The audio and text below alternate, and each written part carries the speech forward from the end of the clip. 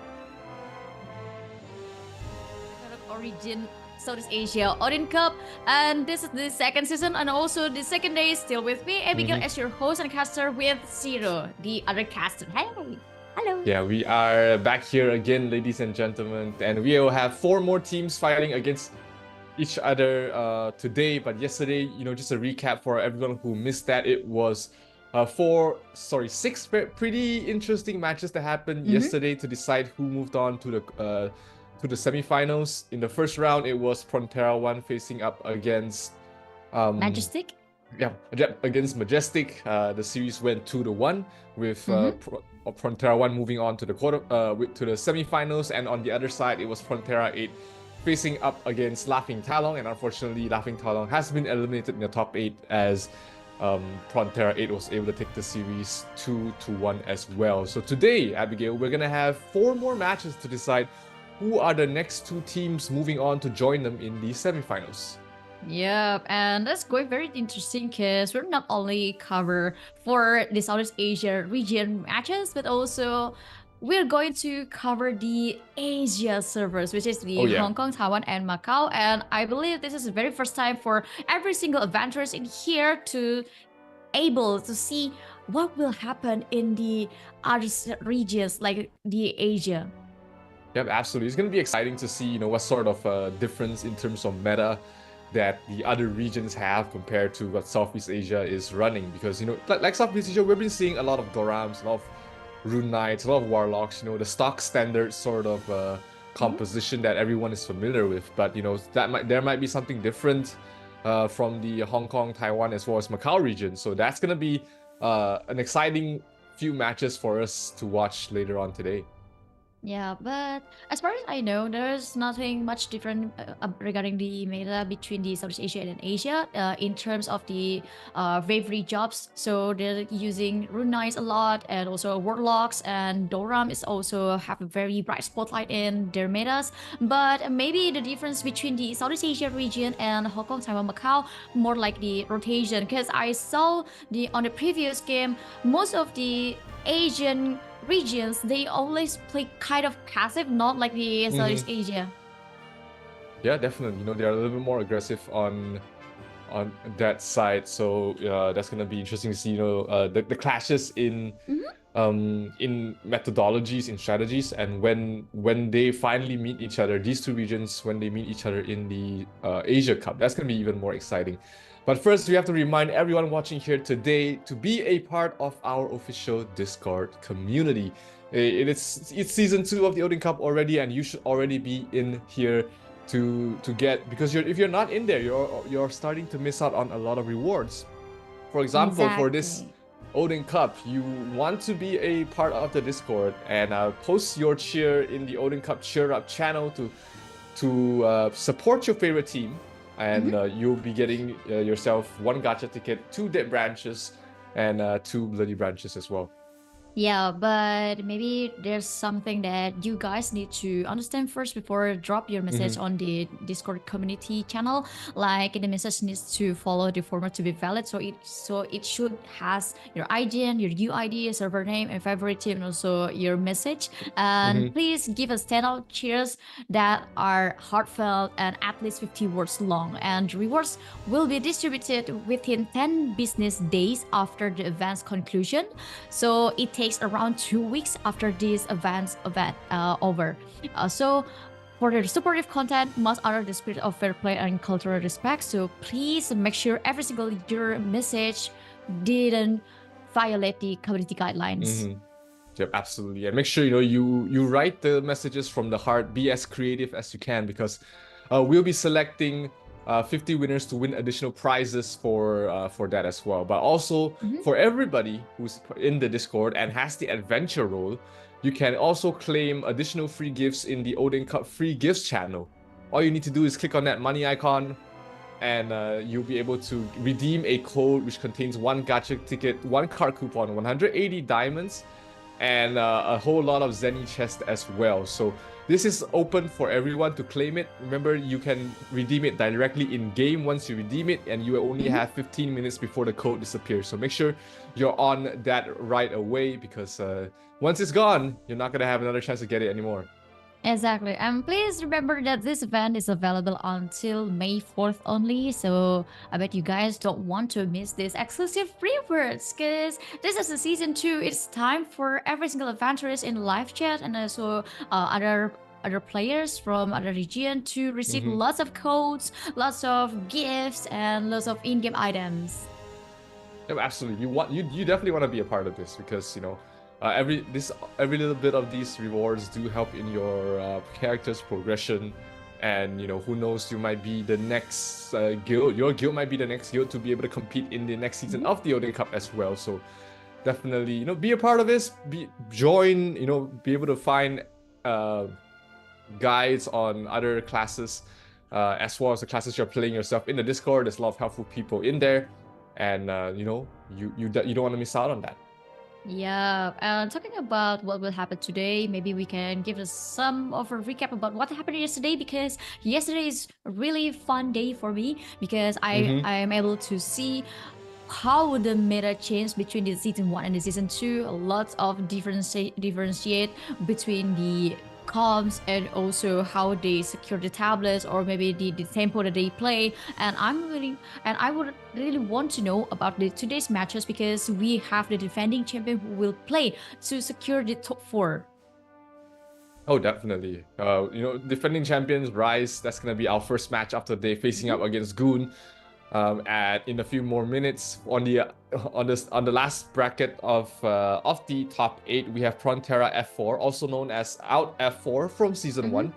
We'll be facing up against Code to find out if Code will finally make it to the top 4, or will they get stopped here in the top 8 once again. And last but not least, what do we have in store for us, Abigail? Nice if it 巨响花语 versus 二雾墨团. Nice. Exactly. That's gonna be the Taiwan, Hong Kong, and Macau regions Odin Cup, which is happening later on as well. So very exciting matches today. We get to see the defending champions back in action, and also we get to see the grudge match between Prontera F4 and Code, and these two games definitely look to be very exciting. And also the last game should be very interesting to watch too because this is the very first time for us to see how the Asia regions will play and especially how they secure the top 4 for this Odin Cup. Although they're a different region, but still it counts as the Asia region, so that's why we cover the broadcast. But talking about the first game, which is Rise and Goon, a lot of people might say that this is going to be a very one-sided match because the Rise is very powerful and Goon seems like in a weaker spot, but we're going to see if Goon has something in their pocket. Yep, definitely. I mean, Goon does have a couple of really good players. My guild faced them in the round of 32.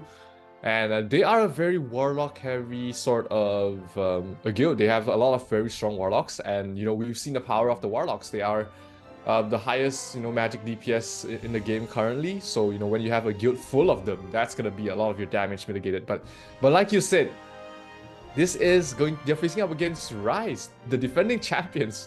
The guild that did not lose a single round in the Summit League. And they want to defend their crown. They want to be back in the finals once again, and they want to be able to call themselves the first back-to-back Odin Cup champion. Yes, and as usual, if you watch Odin Cup, you will receive lots of rewards code. So this is the very first livestream rewards code you may redeem in quickly. So it's the right time to use your finger. Yep, the code today right now is OCS2. Go, go, go.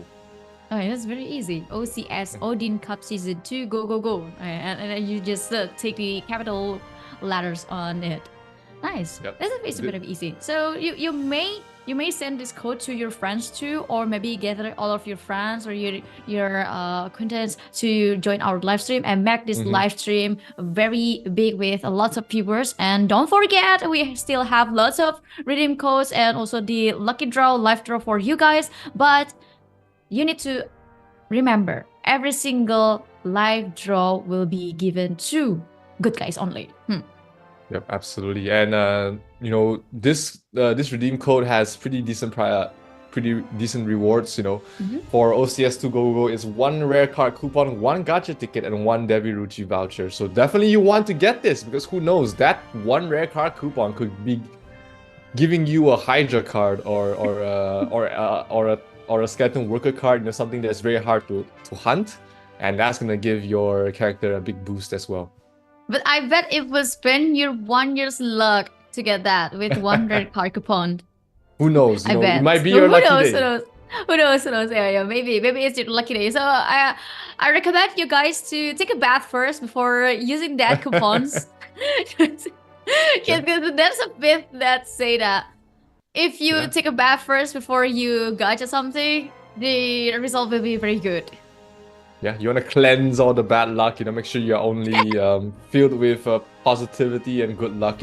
It's contagious, and if the card gods like you, and if you're showing off a aura of wholesomeness and luck, you'll be rewarded the same way as well. So definitely, you want to do whatever rituals you have. I know some people have some very weird rituals. I can only draw gachas at a certain time, standing in a certain place when the weather is sunny and it's night and it's afternoon in the map. So whatever helps you get the things you need, you do that.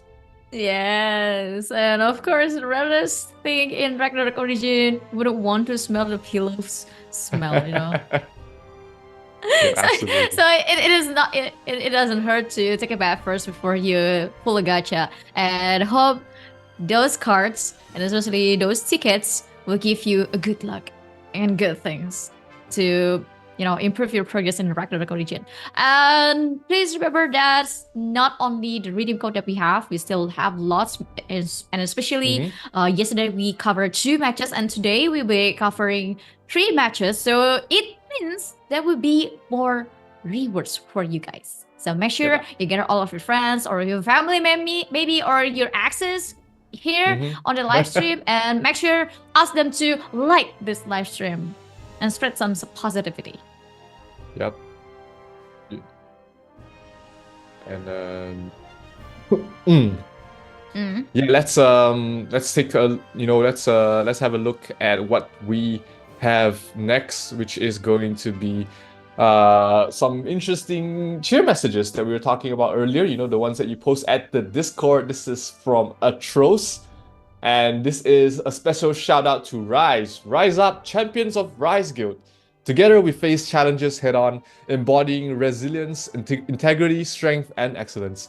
Let's conquer new heights and illuminate our path with the brilliance of our deeds. Unleash your coding prowess, champions of Code Guild. Dive into the digital realm where logic and creativity merge. Let's craft solutions, debug problems, and elevate our skills to forge a future where innovation knows no bounds. So he's cheering for actually 2 guilds at once, which is Rise and Code. Yeah, but wow. I mean like the last sentence kind of give me goosebumps. We can let's craft solutions, debug problems, and elevate our skills to forge a future where innovation knows no bounds. Wow, that's kind of deep, man.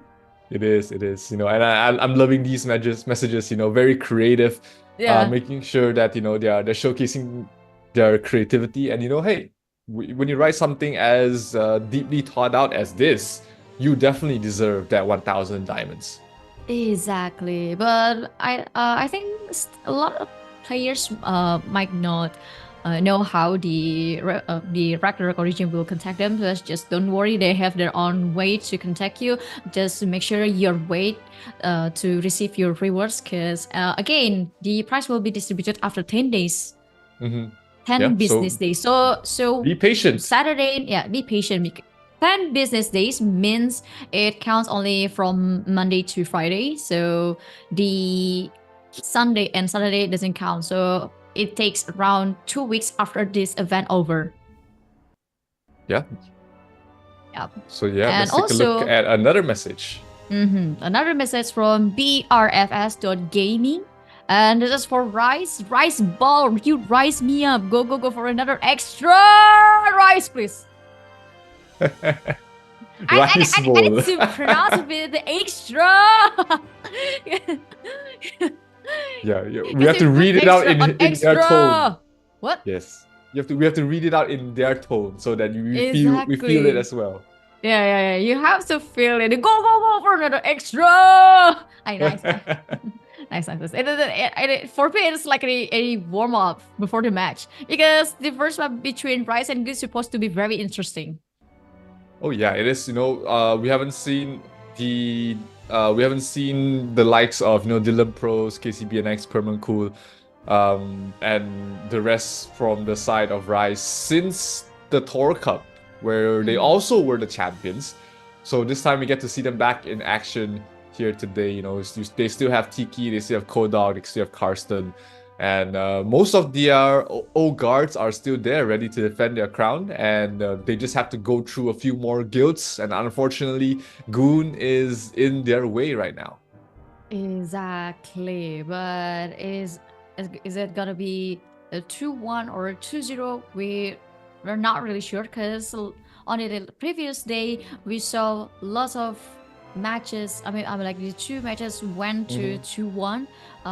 Maybe there's because something was on inside the in-game. That's why they decided to make it or force it to the third game. But we don't know about today. Well, my assumption, every single matches today will be go for 2-1. Well, I talked to the guild leader of Code yesterday, and he's saying that they are going to play to win for every single game, regardless if regardless if they are stronger or weaker, they're going to try their best to win the game. So, that bodes really well for the side of Code. Last season they crashed out in top 8, and this time they have another chance to get their revenge, and they definitely need to be able to bring everything they have to face up against their opponent later on, which is Prontera F4. Yeah, and F4 is also a team that you couldn't underestimate. But first, take a look at the introduction of the first match, which is Rise and Goon.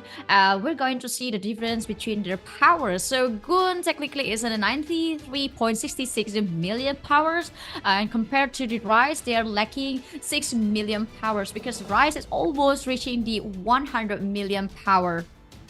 Yeah, and remember, we were talking about the Prontera one yesterday. Their power was 103 million.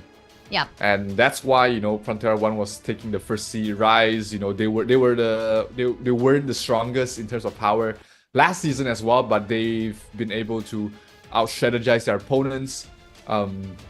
This isn't the biggest gap we've seen so far as well. We've seen bigger gaps. Yesterday, this is only a less than 6 million gap between both of these guilds, so definitely a pretty close game. Here we have the top players of Goon. We've got Tom GG top, Eska, Demp, you, and you. It sounds like the magnetic from Elite. you. And each time I remember that, I remember Naruto, making a hand sign to summon something, and then them is the top 4 of Goon players. I really love the way players from Goon still has Warlocks and also Dorm at the same time, because these two jobs is one of the suitable for meta. Yep, absolutely, and that's not all they have as well for the side of Goon. They also have Debt Collector, which is a very high-powered Rune Knight. They also have Demp. Demp is listed here. They also have Lucifer, which is another strong Warlock as well. So they're very Warlock heavy for the side of Goon, and they've showcased some rather interesting strategies in the round of 16 as well. So it's gonna be interesting to see what they have prepared against their opponents, which is going to be Rise, and these are the top players from the Morok 7 guild. It's Kodok, Tiki, Karsten, Permancool, and KCBNX. Yeah, KCBNX is changing his job to mechanic, which is very suitable to the Kira meta as well, because you have a very strong Rune Knight, which is Dylan Pros, but you still need the second layer because the Kira meta is to force every single classes not only to provide damage but to provide the second value, whether it buffs, or maybe your body as a tank. Yep, absolutely. But with this, this level of power from KCBNX, he's gonna be doing damage as well. I mean, with the new class sigil on the mechanic, they really allow the mechanics to start doing a lot of damage. and it's going to be interesting to see that being showcased, being in power here for this match, because we haven't really seen very strong mechanics before this. It's always just been very supportive mechanics, but right, this is the time where we get to see a strong one to fight against their opponents. Yep, and this is the guild leaders from Goon, which is the guild master is you, and the vice guild master is Octoke. You have Soyo as the commanders, and also Orangi as the another vice guild master, and she is a guillotine cross, and the charisma baby, my favorite one, Damned, as a warlock. Yeah, Dab is really strong. He's not just cute, he's very strong in terms of power as well. He basically just destroyed us in when we faced. So they're gonna need every bit of power they have here from the side of Goon to be able to fight, because they are from Orc Village 4, which is a much later server compared to Morok. And that means that, you know, they are slightly behind in terms of power for their weaker members, for their lower tier members. So it's going to be important that they are able to come up with a strategy and play together as a team. Yeah, but it's very interesting to see lots of players from Goon can, you know, sort of keep up with the powers from the other servers. And this is the guild leaders from Rise. We have the Charisma Baby is the Sunshine. It is not different with the last year. I always remember Sunshine. And the commanders is Tiki, and we have Dylan Pros as the Vice Guild Master, and one of the strongest Erka in Southeast Asia, Taranos as Archbishop will be the Guild Master, with Jihan K, the another Archbishop as a Vice Guild Master. Yeah, something that, you know, Rise has is one of the strengths of Rise, that they have very strong archbishops. They have very strong supports, and when you have supports that are basically unkillable, that allows your front lines, your players to play more aggressively, knowing that they will always be able to rely on you to provide the healing, provide the damage reduction, provide the buffs. And when you have that sort of advantage in your lineup, that gives you a stronger charging power. You can go in deeper, you can go in faster, you're not afraid of dying, because you know that, hey, in 2 seconds, I'll be right back up. Yep, and also talking about Doram from Tiki, it is one of the most annoying person in Odin Cup, because the way he played the Doram is just, you know, someone here and someone there creating the chaos, and then his friends will, you know, taking care of the rest. Oh yeah, absolutely. It's a very slippery class. It's very hard to lock down a Doram just because of the move speed and how tiny he is, right? Like, he's always very mobile, very agile. And here we have the entire main lineup from the side of Rise, and, you know, all in their splendor. Yup, we still have Kenbo, although Kenbo changed his job to mechanic. I remember he was a high wizard on the previous season, and now we'll take a look to Goon's management team, the whole management team, not only the leaders, not only the vice guild master, but also the other players like the officers. We have Shione, we have the whole 01. So you're the commanders as Grand Summoner Elias Doram. Yep, very nice models here, as you know, being able to showcase them in all their splendor of the Avatar and Skogu Blessing set. And these 10 players will need to be able to rally their troops here in Goon to be able to fight against Rise, because there are a lot of guilds. The moment they know their next opponent is Rise, they lose the motivation to fight. They lose any sort of plan that they might have, or they feel hopeless. But it's down to these core members from the guild to keep that morale up and make sure that they still have that fighting spirit when they want to go up against such a strong opponent. Yup, and I'm still waiting for another underdog who can beat someone who has the higher powers, and it only happened once in last year, but we still haven't seen it until the season 2. Yeah, maybe it's this game, maybe it's the next game. It's hard to say, because anything can happen in these matches when it comes down to you know, small differences in movement, as well as, you know, just minor mistakes that some guilds may tend to have. So you just want to be able to play at your best at all times and hope for the best, because that's the most you can do when you've after you prepared everything that you have. Yeah, and also the early game momentum, such as the first game, will play an important role. And especially if you won the game, whether you won the game or whether you lose the game, you need to think twice before you set up your strategies on the second game. And especially if you're able to make it even, especially talking about the same score, like a 1-1 like yesterday, you need to contemplate and decide which one of the strategy that you want to use on the last game, because it is going to be the last chance for both guilds.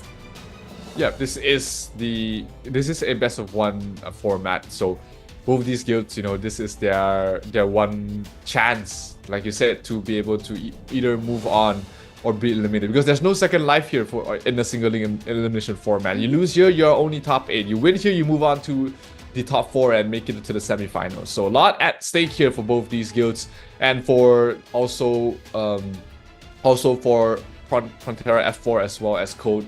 A lot more to fight left, and all of them are looking to join Prontera 1 and Prontera 8 in the top 4 next week. Exactly, and it's really heartwarming for me, because I saw lots of guilds, and especially famous guilds, they joined forces and changed the guild names to become the server that they want to be representative for. Like, for example, Prontera F4, although they still put some hint that they're previously Alt F4, but still to use Prontera F4, Prontera 1, and Prontera 8. I believe lots of players inside that guild take a big fight to hold the name. Oh, absolutely. It is definitely something to be proud of, representing your entire guild to be able to compete in the Odin Cup, and you just wear the banner loud and proud, and it's going to be the weight of your entire shoulder at stake here for both these guilds, and I'm pretty sure they know what's at stake here as well. And we're still preparing for the first match, so I want to encourage all of you guys in the live stream once again to spare or at least spread some positivity on the comment live chat, because we're going to read it, and especially we want to see your support to each guild participants, whether it is Rise, whether it is Goons, or maybe Alt F4, especially the Prontera F4, or maybe Code, or maybe you're willing to watch, or you're not in no patience to watch the Asia region match, which is Chuxia Huayu and Erru Motuan. Ha!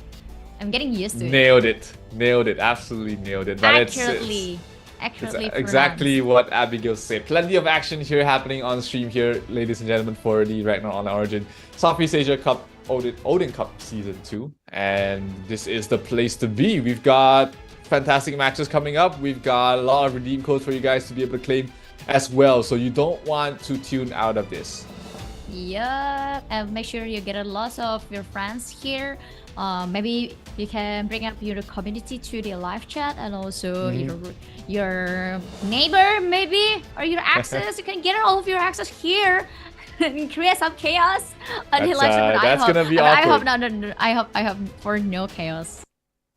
Yeah, that's gonna be awkward to say the least. But hey, who knows? That might be the something you need in your life.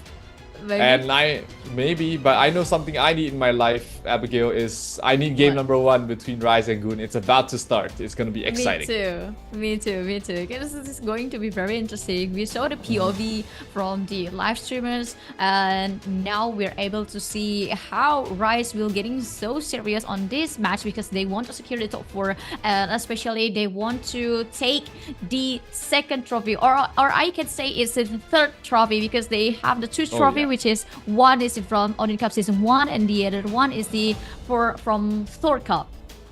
They're absolutely just stacking up their resume, getting more and more trophies for the cabinet is what Rise is looking for, to be able to go back to back. But this time they're facing a lot more of a contest in terms of competition, because there's still Prontera F4, there's still Code still left in tournament, and of course Prontera 8 and Prontera 1 are looking very strong as well. Yeah, and this preparation time for both of them will be very important because usually Rise using this time to scout the area, and I believe Goon is trying to do the same thing because I saw lots of players from Goons rolling around the map and checking every single corner in this map. Yeah, making sure they have all the information they have to relay to their commander, and then, you know, whoever is in charge of the strategy in the primary battlefield will be able to make the correct call and movement. And that's going to be very important. Knowing is half the battle. So, you know, you want to have all the information you have so that your opponent cannot surprise you with something unexpected. Yep, and something that are unexpected is something that for me is going to make this match even more interesting to watch because it is no fun, to be honest, to see a very one-sided match, although the other team is trying their best, but still I want to see how Goons will escalate the game, especially in terms to see their opponent is a very strong one, the defending champion Bryce. Absolutely, the defending champions of the Odin Cup, the defending champions of the Thor Cup as well, and they have a lot of pride, a lot at stake here for both these guilds, but especially here in the heavy Indonesian side, which is Rise, as we are 2 minutes before the main battlefield opens up, and here we have just taking a look at the point of view from the side of Goon. We don't have, it doesn't look like they have all their members in yet. Actually, yeah, they're not, they should be all in very soon. But just a reminder, it's gonna be Goon on the green side and Rise on the orange. Yeah, and I'm pretty curious what will happen at the start of the game because the players distribution from each guild is kind of massive and even to every single tablet. But I would think Goon players is going to move to one tablet or maybe two tablets only, not providing their players to the 3 tablets, while on the other hand, Rise has separated their players distribution to 3 tablets. Yeah, Rise doesn't want to take any quarter here. They want to be able to showcase their strength and try and power through their opponents. Lemonaru still in Rise. He was one of their primary supports during the Thor Cup as well, but he's changed out to a Doram, which is very interesting to see. But I'm pretty sure he's gonna be able to make an impact regardless. And I really like, you know, the Season 1 Odin Cup Champion Guild logo. That is exclusive only to Rise Guild. So every time you see that logo, you know you're looking at the Season 1 Odin Cup Champions. And for some people, it will give them goosebumps. Oh yeah, the strikes fear in their opponents for sure. Yeah, less than 30 seconds left for the first game to start. Still lots of players from Rise trying to find a position and their spot to cover the tablets, and especially this is a very crucial moment. If you can reach and put the tablet to you, and especially the moon tablet, the key of the rotation, it might give you a very good advantage. But let's see, because the game is now started. Rise versus Goon, and Rise players has already answered to every single tablet here, and Goon player seems kind of having a hard time to flip that back to them. Yep, 2 tablets quickly taken here by Rise, and they will take the Sun tablet as well. So great start here from the side of Rise. Haven't lost a single member yet, so not a single kill being given away. Okay, never mind, I spoke too soon. 1 kill given away to the side of Goon, but it is still already 20 kills here for KCBNX. Fast, probably the fastest kill streak we've seen so far, and they are absolutely tearing them a new one here from the side of Rise. Yep, and Rise players just basically didn't let every single Goon players even have a step inside the tablet. They cover every single tablet very perfectly, and also it is beautifully executed by Rise players because the way they block the enter from Goon's player is just with a massive damage, and the Goon's players seems finding a very hard time to, you know, even just want to enter. They just lost their life. Yeah, it is hard to walk through the damage that Rise can bring out. We do see, Bubble, since he's just playing at a long distance, he's just summoning his pets, he's just summoning his animals to just start killing people, and that has been really effective so far. Moon Tablet being attempted here, but Goon doesn't seem to have, they have the numbers to be able to contest. We see Escard diving really deep in, but he's gonna fall. No support to back him up, and he's gonna be able. He's not going to be able to achieve anything from that push. So 500 points already down here from the side of Goon. They are pretty much in trouble in this first match. Yep, and I saw just one person on tablets. They want to. He wanted to, shoot a player from Rise, and the shooter just come back to him again, and he was dead. And it is so fast. I mean, it's only one blow to get a one kill. Yeah, it's a lot of damage, and here we see on towards the the sun side of the map. Depth Collector was there trying to fight back here, but unfortunately not enough. Tom GG dropping out very low. Keisha almost being able to kill it off, and it's gonna be Kodok the one to finish him off here. While in the secondary battlefield, it is pretty empty here from Rise. They haven't really been able to get any sort of objectives in the secondary battlefield. So interesting to see there. It's 2,400 here going towards the way of Goon, but they have not unlocked the first tier, the first buff for the main battlefield yet. Yeah, Rise players didn't want to invest on the secondary battle. They invest every single player to the primary map and make sure every single player from Goons having a really hard time to get even a tablet. And everything that Goon do seems to be wrong, while on the other hand, everything that Rise do seems right. And I really love the way Rise trying to create a zoo in here, because as you can see, the Dorum is creating chaos in here and there. He's summoning the animals and leave the spot, is summoning here, summoning in there, and it creates a mass too inside the Goon's rotation. Yeah, Goon hasn't really been able to group up because of that. So that's going to be something they want to look out for. We see Orangi trying to capture the Moon Tablet there, being invisible in hiding form, but unfortunately they were able to react really quickly. In the secondary battlefield, that's going to be the first and second tier buff being given away to the main battlefield of Goon, which is going to be move speed and damage reduction. So this is where, Goon, maybe they want to try and start to mount a comeback, but their members are still pretty spread out across the map. First minion wave about to spawn as well in another minute or so. But let's see if Goon is able to get any of that to reduce the lead that Rise currently has. Yep. Fun fact about Rise from the last year, they are the only guilds that doesn't really care about the mortal buffs. Even they still can escalate the game very quickly without buffs. And as long as I remember, they usually only need the first buff. But this is my very first time too to see Rise without buffs. Without any buffs. And they still, execute this game pretty well. Yeah, don't need the buffs to kill them, says Goon, as they will prepare for the minion wave spawn. We take a look at KCBNX, who is just running around very fast and just burning people down with the flamethrower.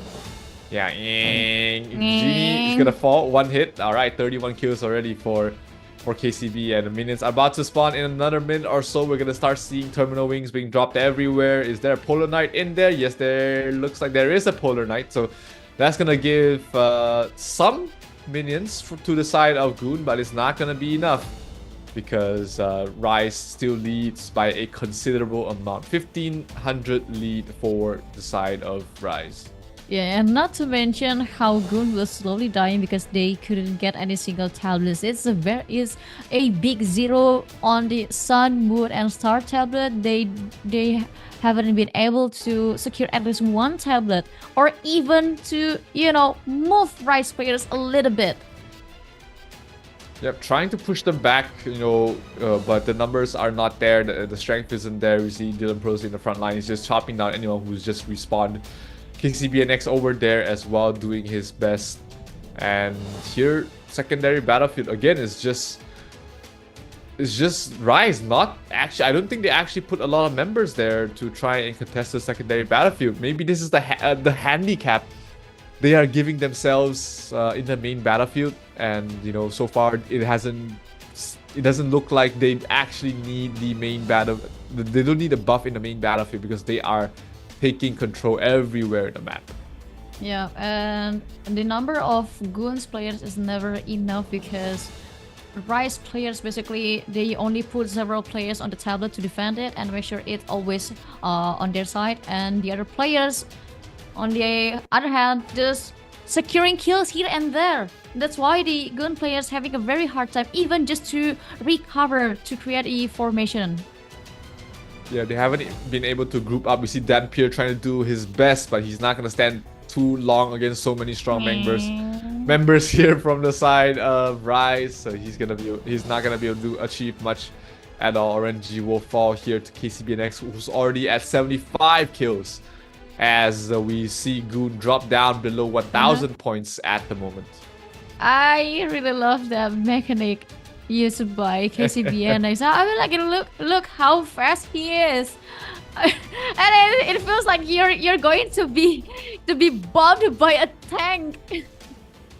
I mean, when you're that strong as a character, you're definitely going to be able to do damage, and especially after the recent buffs to mechanic, they definitely can play as a secondary DPS as well. So not surprised to see KCBNX having a lot of fun on the mechanic. It's you get to ride a Gundam. You get to move around and burn people down in a robot. So what's to hate there with that? That's very fun. That's very fun. That's very fun. And he scored 80 kills right now, and it is still increasing to more kills. And Kodok doesn't want to hold his damage back. He also scored 65 kills. While on the other hand, Goon is running everywhere trying to save their lives. They're not thinking about how to regroup again. They just want to save their lives and at least end this misery, because whenever they go, there's always a Rise players behind them, smash them, smack them, burn them, and stun them. Yeah, just way too much damage coming from the Rise side, and as Goon is down to their last 500 points, they should be able to see the Owl Baron, but not for long, because they can't seem to be able to achieve any sort of ground in any area of the map. So looking rather tough here for Goon. This has been a great run for them in their first Odin Cup. But unfortunately, top 8 seems to be where they are going to finish. Yeah, and especially this is the first game. We still don't know about the second game, though comebacks might happen. But considering what happened in the first game, I don't think so. It needs more than just a miracle to win this game. Yeah, the miracle can maybe start if they are able to secure the Owl Baron, but still, even if you get that is still another 2,200 points that you're supposed to overcome from the side of Rise. And Rise, they are not fooling around in terms of pulling their strength back. They're not giving any sort of quarter here to the side of Goon. They're taking no prisoners, getting kills left, right, and center. Just a huge assertion of dominance from the Marok 7 guild. Yeah, full dominance from Rise against Goons, and Goons is already 160 points left. Yeah, even I finished saying 160, it becomes 120, and the game will over soon because the Owl Baron is already set up and zoned by the Rise, and they're attacking the Owl Baron, and wow! The Owl Baron's gone, and this is the end for the game 1 as well, with Rise securing the first point of this best of 3 series against Goon. Yeah, not a very back and forth game for sure. This was just Rise just completely outclassing their opponents. So looking like that should be the story of this entire series as well, because when you're too far behind in terms of power, it's going to be very tough for your guild to be able to try and take any form of fight. So well done there from the side of Rise. Let's see if they are able to finish the series in a 2-0, or will they bleed and lose out one game to the side of Goon. The this will be a guessing game because what happened on the yesterday's matches, everything is always down to 1-1 in terms of the second game, and we are forced to see every single third match on previous day, but we don't know about today. Maybe we can see a 2-0 or maybe another 2-1, or maybe all of the matches of today's will be 2-1 instead of the 2-0. Maybe, but all these guilds, they are just looking out for themselves. They want to make sure that they are able to perform their best. And against such a tough opponent, you can't really fault Goon for not being able to achieve anything in the main battlefield, because they are tough. They are very hard to kill. They are they do a lot of damage, and if you just can't stand the barrage of damage coming from them, it's hard to be able to stand as a team and get any objectives on the map. Yep, and we're preparing for the second game, and maybe we are still collecting data from the match statistic, and especially talking about the secondary map. Basically, Rise didn't do anything on the secondary map. They even didn't score the first buff, and although Goon scored almost a maximum buff, it doesn't it doesn't give an impact to them. Yeah, it doesn't look like it. Doesn't look like Rise needed the buffs. Look at their morale in the secondary battlefield. It's 300 to 9,000, but the damage is 3 times more than what Goon has been able to show up with. And of course, 835 kills to 89 from the side of Goon, with also the Owl Baron going towards the way of Rise. Yep, and the tablets capture is only 1 time during the first game, because the strongholds from Rise is just 1, and they didn't get pushed back from their tablet. Goon failed to secure at least 1 tablet, and on the secondary map, nothing a lot happened on this map, especially because Rise basically just didn't do anything. I mean, like, look at the kills at 122 against 34, but the moral buff from Goon is the maximum, while Rise seems they didn't need to have this more because they know they are strong. Oh, absolutely. They don't need any sort of backup. They don't need any way to allow them to win harder, because how harder can they win, right, in this game? And here we have the MVP for the first match. Is going to be Dylan Pros on DRK. 241 million damage dealt in this game, and he was a huge part of the 835 kill domination coming from the side of Rise. Yeah, I think the highest points player might be different than Dylan. Could be Pros. KCB. Yeah, maybe KCB. Because we always spot him having fun with his mechanic. Oh yeah. Just walking But around I with really a love that flamethrower, mechanic. burning people down. That's always fun to watch. Yeah, but I really love the mechanic. I mean, like, it's very fun to watch, like, a big robot body move here and there, and just waving of fire with his hands. But sadly, by KCBN next case, the highest point will be Dylan Pros as well, with 1,542 points. Very close. His assist was very close to his kills as well, and it's he's just been able to dominate the main battlefield, and Goon doesn't look like they were able to really fight back. The side of Morok 7 was just way too strong. Yeah, and the fun fact is Dylan Pro seems don't really care about the monsters or boss, because he's basically just trying to kill everyone, trying to kill Goon's member. He didn't kill monsters or boss. His eyes is only for the players. Wow, that was scary. Yeah, just want to go for kills.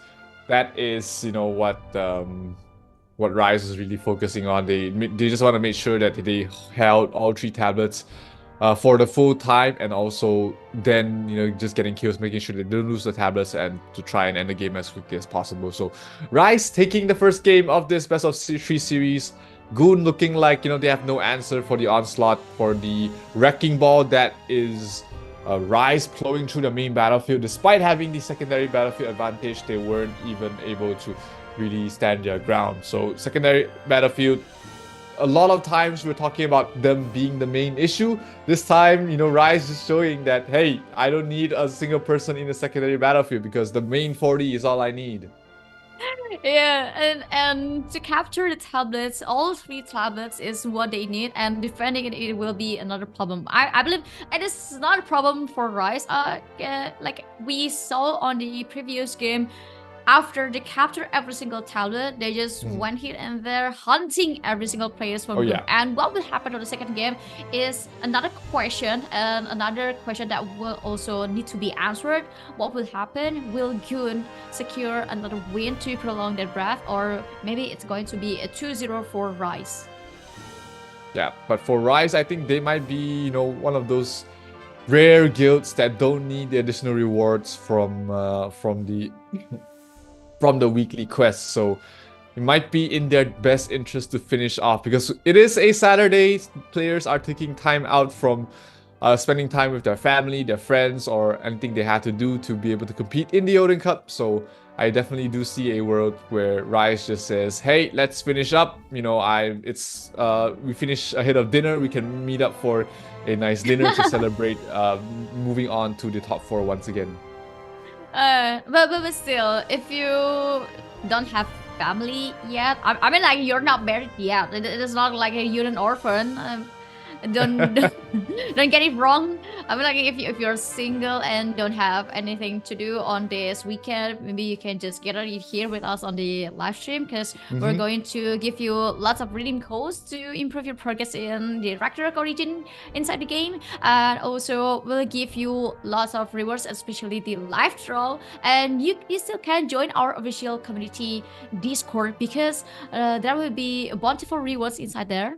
And especially we're running a sort of send your cheer to guild participants, so you will have a chance to win 1k diamond. And this is another message that we're going to shout out.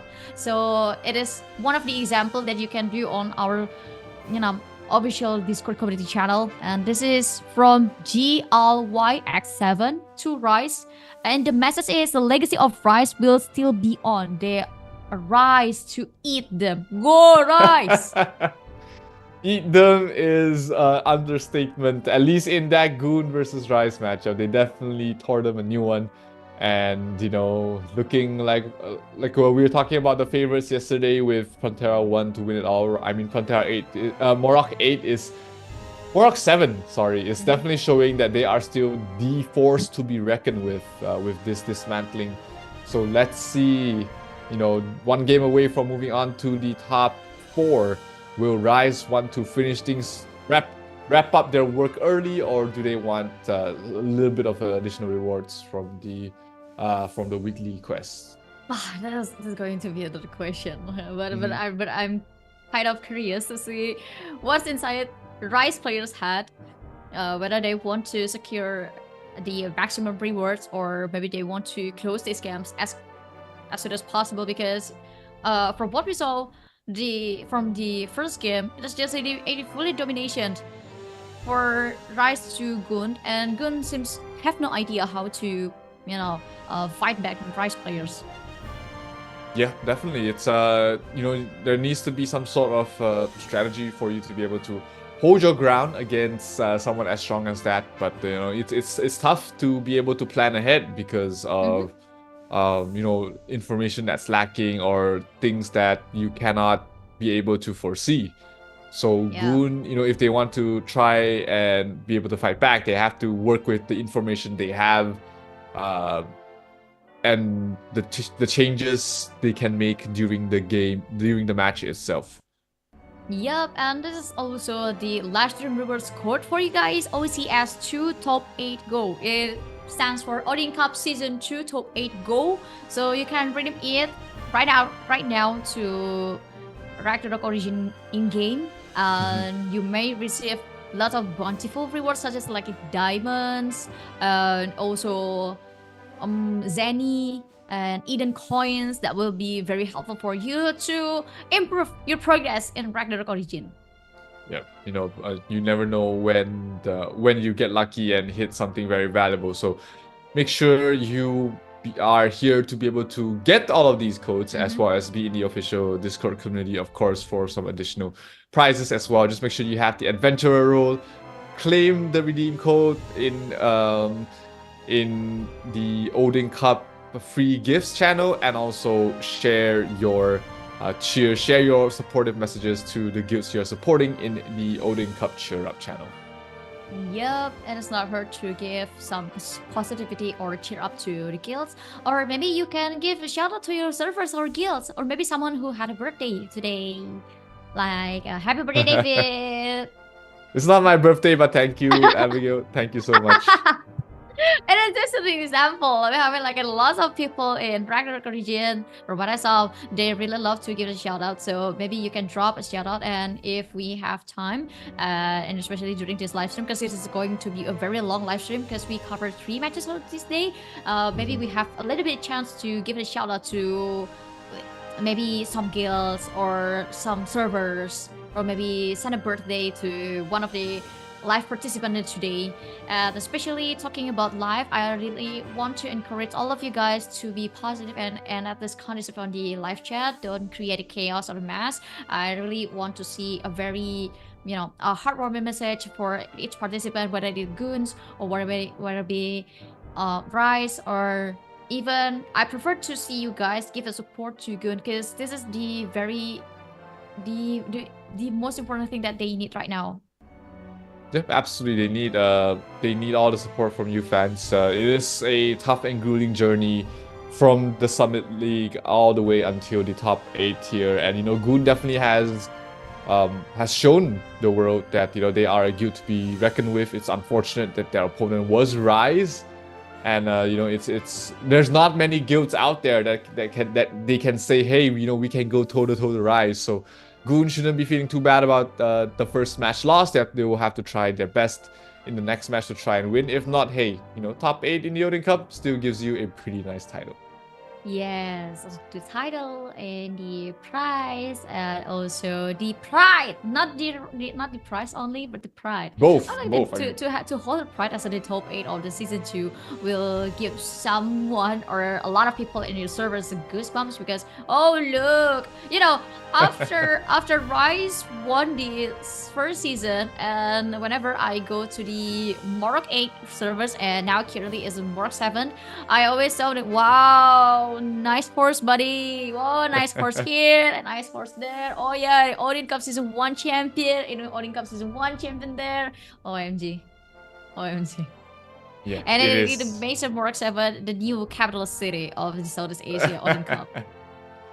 Yeah, we'll see if it is that case in the end of the Odin Cup though, but still, you know, Rise looking like they are ready to defend their throne once again, but first they have to go through at least one more win against Goon to make it up to the top 4, because that's one step ahead. And you know, if they win, they'll be facing against the winner between Prontera F4 as well as Code to find out who are their semi-final opponents.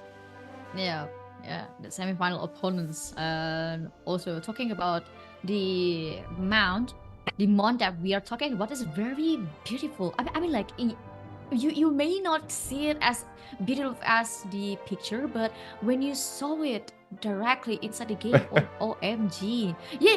Did you remember the time when I snapped the horse photo. to our group chat, and I said, "Hello, Rakyat Delata." Yeah, definitely Hello, a you villagers.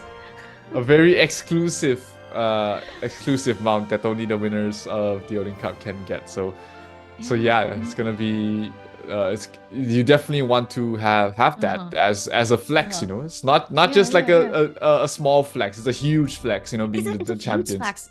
It's a huge flex because the mount is very beautiful. I mean, like, after the grand final is over, I saw the players from Rise already received the mount, and I had a chance to take a look on it, and oh my god, I rolled it 360 and it was so beautiful. I mean, like, it's so elegant.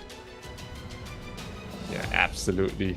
And you know, they definitely want the season 2 rewards here, as well as Rise will look to clean up the series as quickly as possible. Rise versus Goon going into game 2. Can Goon make any form of comeback, or will Rise just take their Saturday night ending earlier today? Let's see if what will be the case here for this match. Yup, and the second game is going to start, so we're going to see, are Rise going to close this match to 2-0, or Goon will secure at least one win to prolong their path? Let's wait and see. Let's wait and see.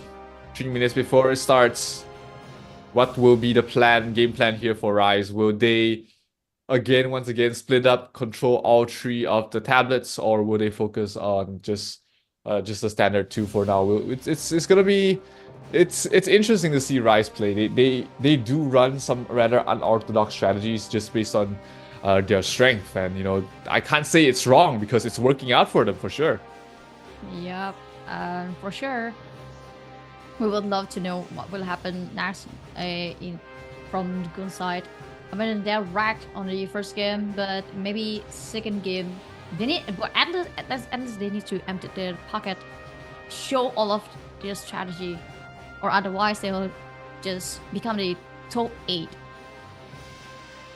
Yep, top 8 is still not a bad result, all things considered. A lot of guilds don't even make it to the top 8. I mean, technically only 8 guilds make it to the top 8, so they shouldn't feel too demoralized here. Goon definitely had a great run during the Summit League and all the way in the Odin Cup Season 2 as well. So definitely they can come back stronger, take the experience here from the Season 2 Odin Cup, and who knows, they get to improve their standing in the next one. So 2 minutes before it starts here for game number 2 between Goon and Rise. Goon once again on the green with Rise on the orange side.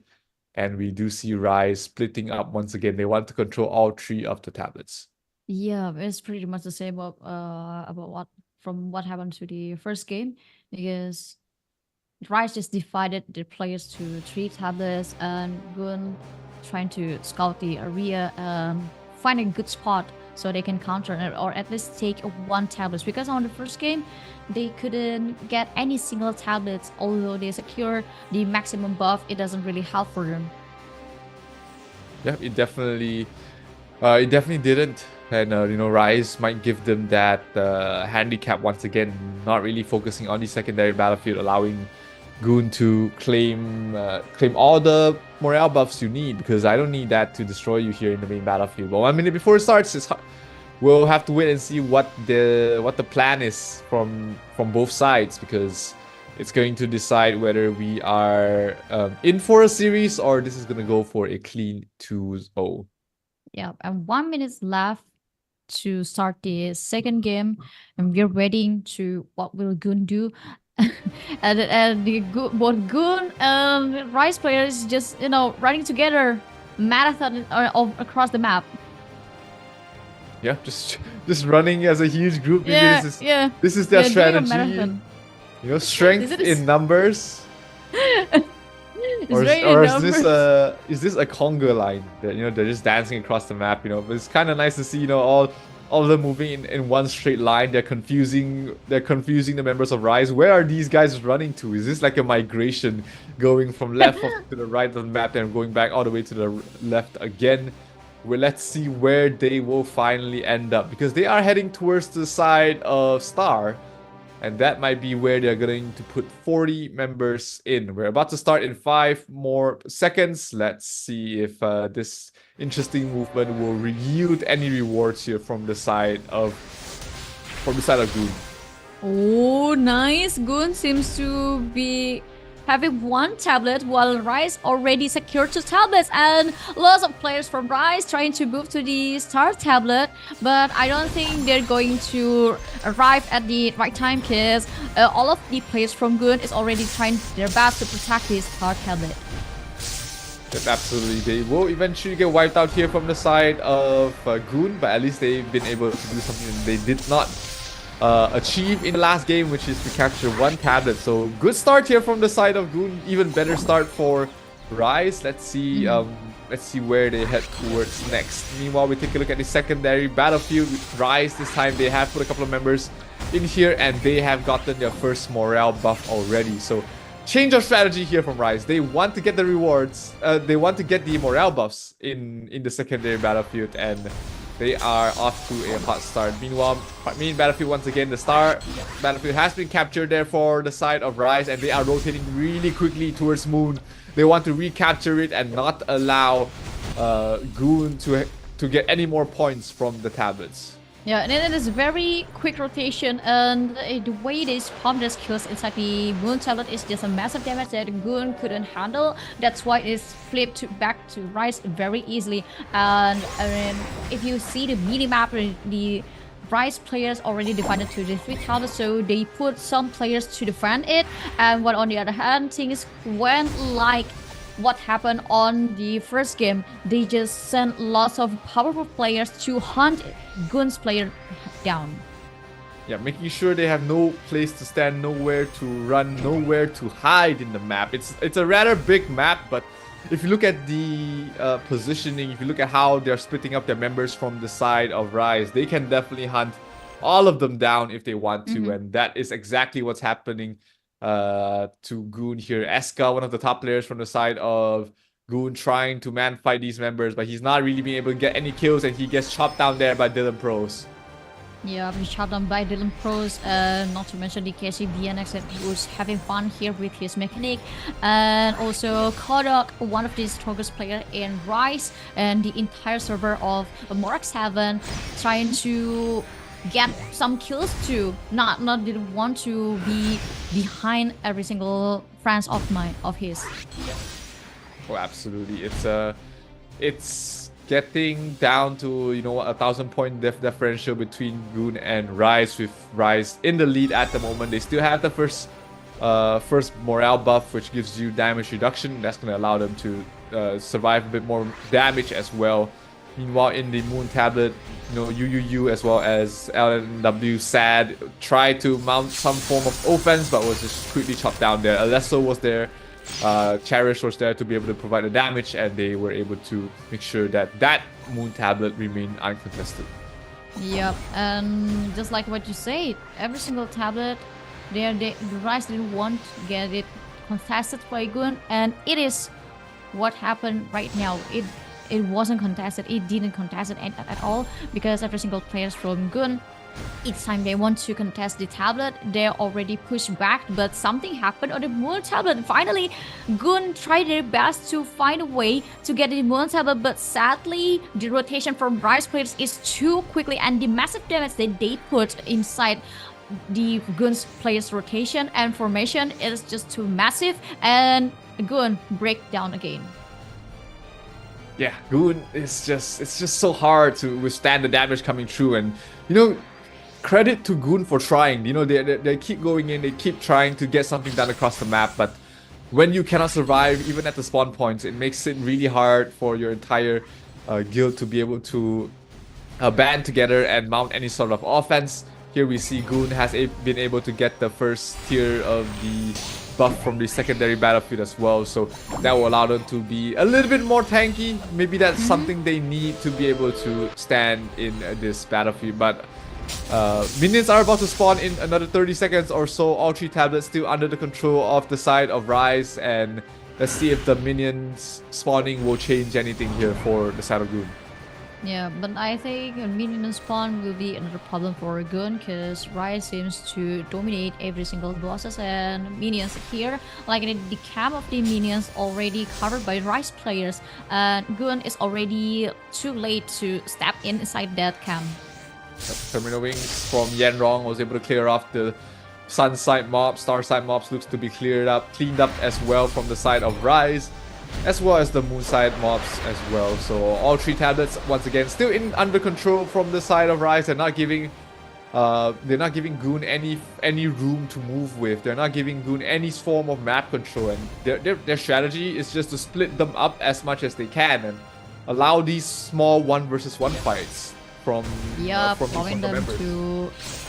have a very good fight in here, but although Rise is just having one tier buff, it doesn't matter for them because they proved to us on the previous game without buffs they still can won the game flawlessly. And Goon have a very improved game rather than the first game because they can secure the first tablet and they can even push some Rise players back from the tablet, although they still couldn't get the second tablet.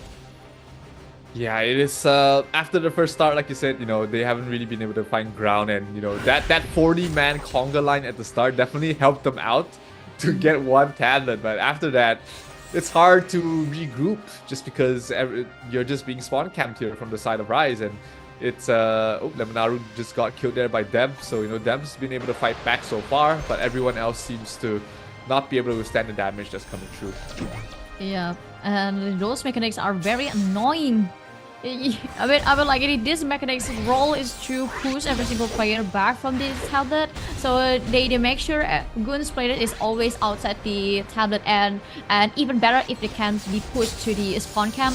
And while on the other hand, the Goon's player, to save their life is their problem, and to regroup it will be a dream.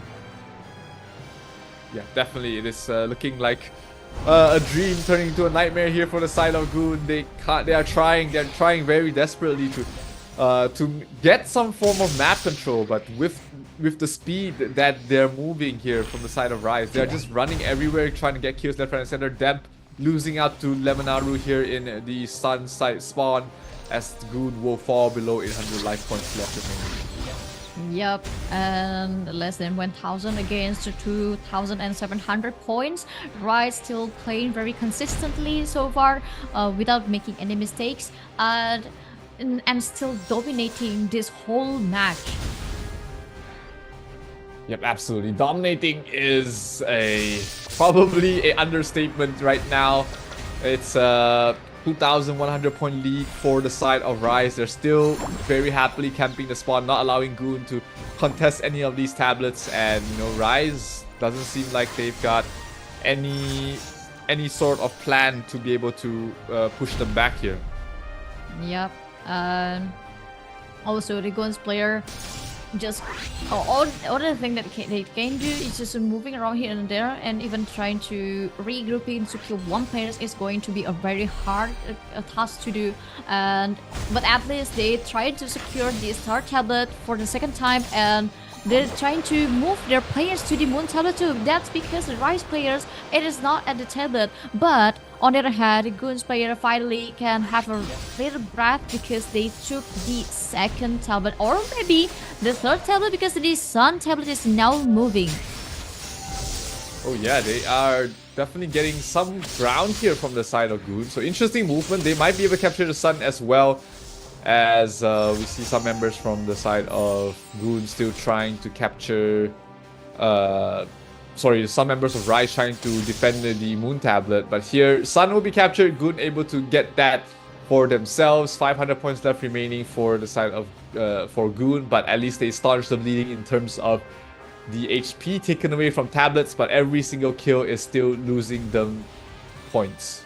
Yep, not to mention about the moon tablet that already flipped back to the Rise, and Goon locate all of their players to the moon tablet to make sure these three tablets is always on their hand, not Rise. And Rise currently losing some points, but still they're on the lead because they on lead for 2,000 points against Goon, and Goon still need to pray for lots of miracles to make it win. Yep, Albaran spawning in 10 seconds, and we see Rise already gathered here. They know that they don't need a single tablet to win this game as long as they're able to get this Albaran and then get destroyed in 1 second. That's gonna be it, ladies and gentlemen. Rise will be once again in the top 4 of the Odin Cup. Yep, with 2-0, a very clean game from Rise, and that was the shortest Albaran kill so far in Odin Cup Season 2. I never saw it on the previous day, but today Rise is, just dominating the Goon. And Goon, although they're improved on the second game, still the gap is too big, so it will be very difficult for them to escalate it. Yeah, definitely. It's Rise was not here to play; they were here to win.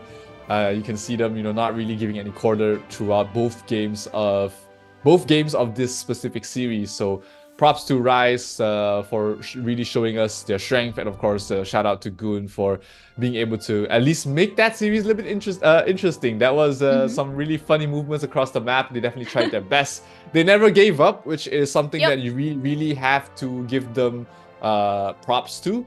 And they fought till the end. Still very well done from the Orc Village 4 guild to finish off in the top 8 of the Odin Cup. Yep, and props to Rise, even though they know they can overwhelm Goons. They still put a little bit of respect to Goons and also playing very consistently. And they didn't do a lot of mistakes. And also, the only thing that I always love from Rise is they're very well organized, and also very well executed team in terms of the strategy. And they prove it again in this season 2. Yep, absolutely. They're not here to play. They're here to take names. They're here to dominate every single guild out there. And top 4 is just the beginning. Top 4 is where they want to be next week, and the week after they want to be the champions of the Odin Cup once again.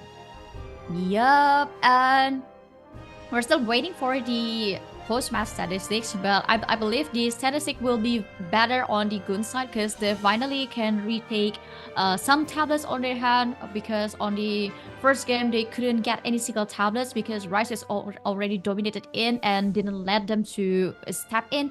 But on the second game, everything kind of different, although Goon still dominated by Rise, but they're trying their best to improve their movement, improve their strategy, or change the rotation. And even so, Rise is too powerful for them to beat, and that's why it is very hard for Goon to at least regroup. Or I mean like a regroup is another problem, but saving their life is a must. Because how can you regroup if your life is in danger? Yeah, absolutely. It's just a really tough situation to be in there for the side of Goon. Being, like you said, being unable to stand their ground and withstand the damage is definitely a huge factor in Goon not being able to regroup. So let's take a look at the stats of the second game of this best of 3 series, and let's see how much that Goon has been able to improve throughout the series. Here we have them a little bit more strong, a bit more tablets, capture 16 monsters, this time a lot less compared to the first game, but they have been able to limit the kills that Rise got slightly, and also get a little more damage dealt. So well done, well attempted there by Goon, but ultimately Rise was still the better guild here. Yeah, and they just prove it. And then any event get a stronghold, and Rise has just get the stronghold for a very long time, and it makes Goon suffer slowly, because the decreasing of the points from Goon side is too massive, and not to mention the kills, because the Rise players scored 700 kills, and it causes lots of loss to Goon side. Oh, definitely. It's Goon just is just a slaughterhouse there in the main battlefield. Secondary battlefield, Rise definitely did a little bit more this time. Got 99 monsters for themselves. Wasn't able to secure any of the bosses, but they were able to get a couple of kills to give them the first tier of the buff. While Goon getting the second buff with 6,000 points, that definitely gave them a little bit of an advantage in the main battlefield, but ultimately it was not enough. Yeah, it is not enough, but still, I would love to give kudos to Goon's player, because they managed to at least improve on the second game. And Dylan Pros become the back-to-back MVP of the second game, and especially this match, the 2 matches, he becomes the MVP, and he's supposed to be the highest point players too. Yep, 277 million damage, slightly more compared to his first game, if I remember correctly, but still a monster of a stat line here for a Rune Knight. The spotlight has really been shining a lot on Warlocks and Dorams, so it's good to see Rune Knight still have their power here. And like you said, Abigail, you were correct. He does still have the highest points for his entire guild. So 130 kills, 220 assists, and of course 277 million damage dealt by Mr. Dylan Maximus. And still doesn't care about monsters, the bosses, or even stronghold. I mean, like in the first game, he is still stronghold captured for one time, but on the second game, oh no, I don't care. I don't care about everything. I just want to kill everyone. Assert dominance is what he wanted to do, and he definitely asserted his dominance there in both games. And yeah, well-deserved victory. Moving on to the top 4 for the Odin Cup. This is Rise making their another bid at the Odin Cup. Yep. And I really do love the way Rise secure the second game, and especially this match with clean sweep the 2-0. I know they know that they are powerful. I know they know that they are strong. But to be able to put every single players consistently, lots of players consistently, manage to clean every single matches perfectly, it is in another level. Yeah, absolutely. Just another level here from them, and you know, well deserved. They make it to the top 4. They were one step away to defend their crown, and they are waiting. They're going to be eagerly awaiting their next opponents, which is going to be the winner between Code and Prontera F4.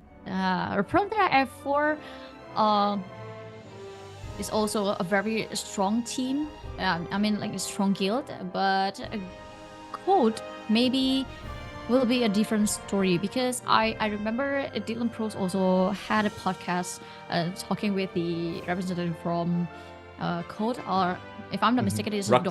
Punak. Dr. Perky.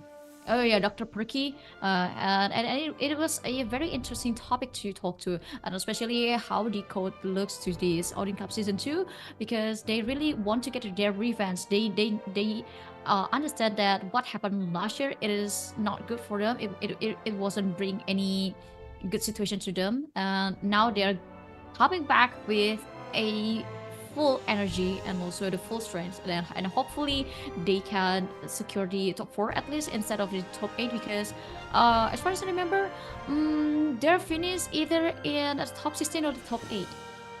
Yeah, definitely. It was definitely a disappointing finish last season there for then Rugpool, now called Code. So this time they are really pulling all the stop here, making sure that, you know, they bring out everything they can to be able to try their best in Season 2 of this Odin Cup. And take a look at the main battlefield report here for the second game of the series. You know, Tom GG, we're talking about him. Dem top as well. Dep Collector getting 2 kills for himself, but just pales in comparison to everything else that, you know, Rise has brought to the table. Yeah, and you know that Dylan Pros is the troublemaker for Goon side. So he knows how to ignore monsters captured, but he only cares about killing them, assisting his friends to get more kills. Absolutely, you know, 130 kills, 221 assists. He's definitely the Grim Reaper in this match, and yeah, you're going to see him be able to continue to perform in the top 4 series as well. But once again, very well done there to Rise for a very dominant series, and we bid goodbye to Goon for in this Season 2 of the Odin Cup, because this will be the last time we see them. Yeah, but still, we hope Goon will come back again to the Season 3 with a stronger form of guilds, maybe stronger players and a better strategy. And especially, I saw they have, you know, the potential, because they're improving a lot on the second game, but still their opponent is Rise, the defending champion.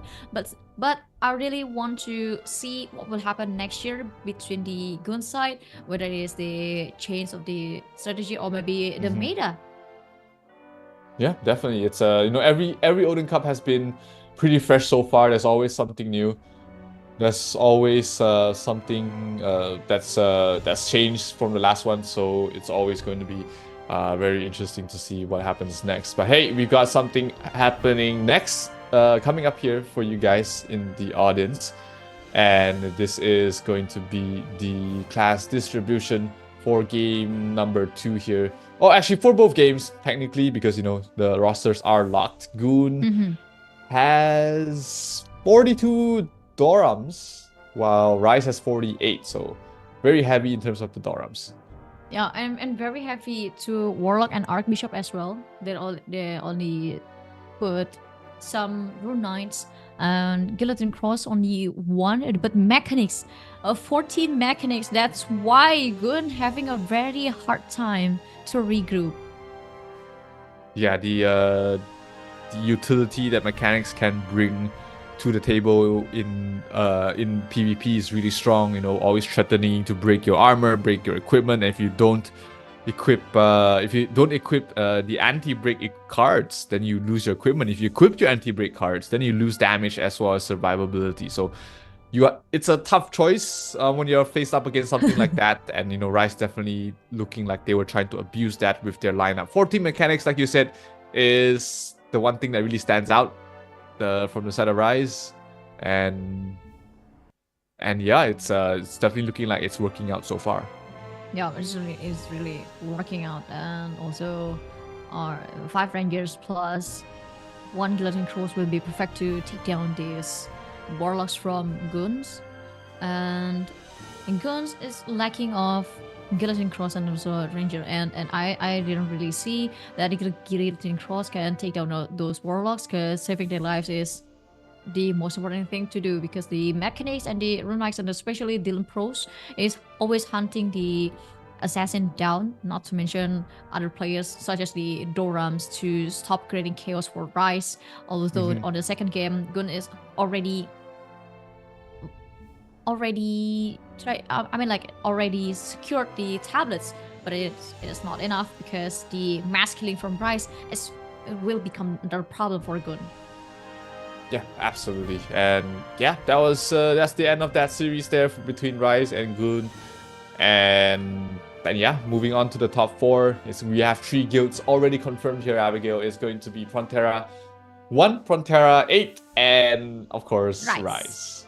Yeah, and now we are waiting for the last person or last guild to join the top 4, and who's going to be the last guilds to be the top 8. And now, if you miss what happened on this first match, here's the highlight for you. Although this highlight probably will be sort of a mass killing from Rise to Goon, but still it is enjoyable to watch, because I really want to mention about how improved the Goons for the second game, because it's really different. The domination that Rise had on the first game is less than that they could get on the second game. Absolutely, you know, the second game, like you said, improvements in terms of the movement and strategy coming from the side of Goon allowed them to whittle away at the HP of Rise a little bit. Ultimately, it was not enough for them to get the win, but, you know, still props to the side of Goon for actually trying something different to try and even out the odds ever so slightly. Still, it is here's take a look at KCB, and, you know, he's just burning everybody down. It's a barbecue here in the star side spot. It's the barbecue thing. But yeah, I mean, like, what happened on the Rise and Goon is already mentioned before, that Rise is always dominated in most of the games that they did, and it happens again, and especially on the first game of the second day of Ragnarok Origin Southeast Asia top 8 elimination. And Goons probably on the next year they can coming back stronger, because I can see the potentials in them in terms of the strategy and the calls. Yeah, definitely. This is their first Odin Cup, so definitely plenty of things to learn, plenty of lessons that they've been able to get from this match and their previous matches as well. Not to mention the experience playing in high-stakes games are going to be very useful in the long run. But here we are looking at game number 2, where Goon was able to capture a couple of the tablets, especially at the start. They got one tablet for themselves, allowing them to start chipping away at the HP of Rise. But you know, it wasn't long before Rise regained the tempo, regained the momentum, and started to really dominate across the map. Yeah, dominated across the map, but still, shout out to Goon for being able to at least fight back Rise and not as dominated as the first game. But your opponent is Rise again and again. I know it's a very hard opponent, but still to be able improve to see your opponent as a defending champion is still a good thing. That's why I always say that Goon has the potential. Yeah, definitely not giving up is a very important mentality to have, regardless of whether you're winning or losing. And you know, being able to keep everyone's morale up, especially in a losing scenario, is not easy. It's a very hard situation to be in, and it takes a lot of mental resilience to be able to withstand that sort of constant pressure. So once again, it's a tough lesson to be learned, especially when you lose. But you know, there's still a lesson to be learned there, and ultimately it all comes down to, you know, how they're able to take the learnings from this match. At least for the side of Goon, take the learnings, take the loss with grace, learn from this, improve your guild, improve yourself, going further on in your growth, and come back stronger in the next season. Yep, Rise. I'll put all of my respect to Rise, to be honest, because they're very consistent. They always take every single matches in Odin Cup very seriously. Sometimes I hear how the way they discuss about what they are going to do for the opponents and how they will set up the strategies, and they seems very serious about it, and they didn't slacking off. That's what I love from Rise. And Rise is one of the guilds in Odin Cup that I'm rooting for. It is not because they're very strong. It is not because I know them, because that's because the attitude and the passion that they put on these competitive games. Mm-hmm. Oh, absolutely. They are definitely no slouches to look at. But thank you guys for staying with us throughout this match. We've got a special gift for everyone. Who's watching on the stream right now. We are going to do the lucky draw for some nice prizes for all the audience here watching the stream. So make sure you type in your supportive messages in the YouTube chat along with your UID, so we know who to give the prizes to. You can put my UID if you're not sure what your UID is. I'll just message that. But yeah, like, this is the time where you want to support your guild or another guild. You know, put it in the YouTube chat right now with your supportive message plus UID, and we're gonna pick a winner right now. Yeah, so make sure you use the correct format, which is the UID, and your supportive message in the public chat while we are going to give a live draw to you. So it is the right time for you to spam the live chat with supportive message. Only supportive message allowed, so the negative message will be forgiven. But sorry, those negative messages will not receive their rewards. Yeah, it's just only positive vibes over here. We're not here to spread negative vibes. You know, all the support, all the guilds competing here and in the future we'll need everything that you can bring to the table, as well as your support for them to be able to perform better in the upcoming tournaments. Yeah, and this is the live stream rewards code. The code for you 427. 427 top 8. It is the today's date, 27 April, top 8. So you can just redeem it in the game before you join our live draw. And the price of this live draw will be 1,000 diamonds. Who wouldn't want it? A lot of diamonds. Pretty substantial prize here to be given away. So make sure you participate. Just write a supportive message down and with your UID, and we'll be picking a winner very soon. Yeah, maybe we can check a little bit what kind of supports here that has been entered on the chat, or maybe you need an example like, let's go Zero, you can do it, you can finish all of these matches with your passion and energy. I really love the way you commentated the game, and plus you ID 1 2 3 4 5 6 7 8. Ah, nice. Yeah, exactly. That's exactly what you need to do. You can just copy paste whatever Abigail just said, use it as your own. I'm just kidding, but yeah, something like that. Be creative, stand out from the rest, and you stand a higher chance of being selected to get the prize. Yeah, and also you can give a shout out maybe the supportive message it doesn't always for the participant guilds, so maybe you can give the supportive message for your own guild. Although your guild it is not a participant of this Odin Cup Season 2, maybe you can just give a shout out, or maybe you can give a supportive message for your friend. Maybe one of your friends is on exam. Yeah, it could be.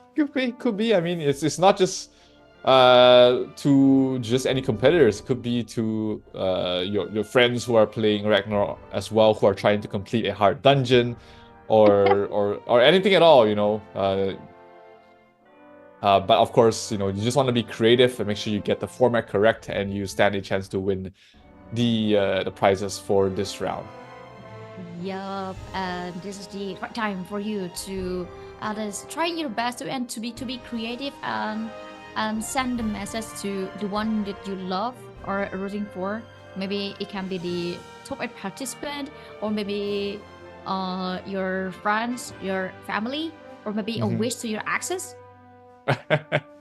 Maybe not the axis. I mean, it's a bit weird to try and I don't know. Maybe if you're trying to get back together, but hey, you do what you need to do, right? Yeah, and we're still waiting for the lucky draw. Maybe we can check a little bit to see who already sent the message. Yep, I think most people got the format right.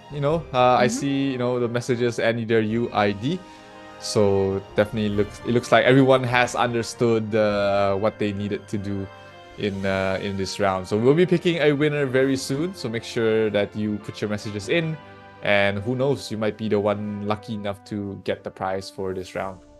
Yep, nice. This is one of the example that I love from Laxina Leonel John Huizon. Let's go code one step away in bouncing rise. Nice. And he also include his UID. This is a perfect example. You may try to copy the format. Yeah, the format is correct. The message is nice. It's very it's very unique. It's written by his own words. So let's make sure that everyone follows the same format. So let's stop the roll, and we will choose our winners from this screen. Yup, and stop.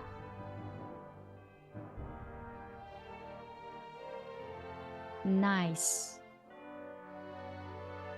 All right, so congrats to all the winners. Our support will be messaging you to give you prizes within 10 working days, 10 business days.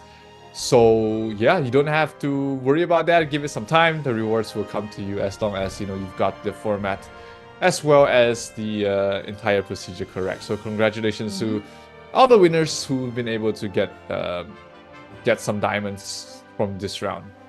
Yup. And this round, we already get the winners for the lucky draw. And also, moving on to the next matches, this will be very interesting. And I think this is supposed to be a very close match, because Code versus Prontera F4, or we can say it's Alt F4. It is going to be a very interesting one. Code that I'm really sure they didn't want to lose this time, because what happened last year, it is not the best that they can give. And I believe they're coming back stronger and will give us an interesting thing to watch. Oh, definitely. It is, you know, their comeback, right? This is where they start to turn things around, and it's this is one of the closest series for the entire top 8. So definitely looking forward to that. But let's take a look at another supportive message that we've gotten in the Discord channel, and it is from Kugura09. It's to Rise. Go Rise, arise again. Go for the second time. Arise, arise, arise. Yep, rise. No. You need to say it with a louder because it is on the castle. Rise. Like that. But still, it is very heartwarming to see lots of support from fans, but not just for Rise, but we saw another message from other players for another guilds, and it's very lovely to see that. And also, yesterday on previous day, we saw lots of support for Laughing Talon, because the way they play the game is just beautiful, and the way they respond to the game, to the strategy of their opponents, also pretty well. Although they lose to 2-1 from Prontera 8, but it's still a very good game to watch, and I'm really excited to see another game like that, and especially talking about the next game. Oh yeah, it's you know, close games are always interesting. Or we always those are the matches that we want to see. You know, guilds trying different strategies, doing different movements, and trying their best to win the game. Definitely, it's something to look out for in the near future. Yeah, and talking about the next match, the Prontera F4 supposed to be a very solid team, but I think for the opponent code, I'm pretty curious to see what they'll bring on the table. But let's reread again about the standout cheers from Hiram Jan. It's Go Rise cheers also to anyone dreaming to challenge Rise. Go Underdogs. Well, Underdogs might be a different storyline in this season 2 Odin Cup, David. Yeah, I mean, it's in terms of power, Rise definitely looking like they're one of the tops, and there's not too many underdogs left. I mean, we're close to the top 4 of this Odin Cup, and you know, the 2 guilds which are Prontera 1 and Prontera 4, if you remember, and if I remember correctly, is that they have stronger power than Rise. So those 2 guilds definitely aren't underdogs going up against Rise, but maybe the next one, next round, which is, you know, Code going up against Prontera F4. One of these 2 guilds, whoever wins, definitely looking like the underdogs in that match, if they face up against Rise. And as long as I remember, the Code and also Alta4, and especially Alta4, is a very aggressive one.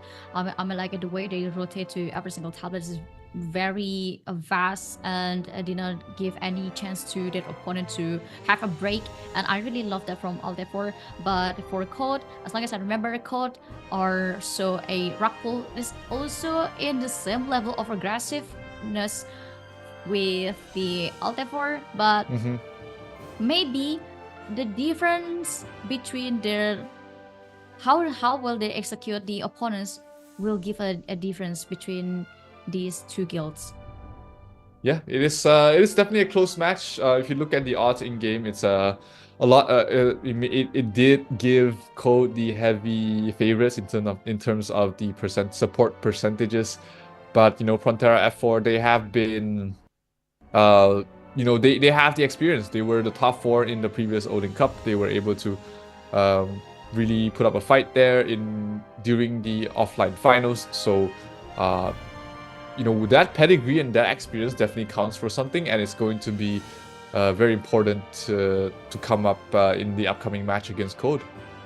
Yep, and also not to mention about the progress that Code made is also very interesting to watch too. I saw the last game with another guilds. on the top 16 and the top 30, top 32, and they executed it really well. I can see the improvement from Code is high and is on the high level, and I'm really excited to see when it comes to all F4, especially the Prontera F4, because both of these two guilds improved a lot than last year.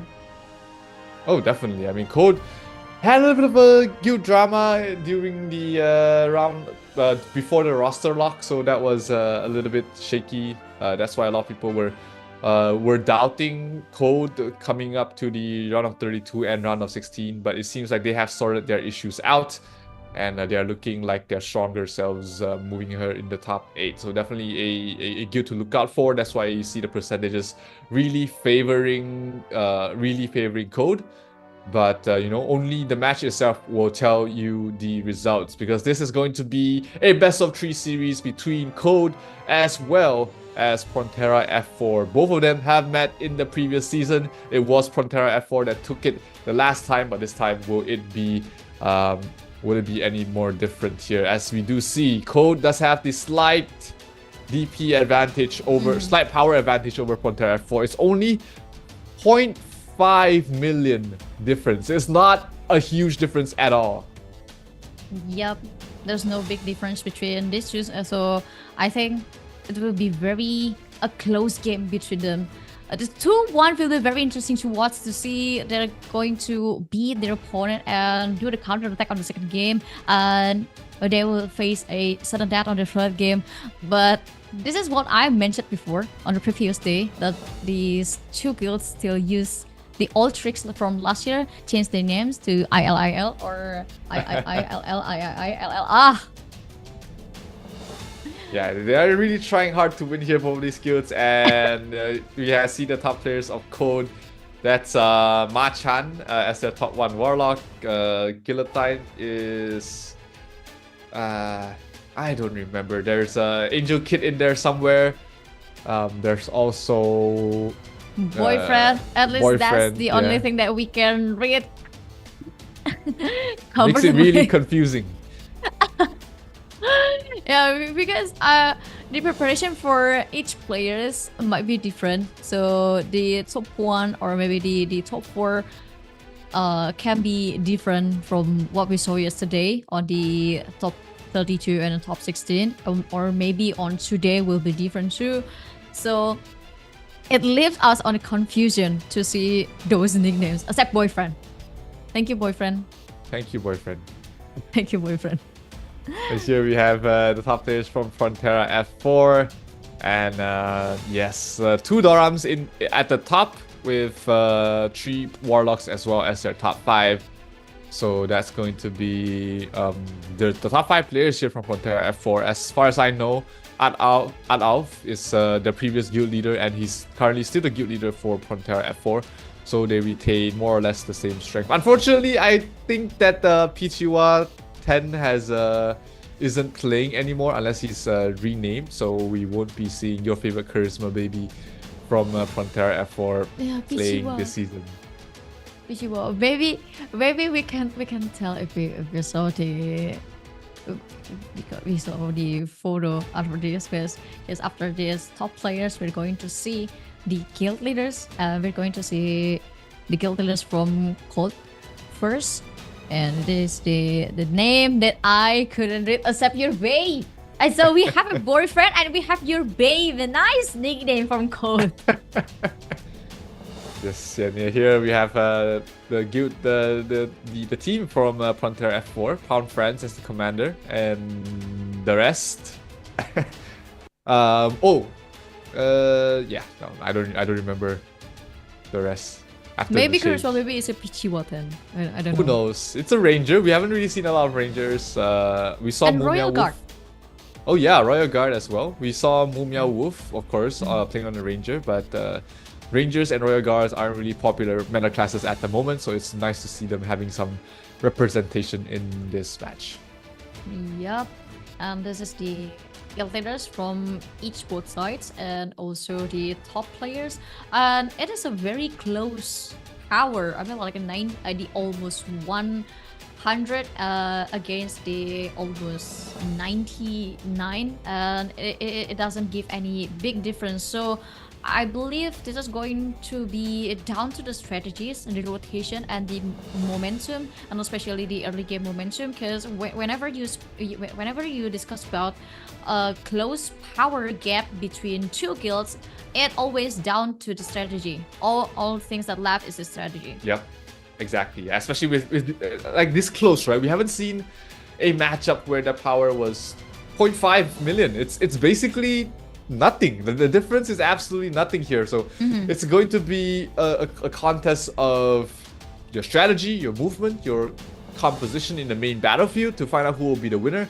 And you know, that makes this matchup, this specific matchup, we were talking about it since the start of the stream yesterday, is that this is the closest matchup in the top 8, and I'm very excited to see what will be the final results are. Yeah, because I believe Code already noticed that Alt F4 is a very aggressive guild in terms of their rotation and their movement. So I really want to know what kind of counterattack that Code will bring to Prontera F4. And Prontera F4 definitely already watched the demo from the new rock pool or also the Code. So and also the last year they already met once. So I'm really want to know what will happen on this year. Will Code finally beat Alt F4 or the vice versa? Yeah, it is I can't really say that who's going to win. Like, both of these skills definitely do stand a chance, especially with their powers being this close. It's just going to be very exciting to see. You know, the adjustments they make, as the compositions they put in the main battlefield, and as well as the on-the-fly changes in strategies that both these skills will bring out. Because for the side of Code, they lost their longtime commander, whose name is Mausu.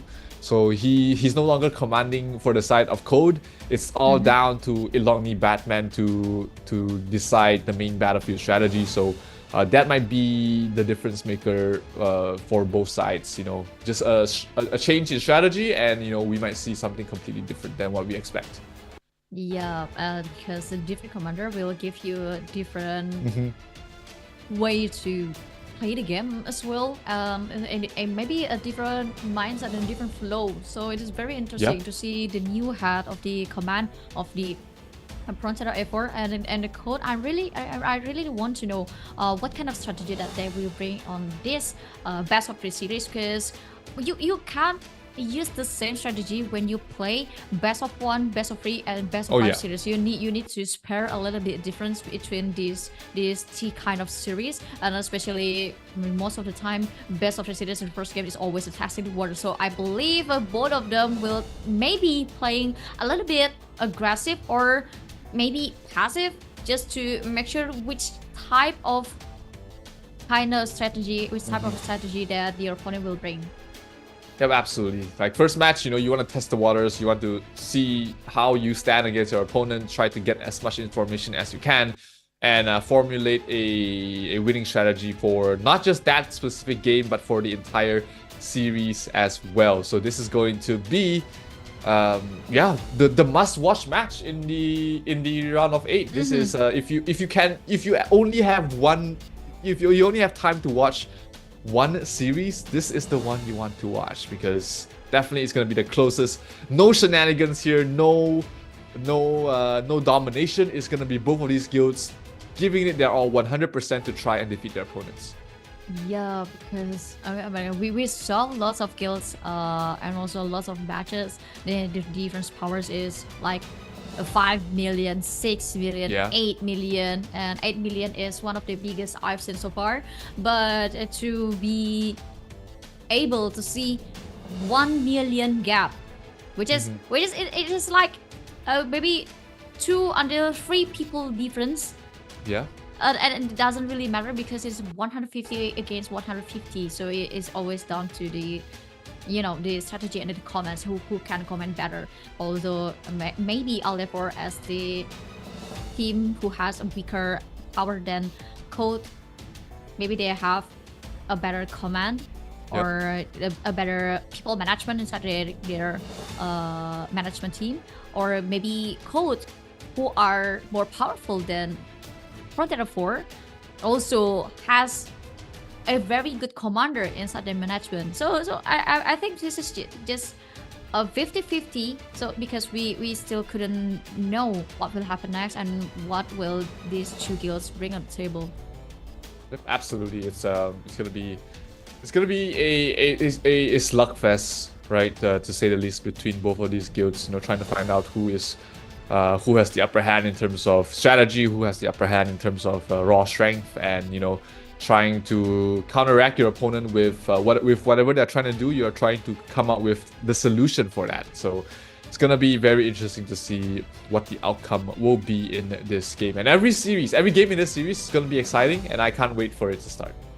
Yep, and I'm really curious about what's the composition, how many dorms that they will bring, and how many warlocks. I think the ideal composition for a Kiran's meta is maybe 20 rune knights, and several ranges and gluten cross to counterattack the warlocks. 30 warlocks should be fine. 30 warlocks and 30 archbishops, because it provides a huge support to your team, and especially the heals and also the buffs.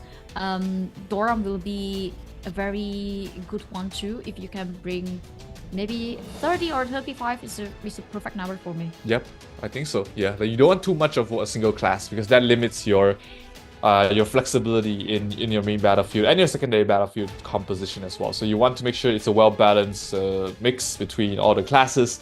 Definitely you want a couple of mechanics there just to threaten the utility that mechanics can bring to the main battlefield. You want support Dorams as well as that DPS Dorams as well. And of course, the Suras can always come into play here. Who knows?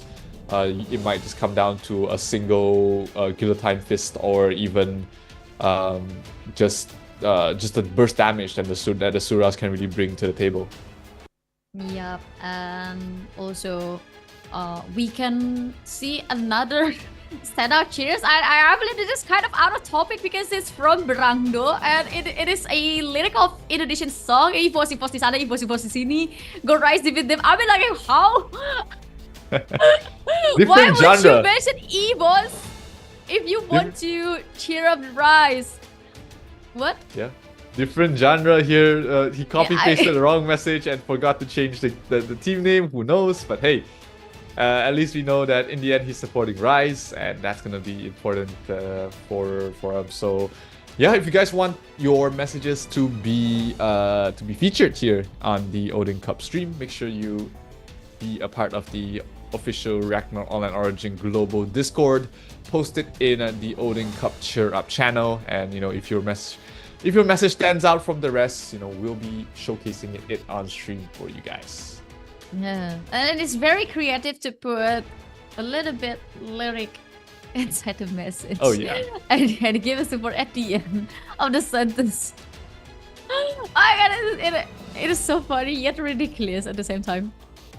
Absolutely, it's at least it's different, right? It showcases some creativity. It allows you to be able to see something different, and just different cultures clashing in here is going to be very interesting.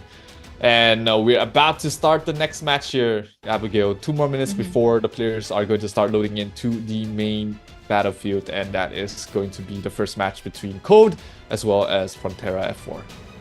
Yup, I'm really excited to see it, and I want to encourage people in the live chat to give support, whether you are rooting for Code or whether you're rooting for Prontera F4. Just give a very nice support, or maybe cheer them up, or maybe you can give a shout out to Goon for improving and standing up against Rise, although they lose 2-0, but still I really love the way Goon tried to improve and adapt to react on what Rise bring to them. I mean, like, please don't get me wrong. Although it's a clean sweep from Rise, it doesn't mean I hate Goon. But still, I'm the type of person who always love a small improvement, and Goon show it today to us and prove it they can improve. So I'm really waiting for them for the next year.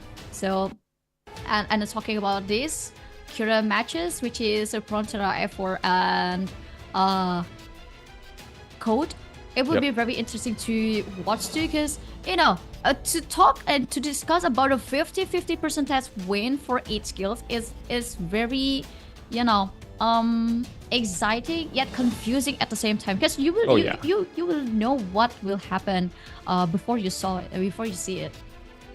Yep, and we're about to witness that ourselves, Abigail, and of course, ladies and gentlemen, joining here on stream, because the first match of this best of 3 series is about to start. We're gonna have Code representing Prontera 6 going up against Prontera F4 representing, of course, Prontera 4. They were previously known as Out F4, and this is the most exciting match of this day. It is going to be close, it's going to be exciting, it's going to be very interesting to see, because we know that Prontera F4 has a lot of different movement strategies prepared, but Code does have the slight power advantage. So let's jump into the main battlefield to find out who will have the upper hand in the series and who will take game number 1.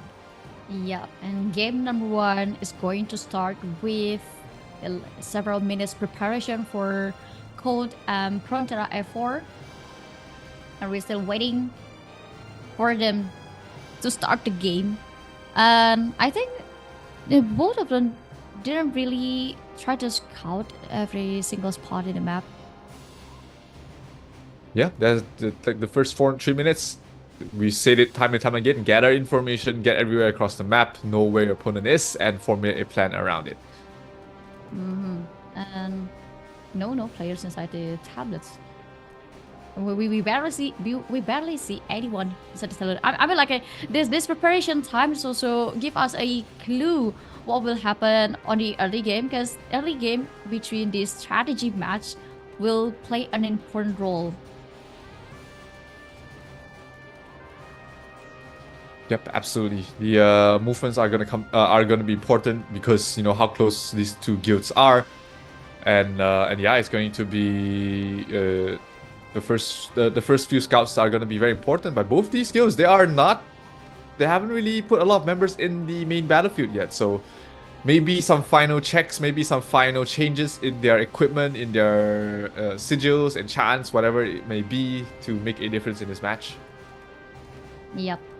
And talking about the secondary map, not only just the main battlefield.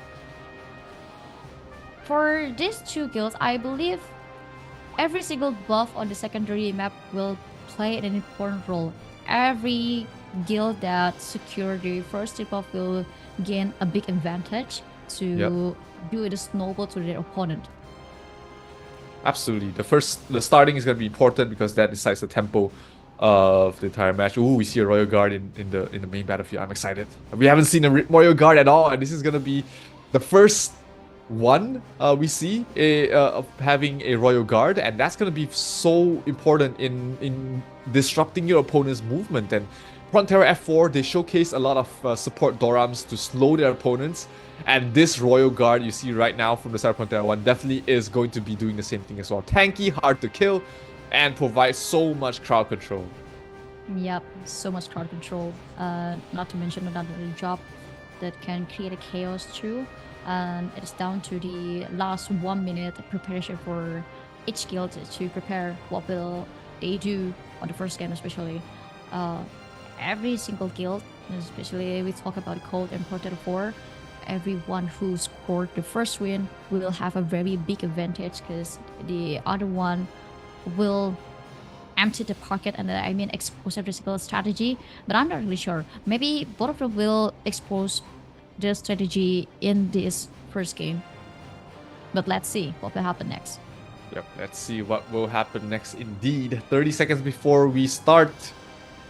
Let's see what is the movement plans here from both sides. It's gonna be Code on the green and Prontera F4 on the orange, as it's going to be we see Code hanging around towards Moon, while we do see some members from the side of Prontera F4 are focusing on Sun, and a couple of them are looking like they're heading towards Star as well. So Moon is the primary target here for Code, but let's see what the Prontera F4 will respond with.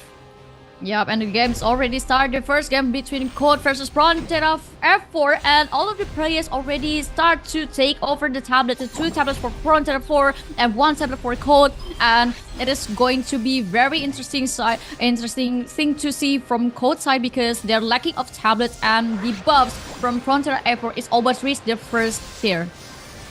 Yep, slight lead in terms of the secondary battlefield here for Prontera F4, but nothing too insurmountable yet. They can definitely catch up. It's only a 700-point difference in the secondary battlefield, but main battlefield is a 50-point difference right now being held there by Prontera F4. We see Code trying to capture the moon. They are gathered there already, getting in position to hold them to capture this tablet, and let's see how Prontera F4 responds. They're going from the bottom side, and that is going to catch Code off guard. The arcades are going in straight first, and Holy Light is sending already dropped Frozen Will. Oblivion's already dropped onto the backline to stop them as well. The Terminal Wings will be dropped down to try and wipe them out, but it's not going to be enough, and Code will be the one to flip the moon tablet.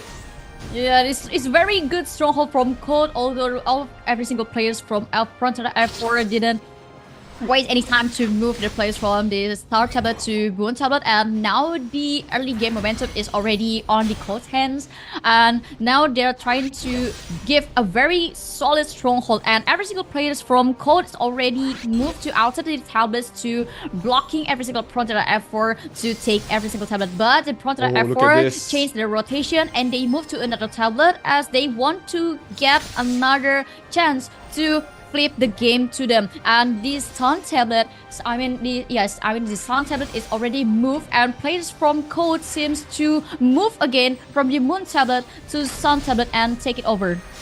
Yeah, really well done there by Prontera F4, knowing that Code has already been walled up there in the Moon tablet, made the rotation from the bottom side of the map in towards the Sun tablet really quickly, and caught Code off guard. So now they have control over 2 tablets once again. Look at this. They go all the way back towards the Star tablet so fast in the rotations with the Windwalk from the Rangers, and that's going to give them the advantage. Having that fast moving character and allowing you to buff your entire guild is going to give them something very huge. Yep, and it was also push Code to do an over-rotating situation, which will give Prontera F4 another advantage. But still, the rotation from Code to Star Tablet seems to be very effective because the Star Tablet now flipping to them, but the Prontera F4 is kind of having a hard time to push the players from Code outside the tablet. But now they're still trying, although lots of players from Code securing lots of kills, but this also happens to the Prontera F4, and especially Prontera F4 already secured the first tier, so the damage from the Code might be delayed or might be reduced on the certain level, unless Code also gain the first hit buff, but it is not going to be happen because in the blink of an eye, Prontera F4 scored the second buff. Yeah, they move so fast to defend their Star tablet, and that is going to give them the 2 tablet advantage once again. And right now, because Code is caught out of position, they're going to try and contest the Moon tablet. Can they put enough numbers here in time to hold them off? And looks like Prontera F4 does have the middle part of the tablet, and they will be able to capture the most important tablet of the game for themselves. That's going to give them another 50 points, and let's see if they can defend the Sun tablet in time. But this might be a little bit too late. They're trying to move in really quickly. It's not going to be enough. And that's going to be Code being able to flip on the Sun tablet, and now it's going to be Prontera F4's turn to rotate quickly towards their Star because it's being captured. It's almost down to half. Can they make it in time? They need a couple more members in there, and they can actually move there in time. The movement with the Rangers are actually giving a huge advantage here to Prontera F4. They can rotate across the map so quickly, and that will allow them to get another tablet flip for themselves, another 50 points secured for the Thai Guild. Code, no, it hasn't run out of gas yet because they trying to move their forces to the Moon tablet, and now it's flipped back to them again. But look at the crazy rotation from Prontera F4, the Moon tablet, the Star tablet, and now they're going to move to the Sun tablet, and it's already flipped to them in the seconds. And now the Moon tablet is also decreasing to the Prontera F4 side, and Code is already over rotating, and lots of their players is already outside the tablet, and it gives Prontera F4 a lot of advantage because they can do a stronghold in here. And I really love the way Prontera F4 always push the Code's player from the tablet by slowly pushing them away and by hitting them inside the tablet. So it is kind of a very risky job, yet a powerful one at the same time. Yeah, Prontera F4 almost secured the Moon Tablet, but looks like they bailed out. They noticed the timing and they got out of the Moon Tablet. They were happy to bait Code into defending the Moon Tablet, and then they focus on the monsters that spawn. Look at the difference right now, Abigail. It went from a very even game, and with one clean strategy, one clean movement coming from the side of Prontera F4, they pulled the lead ahead to 500. Yep, and almost get the last buff for Prontera F4. So one step away to get, to get the last buff, and the Code is already trying to dominate the game. But again, in the game, Prontera F4 doing the counter attack, and it's a really nice counter attack and rotation. And Prontera F4 just try to move to another tablet. They want to retake the star tablet, and the allocation of their players is already there. But the Code players already left to another tablet. They left the star tablet, and they want to secure the sun tablet, and left the Prontera F4 behind on the star tablet.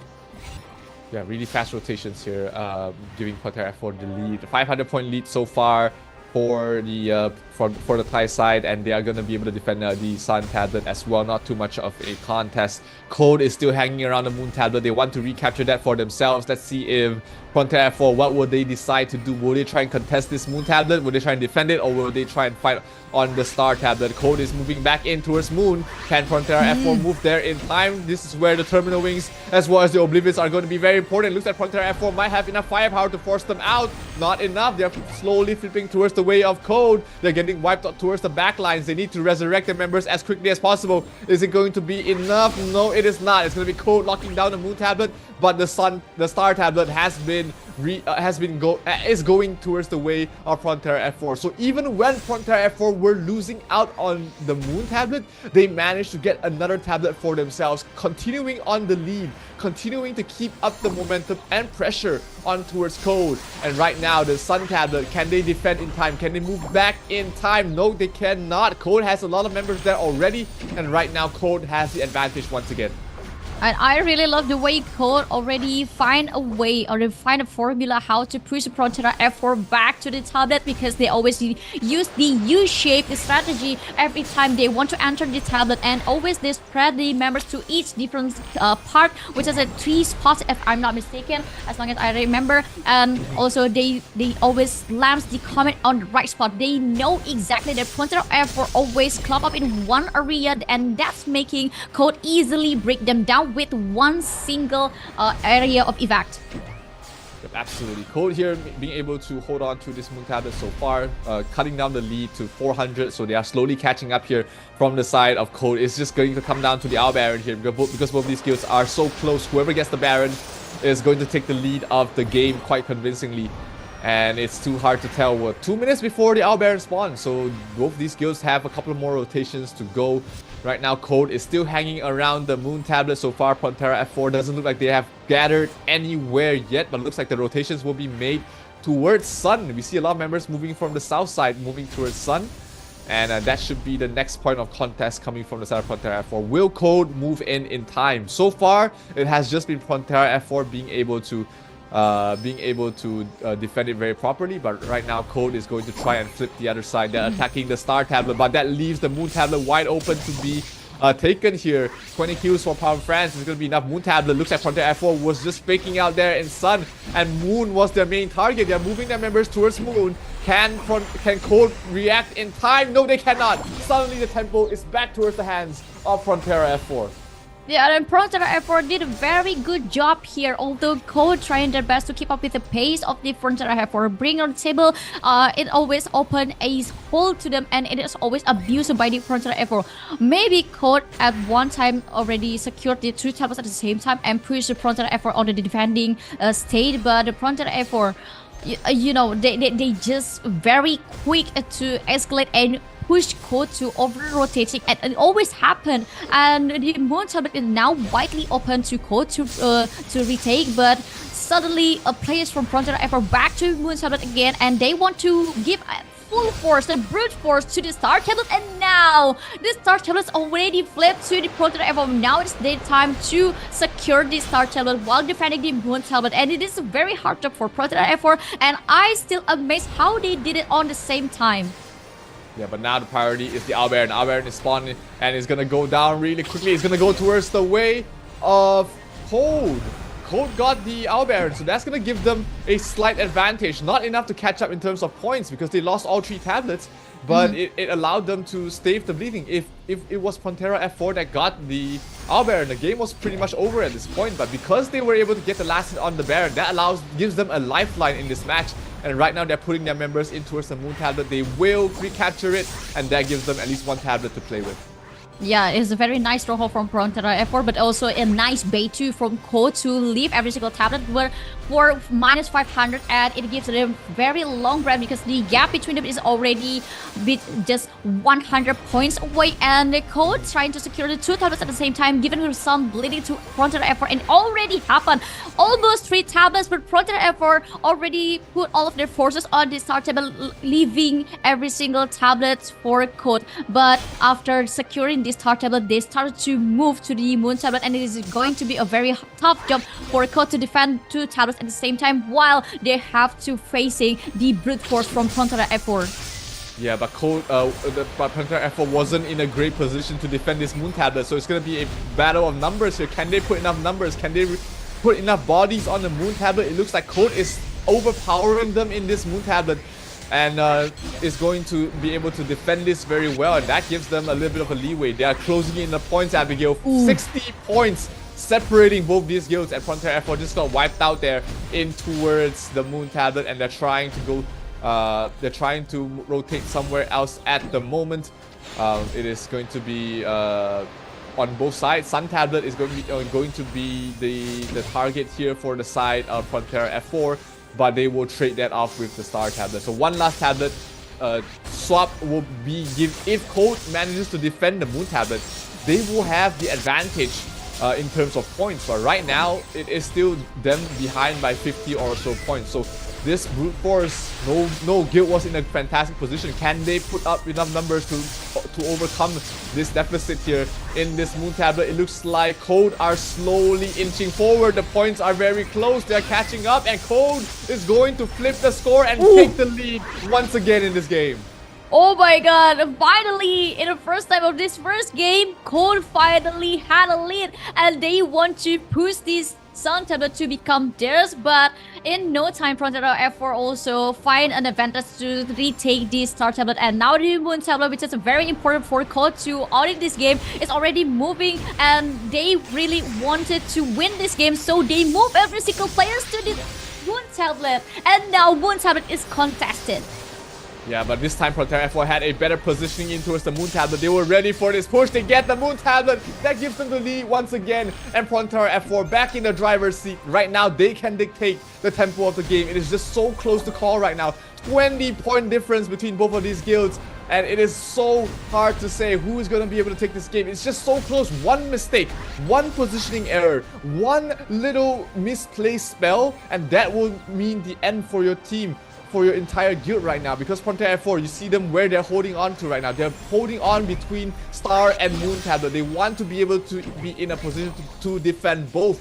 And right now, Moon, this final defense on towards the Moon tablet will decide who will win this game. They will split up. They will go from the top and bottom of the tablets. Moon is already down to half. Will Prontera F4 just give up this place and go towards the Sun? Looks like they're trying to fight off here, but it's not going to be enough. Code will be the one to lock it down, and the fast rotations from everybody go towards Sun, because this Sun tablet, if whoever holds this, will take the lead once again. And with this tiny difference across both these guilds, this might be lethal. This might seal the deal for whoever takes the tablet, and it will be Code. 87 points left for Prontera F4. Yeah, and it Code now moved all of their forces to defend the Moon tablet because they smell every single player. So Prontera F4 already stepped their foot inside the Moon tablet, and they didn't want to let the Moon tablet become theirs because this is the lead that always Code wanted for, and the forces that Code have in the Moon tablet is already perfect in the position. They pushed every single F4 players outside the tablet, and they scored 0 to the life of Prontera F4 and also won the first game. So close between both. So guilds. close. I mean, it came down 67 points there for Code. barely able to hold it on. And, it Wow. all comes down to, the better defense towards the end. Getting the Owl Baron was the start of their comeback. They were behind 600 points, but after they got the Owl Baron, they reduced the lead to 100 points. And with very nice tempo disrupting moves coming from Code, they were able to clinch the victory in the clutch. 67 points was the difference maker between both of these guilds in the first match. Yes, and also I really to be honest, I'm really amazed with how fast and how quick the rotation from Prontera F4, because they always move to every single tablet very quickly. I'm like, Yeah. I don't know how they managed to secure the one tablet and defending the other tablet, and also started to move to the another tablet and Code. Although they got the very early game momentum, they started to lose that because they need to keep up with the pace that Prontera F4 bring on the table, and they started to over-rotating, and that's the moment when Prontera F4 already secured the snowball that they wanted to, but it's a very smart move from Code to give a bait to Prontera F4, give them every single tablet while they move to the Owl Baron, and minus 500 gives them a very bright sort of like confidence in the first game. Ooh, wow, I mean, that was a sweaty match. Going down to that difference. I mean, I wish that I was able to hear the team communications at that point, because they were just so close to winning there for the side of Prontera F4. They were leading almost throughout the entire stage of the game, but towards the end, it sort of slipped through their fingers. 67 points is not a big number, and that comes down to how close both these guilds actually are in terms of the strategy, the movement, and the raw firepower overall. And sure, Code had that slight advantage in terms of power, but it doesn't show in this game. It's just both these guilds trying to outsmart and outmove each other. Yeah, and it's everyone's game until the 100 points left between these two guilds.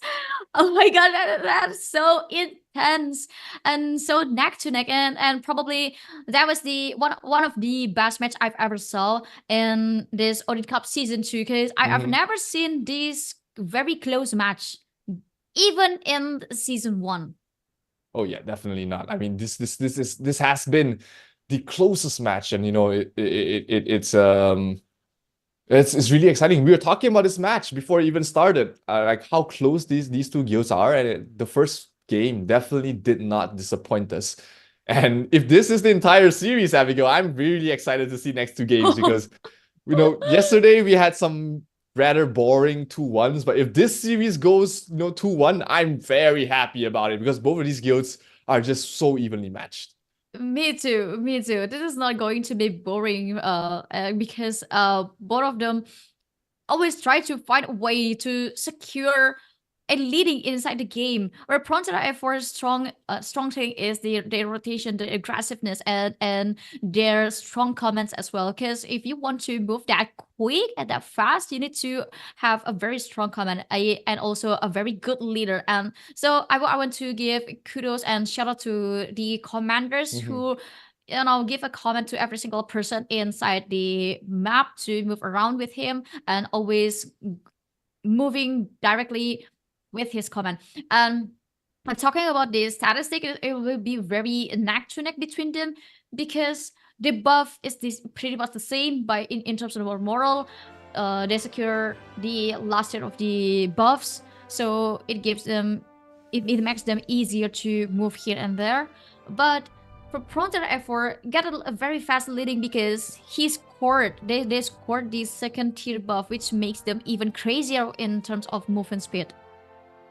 Absolutely. I mean, if you look at the stats here in this game, it's just so evenly matched. Both damage dealt, morale in the secondary battlefield, the kills. Code had the slight advantage, but the movement was just so good for Prontera F4. Like the first minion wave spawn where they baited Code to defend Moon, and then they just ditched they ditched the Moon tablet, focused on getting the monsters, and they got themselves a huge lead from those mobs themselves. 430 points from the monsters from Prontera F4, and that negated the loss of that Owl Baron almost, because the Owl Baron is 500 points and the monsters are 10 points each. So it's just a game of back and forth between both these guilds. They know what they need to do in order to win. It's just about executing it at that specific point in time. So Code, despite taking the win in the first game, it was not convincing. It was not, it was not a fluke either, but it wasn't a domination from both sides. So Code, after that first win, they'll be able to breathe a sigh of relief because they get themselves an extra chance to play again. But out F4, we've seen them be able to turn things from behind, and this series is going to be very exciting. Yeah, and it's all down to momentum, because the moment Code secured the Baron, the game is still everyone's game. And the difference that Code gave to us, and especially at the late of the game, it is so amazing because they finally can keep up with the pace that F4 bring. And I believe there was a moment when F4 kind of shocked when what they gave up these tablets for the Baron. That was nice. Yep, absolutely. Levels of these strategies are definitely coming into the minds of the commanders in this primary battlefield, even the secondary battlefield as well. But here we have the MVP from the side of Code. It is the Assassin with 582 million damage. That is absolutely insane in terms of damage. It's freakingly insane, and probably he's going to be the highest points. And I'm right. I mean, like, ain't no way 582 damage couldn't be the highest points. Ain't no way. He's the one that got the Baron as well. That's huge. Yeah. Definitely the clutch player here in this match. Yeah. Definitely, I think, definitely MVP from the side of Code this game. Yeah, he deserves a spot, a bright spot. I mean, like that minus 500 just give a chance to Code to turn back the table, and it happened. It also give a big moral boost to Code to finish this game, and I saw that the Code's rotation after they got the Baron is already different. They become more aggressive. They become more passionate with the tablets. They hold it perfectly. And also I want to say thanks to the Archbishop. What would I say thanks to Archbishop? I want to give kudos to the Archbishops. I mean, this is a very hard job for the Archbishops to hold and to resurrect every single key players from Code to hold two tablets at the same time while facing the crazy rotation from Prontera F4. Oh, absolutely. It's a tough, unappreciated job for sure. Yeah, you are always you're constantly the target of being attacked by the opponent, and you just hold such an important turning factor with your multiple resurrection skills that you have to be able to cast. So you have to look out for yourself, you have to look out for your teammates, you have to be able to position yourself, and also be in a tablet at the same time. There's just so many things that an Archbishop has to do. So shout out to all the full support Archbishops out there. You guys make our lives in game much easier, and you guys definitely are the unappreciated but very well-deserved MVPs for all these games. I mean, like, we saw lots of times when a cosplayer after take over the tablets, they push away because they couldn't handle the damage that Prontera F4 bring. But at the end of the game, on the late game, every single Archbishops on their position and resurrect everyone inside the tablet, and it creates a big space for Code to prolong their position inside the tablet, and it is really nice. It was really nice. It definitely was. I mean, the second game, that was just the first game of the series, Abby. I mean, we've got the next game of the we got the second game of this best of 3 series coming very, very soon. It's almost time, Abigail, and I can't wait for it to start. Both these guilds are just so exciting to watch. I just can't wait for it to start. Yeah, because I really want to know what's the difference between the first game and the second game, because the first game is always the neck-to-neck game. It's always everyone's game until the 100 points between these two guilds, and the second game must be even crazier because the Prontera F4 is already on the behind Code, because Code currently leading 1 point from them, so Yep. changes in terms of the strategy might needed. But I don't think that quick rotation is bad.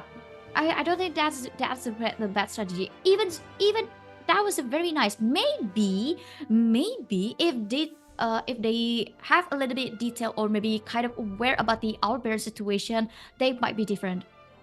Yeah, you know, it's just the tiny differences that both these guilds can make to take the win. It can just be a small mistake from a single player, a small positioning mistake, someone accidentally died, and Archbishop couldn't resurrect a person in time. You know, all these tiny things do stack up, and with the point difference that we did see on both these guilds, 67 points. That is basically nothing. It could go either way. 67. That's the closing points, the smallest closing points I've seen so far. But and it's a very, exciting match. And the second game now is up. So I really want to know what will the Prontera F4 do for the second game. Will they change the strategy, or will they even move crazier than before?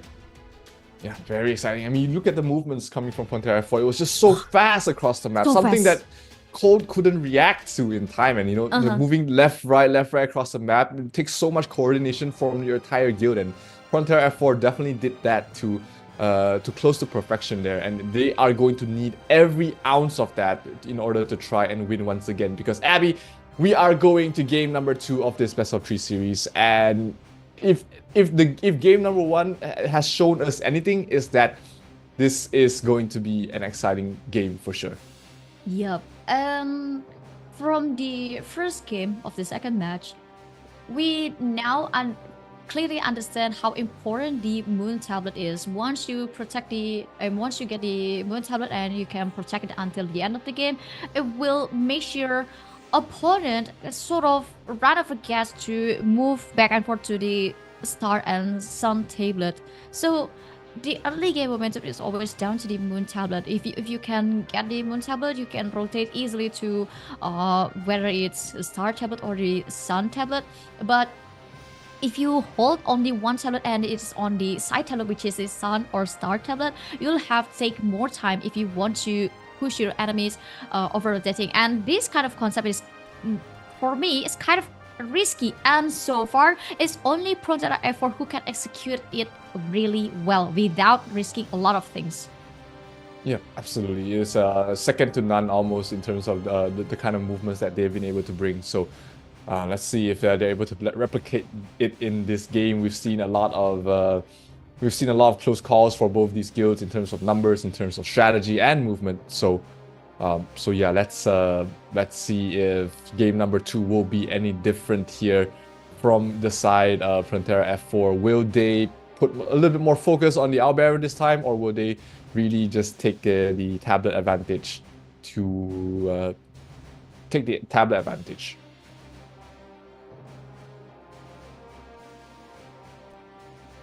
And now it's less than 2 minutes before the game starts, So I want to encourage every single viewer in this live stream to give a support to Code and Prontera F4, because this is a very good match to watch. And I bet you guys feel the same too. And especially after watching the first game, I personally don't know what to say about who will win this second game. And if Prontera F4 won the second game, this is going to be even more exciting. 1 minute left. All I can see, the player distribution between Code and Prontera F4 is widely distributed to every single tablet. So this is pretty much the same with the first game. In the early game momentum, the early 2 tablets will play an important role, and especially the moral buffs. Absolutely. I mean, both of these guilds, their secondary battlefield was pretty much neck and neck, and yeah, it's gonna come down to this game as well. As we do see 30 seconds before it starts, we see a lot of heavy focus this time from Prontera F4. They pretty much took 2 tablets at the start early on, but let's see if they're able to replicate it again this time. 20 seconds. Any last minute changes that they've done, maybe that could become a difference maker as well in this game, because it just came down to the wire. Both these guilds definitely had the chance to win. And let's see if game number 2 will be any different as we're heading into the final fight. Is this the last time we'll see Prontera F4, or will they move on to the semifinals? Let's see. Code is on the green and they will try and contest 2 tablets right now. The Sun tablet is not being captured. Prontera F4 locked down 1. The Moon tablet has been locked down as well, but the Sun tablet is taking some pounding from Prontera F4, but not enough. But the timing has been disrupted, and that's going to give Prontera F4 a little bit of information to play off from. Yep, a perfect early game momentum from Code, because they already took over the 2 tablets, but now the players from Prontera F4 is now moving to every single tablet, and they want to strike their way into the tablets, but a stronghold from Code leaving them outside the tablet with no idea how to enter inside the tablet, and it is a really long time for Prontera F4 to enter this foot inside the tablets, and now they get a way in, especially in this Sun tablet, and now the Star tablet is also moving, and it is going to be a very good trade for Code as well. Yep, he's gonna trade the side tablets, but because of the timing difference, Prontera F4 does have the slight advantage. They can move in towards the Moon tablet earlier and be in a better position to defend this tablet, to try and capture this tablet. Both side tablets get flipped. Oblivions are being dropped, Terminal Wing is being dropped on towards the backlines as well, so that's going to be very important. Respawns are coming in from the Moon spawn, and Prontera F4 is slowly overpowering them in towards the Moon tablet. Is it going to be enough? It is going to be enough, as Prontera F4 will take control of 2 tablets for now, and you see them backing off right away. Yeah, nice control from Prontera F4 and nice takeover for the Moon tablet, and now Prontera F4 is almost leading the game, and they also almost reached the first buff, and which will give them a tanky body. And now the players from Code doesn't really want that, and they already moved to the Star tablet, but the problem is they need to back and forth to the Sun and Star tablet, because the Prontera F4 already secured the key rotation of the map, which is the Moon tablet, and they just move easily and quickly to the Star tablet and take over the Star tablet again, and Code need to find a way how to take back the Moon tablet, and every players from Code already moved to the Moon tablet, playing a brute force, giving a brute force to the Prontera F4. Yeah, Prontera F4 is towards the south side of the tablet. They are moving in right now. Might be a bit too late. It's slowly being taken over here by the side of Code. They're gonna try and lock it down. They will get it in time, and that's gonna be Code taking back control of 2 tablets, and that gives them a 100-point lead at the moment. 2 minutes before the minion spawn. This is going to be very important, because that has been a difference maker. Here we see the map flipped once again. It's going to be Code going towards the Star, and Prontera F4 going towards Sun. First tier of the secondary battlefield buff has been given to the side of Prontera F4. Code has not achieved that yet, so slight advantage, like you said, towards the Thai guild side. And that might be a importance here. Prontera F4 trying to contest towards Moon. They're not in position though. Not a great position to defend this. Their backlines are being stuck there by 1 Oblivion. And Code won't be able to hold on to this for now unless they will be pushed back. And that's a very nice stronghold from Code, because although they are not in the right position to defend the Moon tablet, but they put a very perfect Oblivion at the corner as well to the players from Prontera F4, which come in one area, and is very effective and to push Prontera F4 players away. And whenever Prontera F4 realize that it is not good to hold on the Moon tablet anymore, why don't we try to take over another tablet, which is the Sun, the Star tablet, but Code find a chance to take 2 tablets at the same time. They move to the Sun tablet because it's already emptied by Prontera F4. Yeah, Prontera F4 tried to mount a defense back towards Sun, but they were a bit too late. There's just too many members from the side of Code, and right now Prontera F4 might be that rotation to try to attempt on towards Sun might be their undoing, because that means they're not in position to try and take this Moon tablet. They tried to play greedy and try to pressure the Sun tablet, but it was just not enough members. But here we see the tablet being flipped, a lot of Oblivions being dropped. Code is getting wiped out here towards the Moon Tablet, and that's going to be Prontera F4 taking it for themselves and keeping the scoreline close for now. They will get that 30 seconds before the minions spawn. Will they attempt another tablet before they go for the minions, or will they full focus on those juicy points that they can get? Oh, of course, juicy points. So you can look at this Sun Tablet is already contested, but they also allocate several players to the spot of the minions, and they want to secure lots of points because now the gap between them is already close to 100, almost 200 points, which is very interesting to see because the Prontera F4 already learned from their mistakes. Each time they defend the tablets, they always clump in one area, and now whenever they want to take over the tablets from Code, they started with 2 areas. They entered from two different positions, and it's very effective because it splits the concentration from Code. Oh, definitely, and it's definitely split the concentration here, but the Moon Tablet is where Code is currently concentrated, and a huge Basilica towards the backline will keep them alive for the moment, but it's not going to be enough. Prontera F4 getting wiped out here for the Moon Tablet, and it's going to be Code still holding control on towards 2 sides. Will they defend their Star Tablet and try and stop this momentum that Code is getting in this game? They are starting to run away with the points. 400 points. Code did a much better job in this game securing the minions from the first spawn, and that gave them a huge lead right now. 400-point lead separates both these guilds. The Star Tablet will be secured.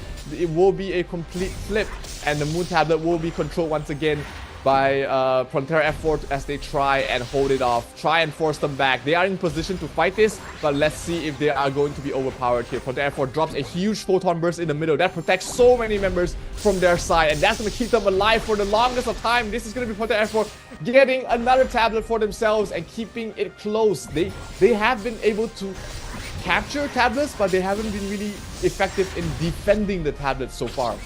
Yeah, because each time Prontera F4 took over the tablet, they already moved to another tablet. They want to make sure Code is always on the position where they are over-rotating. And now the problem from Code, although they did a very good job on defending tablets, now the problem is Prontera F4 already reached the maximum buff, which is makes them more tanky and even more fast to, faster to move to every single tablets across the map. And now it's going to be happen. Code, after taking over the Sun Tablet, they moved to the Moon Tablet, and now it's contested of every single player from Prontera F4 just come to the Moon Tablet, but now it's kind of too late, but they want to fight it back.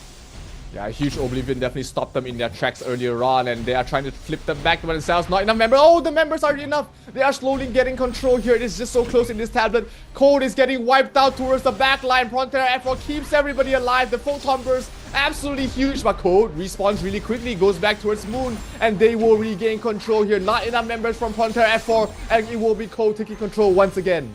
Nice response from Code, although the Prontera F4 did a very good job here by, cutting the rotation from two different direction from Code, but the response that the Code give to the Prontera F4 is also fascinating to watch, and they already moved to the Star Tablet, although the consequences from this action is to left this Sun Tablet over to the Prontera F4, and Prontera F4 definitely will move back again to the Moon Tablet, and I believe Code already noticed this how will happen. So after taking back the Star Tablet, they started to move to the Moon Tablet to protect it again, and before the Prontera F4 already realized every single Code player already inside the Moon Tablet, they were pushed back outside the tablet. Yeah, good move here from Prontera F4 to try and disrupt the tempo that Code was starting to get. They get in position to contest Moon, and they will be getting it in time. They can move towards Star right after this and maintain the lead for now, and this is going to be Prontera F4. Oh no, Code is not. If Code has something to say about it, they are dropping their statue skills here a little bit to try and clear them out. This is a very important point of the game, because that will give them a 500 point lead right now for the side of Code, which gives them a little bit of a leeway if they lose the Owl Baron. 1 minute before the Owl Baron spawns, Prontera F4 still falling behind by 500 points. I really want to give 10 kudos for Code for being very adaptive and also to give very good response to what Prontera F4 bring on the table. They already secured the almost the second buff, which makes them very fast to move across the map, and they already keep up with the pace that Prontera F4 bring to us. And also, I really love the way Code always take over the Moon Saddle back, and they respond very well to every single movement that Prontera F4 does. Oh, this is a very early move towards the Owl Baron spawn. It's 30 seconds before it spawns, and they're already here trying to gain positions, trying to maintain a position where they're able to get as much as they can. 10 seconds before they spawn, Prontera F4 wants to secure this. Code is wiping them out towards the back line. Not too many members left, but they have lost a lot of their terminal skills. They lost a lot of their frozen worlds, and Prontera F4 is fighting back. They maintain control over this Owl Baron. This is going to be huge. Who's going to get the last hit? Prontera F4 has the numbers, and I think they will get the Owl Baron. No, they do not get the Owl Baron. They lose the Owl Baron more. It will be Code the one to get it. And right now, Prontera F4 is down to their last 300 life points. Almost is never enough, and also Prontera F4 already at the spot and coming back to the Owl Baron spot as soon as possible, but the final blow is already in Code's hand. Oh my god, and it leaves Prontera F4 to the big gap by 900 against 200, and now they're protecting the Moon Saddle at the center of the rotation of this map. And the Sun Tablet, also the Star Tablet is already moved. Sun Tablet is currently on hold by contesting the Prontera F4, but now the Star Tablet is allegedly supposed to be on Code's hand. This is so close there. I mean, this was just such a dominant showing here from Code, being able to get so much out of it, and that Owl Baron steal towards the end definitely gave them the winning chance they needed. 100 points left remaining for Prontera F4. Code doesn't even have the third morale buff. They don't even need a third morale buff. They have the raw numbers. They have the score right now. 84 points left remaining for Prontera F4. Can they hold on? Can they survive? This Moon Tablet is going to end their lives, and this is going to be Code moving on to the top 4 of the Odin Cup Season 2. And this is the last participant of the top 4 from today, from the Southeast Asia region. Please welcome Code. Oh my god, that was a very beautiful match. Beautiful 2 match, although it scored by 2-0 from Code to Prontera F4, but Prontera F4 really did a good job as well. I mean like it is always down to the momentum of the Owl Baron, and I really love the way Code get a stronghold not only on the tablet but also on the Owl Baron spot. I mean like they exactly know they run out of the skills. They already use every single skills to wipe Prontera's F4 away from the Owl Baron spot, but Prontera F4, I don't know what happened. I really don't know what happened, because how quick a Prontera F4 can move to every single spot in this map is just unbelievable. Absolutely, I mean, absolutely unbelievable match here, and you know, super well played to Code there. First game was super close, they were behind, they managed to catch up and come back from the game. Second game, the clutch Owl Baron steal definitely was just absolutely well done there, and you know, they get their revenge, they make their comeback. This is revenge for Season 1 Odin, and they make it back to the top 4 where they rightfully belong, the only Filipino representatives here in the Odin Cup, and that will be Code moving on to top 4. And this is the last time we'll be seeing the faces of Prontera F4 as they will finish in the top 8. Yeah, well, it was a freaking nice game to watch. It was a really nice match. I mean, like, it is very hard for a guild to keep up with the pace that Prontera F4 ran, which is a very strong point from Prontera F4. And today we are slapped by the fact that if you have a very adaptive skill, a very good adaptive skill, you can take everyone down to the top 8. I mean, like in this case is the Prontera F4, and also I really love the way Code trying their best to find a way, and in a very short time they already break the code how to beat the Prontera F4. Yeah, so very well done there, and it's just such an amazing showcase of what most matches should be, right? Close games decided by movement, decided by strategy, and you know, both these both these guilds definitely gave their hearts out in this fight, and ultimately it is a competition, it is a tournament. There can only be one winner. This time the winner is Code, and you know, they should be feeling super proud, super happy about themselves. I'm pretty sure Chan is shouting his lungs out right now after this win. This is an absolute well-deserved win, a huge return from their first Odin Cup run, and they you know, they should be celebrating for sure. This is definitely a huge achievement. Yeah, they definitely should be celebrating. And looking at the stats, it is so close, except the moral buffs. I mean, like the Code doesn't receive the last buff, and it makes them less tanky than Prontera F4. But the Owl Baron moment, man, the Owl Baron. But I noticed there's two things that kind of different from the first game. First, Code doesn't Code didn't over rotating because they always take over the moon, and also they trying to find a way to the side tablets, and it goes back and forth. If you lose the moon tablet, you need to contest the moon tablet first, and you move to another tablet and back to the moon tablet again. That's the thing that I noticed differently from Code, because on the previous game, especially the first game, whenever Code lose the moon tablet and they already got the sun tablet, they move to the star tablet instead, and it makes them over rotating, and it is easier for Prontera F4 to cut the rotation. That's why Code having a very hard time to have a lead on the first game, and the Owl Baron momentum is just giving them a perfect breath to do the comeback against the Prontera F4. But on the second game, the flow of the rotation from Code player is so smooth, so much better, and so much well organized than the first game, and they executed really well until the Owl Baron. For me, what Prontera F4 did on the Owl Baron, it is not wrong, but the problem is Code actually put some skills, some AoE skills to counterattack every single spawn players from Prontera F4 who goes back to the Owl Baron spot.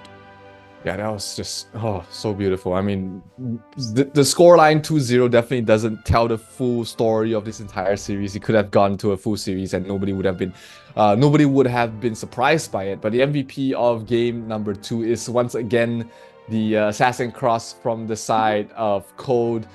Very well done here, 490 million damage. We'll see if he was the one that stolen the Owl Baron, because we did see in this game, game number 2, Prontera F4 had control over the Owl Baron area before it spawned, but something happened there, and that gave Code a huge advantage.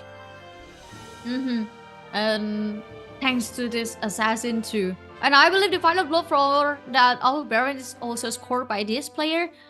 But although we don't know his name, all we know is just ILLIILL. It's so hard to read that one. Yeah, but it's fine. You know, it's a team effort in the end. You know, Code played very well as a team. They moved very well. They defended so good in the moon tablet. Every time they were defending, it was pretty much a lock for them when they were trying to defend their moon tablet, and that gave them a huge lead at the start. The momentum was in their favor throughout the entire game of the second game. First game was more towards the momentum of Prontera F4, but you know, Code executed perfectly in the second game, focused more on getting their numbers in, being in defensive positions, and that allowed them to take the win, as well as move on to their first ever top 4 placement in the Odin Cup. Yeah, top 4 for Code. And after this, I think they will face Rise, according to the bracket.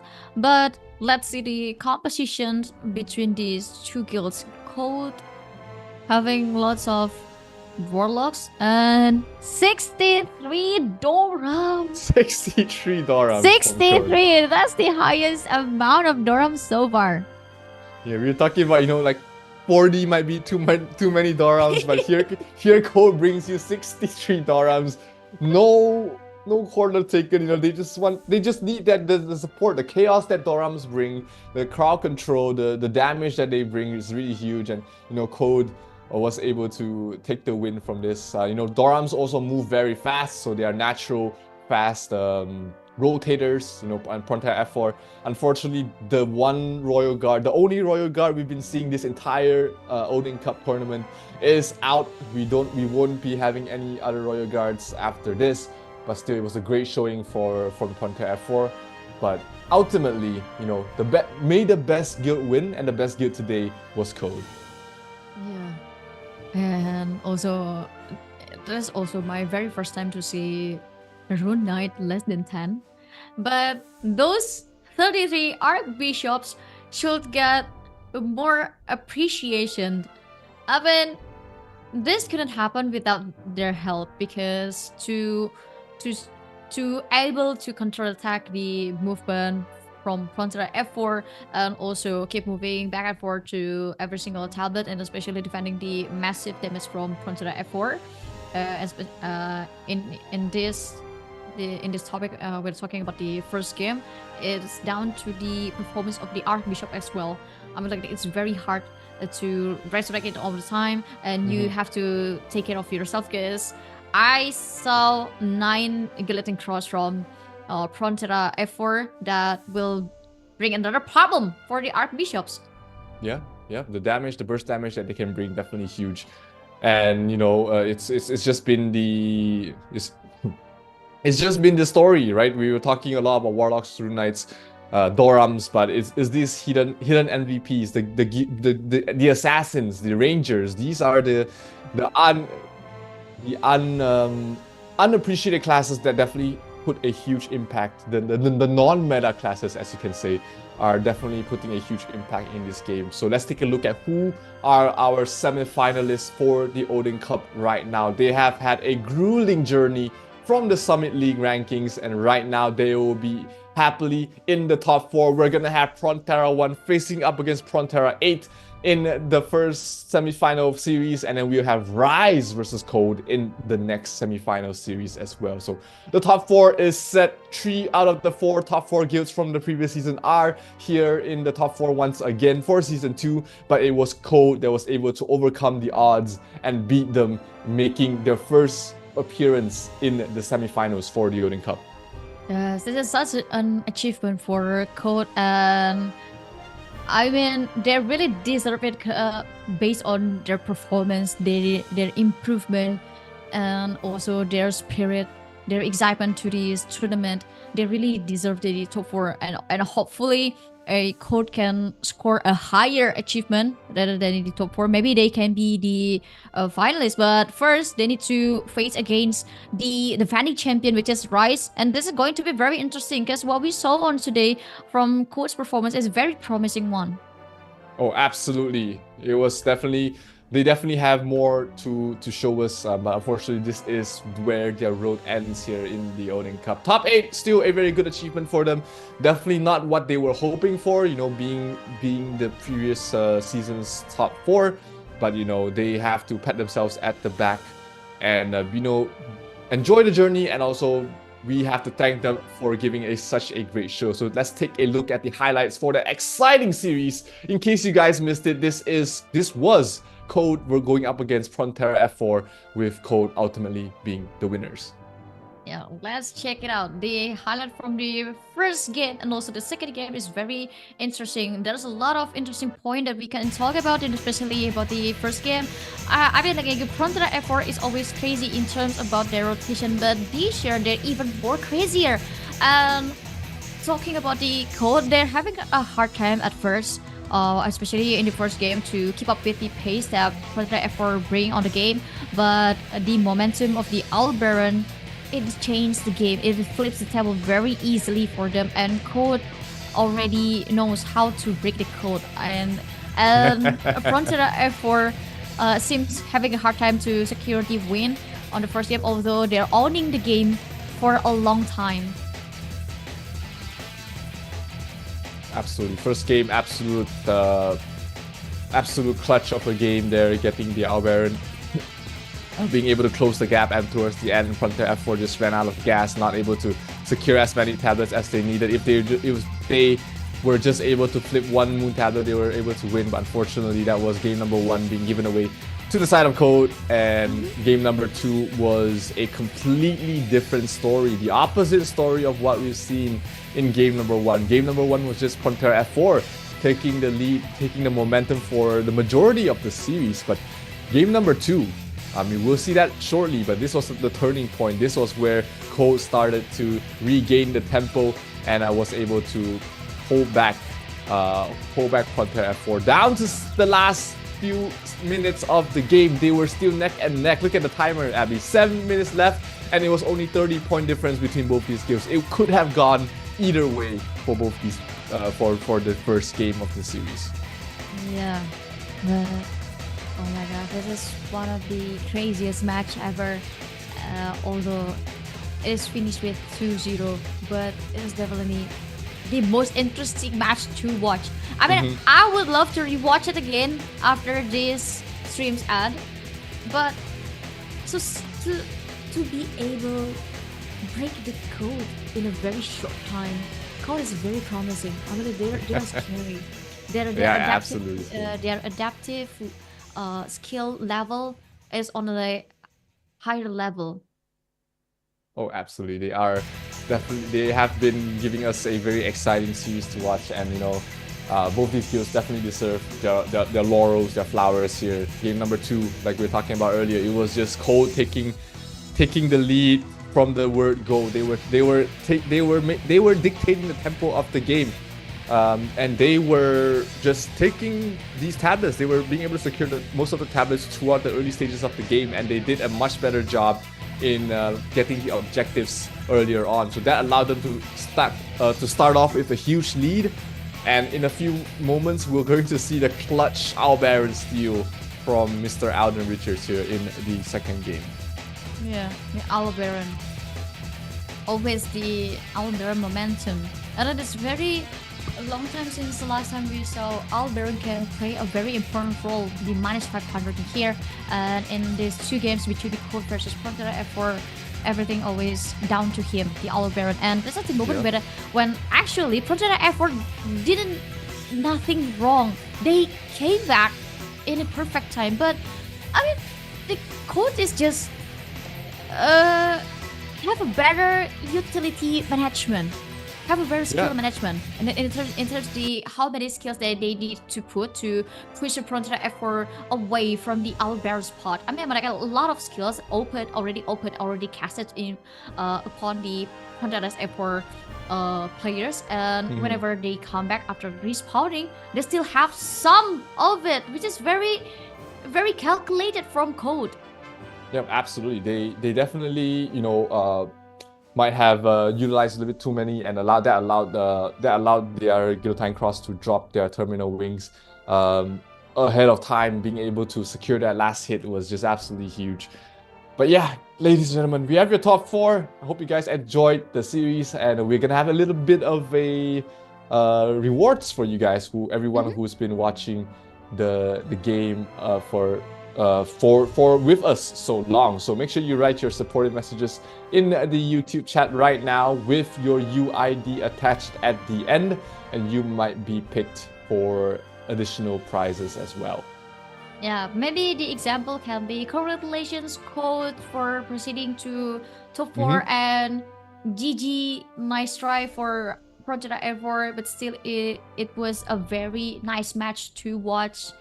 Good luck in the season 3 for Prontera F4. And plus your ID, you ID 1, 2, 3, 4, 5, 6, 7, 8. That's a very nice supportive message. Absolutely, it is that you can just type in whatever Abigail just said, and that might be the winning one. But yeah, something along those lines, a good message. Congratulations. Give your congratulations to winners, or condolences to the teams who were eliminated today as well as yesterday, because all of these guilds, they have sacrificed a lot. They have given their hearts out for these matches, and ultimately it is a tournament, only 1 winner per match, and it's still a long road to the finals, but all these guilds have been able to give us such a great show. Yeah, a very great show, and I really want to see a great support from every single viewers in here, and especially we will also want to give you another redeem code, which is Odin Cup Go Live. You can just redeem it right away in game. Yep. The Odin Cup Go Live code includes 10 Mythic Crystal Gacha tickets. So if you want to have one of the Skogul or Alberter set equipment, you might get some of the needed materials here, and you will be able to might get it for a little bit faster. So make sure you redeem this code right now, because it's a very rare code that we haven't really been given away that much. So make sure you redeem it right now. Yep, and we still have lots more of code today, so make sure you guys stay tuned with us until the end of the stream. But first, let me take a look to the supportive message on the live chat before we pick one winner or three winners, because we will give them a bountiful rewards like the gacha ticket. Yep, absolutely. But first, before my recommendation, before you use the gacha ticket or any coupon, let's take a bath first. Take a bath and wash away the bad juju. Great perfumes, because the Lux loves, something smells good. Yeah. Don't be smelly when you pull something inside our Ragnarok Origin. Yeah. Wash away the bad juju. Wash away the bad luck. Yeah. Wash away. Yeah. Wash away.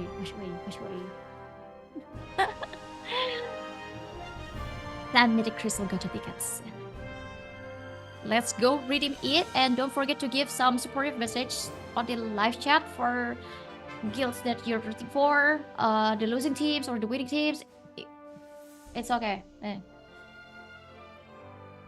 Nice. Go You Coffee see the right Noise. ones? Nice. Code versus Rise, let's go. UID, nice. Congrats for the winners. Please don't change the break. Oh, don't change everything with UID. Nice, that's a support. Yep, everybody, Archbishops like me play the what? Play what? I don't know, but I know it is kind of a story from another Archbishops. Let's go, Papa Alden. UID. Nice. We're going to say stop in 3, 2, 1. Stop. Nice. Best series so far from Luis Fernandez. Yes, I agree with you. I totally agree with you 100%, even 1000%. I agree. So yeah, congratulations to the winners for being able to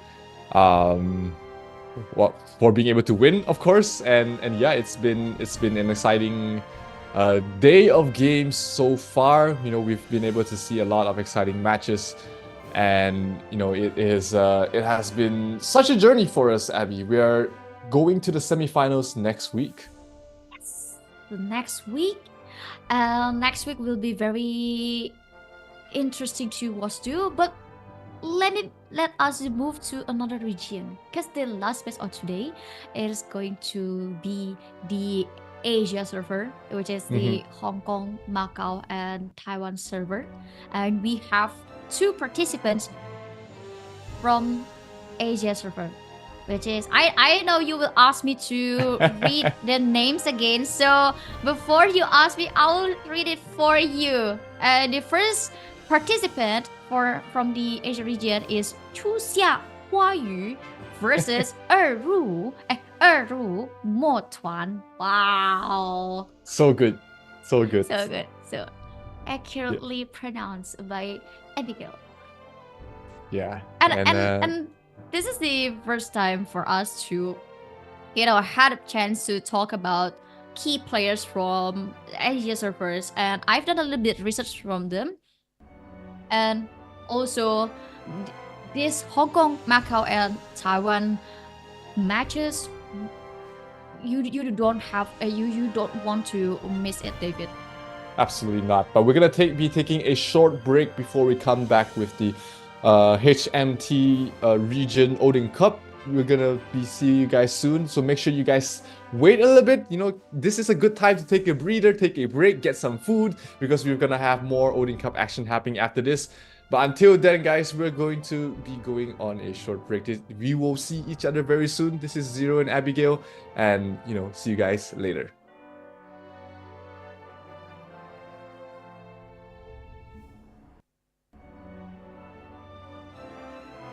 Ah. I'm feeling alive again.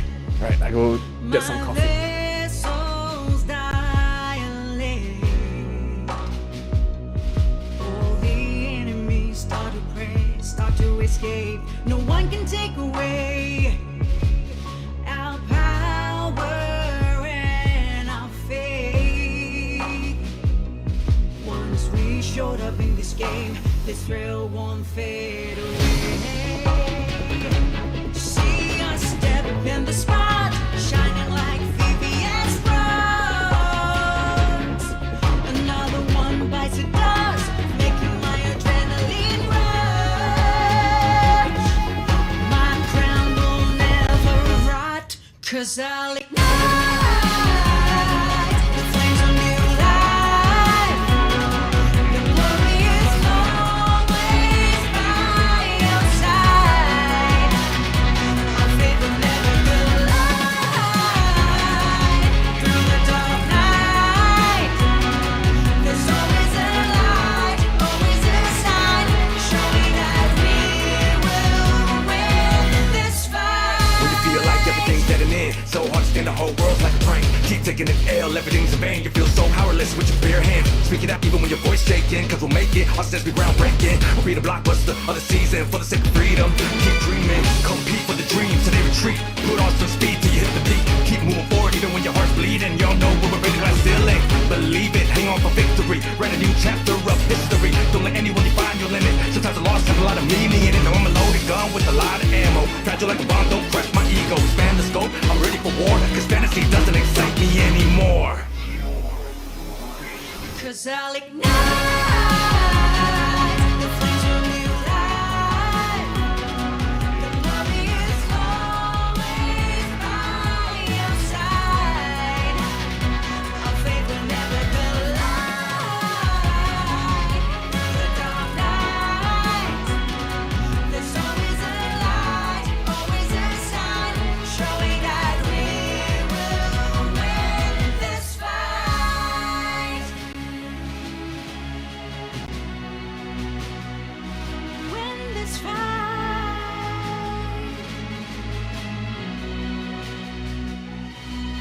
To collapse, to fall, to break, but always come back stronger. I'm feeling alive again. My lungs and pupils dilate.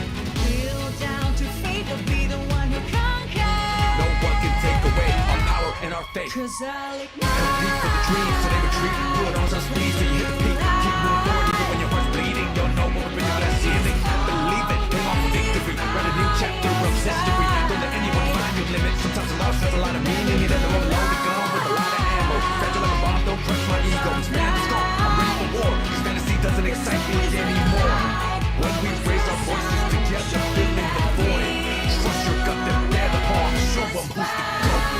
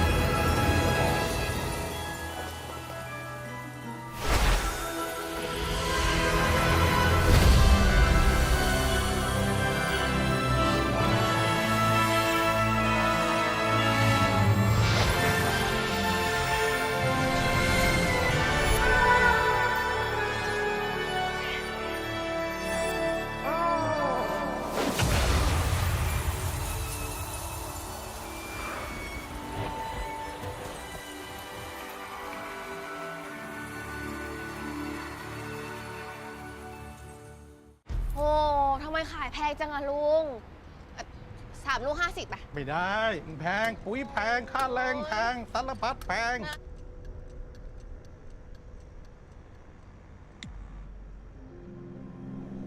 นะลุงนะ ลุงลุงเป็นไรอะเดี๋ยวหนูซื้อ100 นึงก็ได้ไม่เป็นไรเฮ้ยลุงเป็นอะไรอะหนูขอโทษ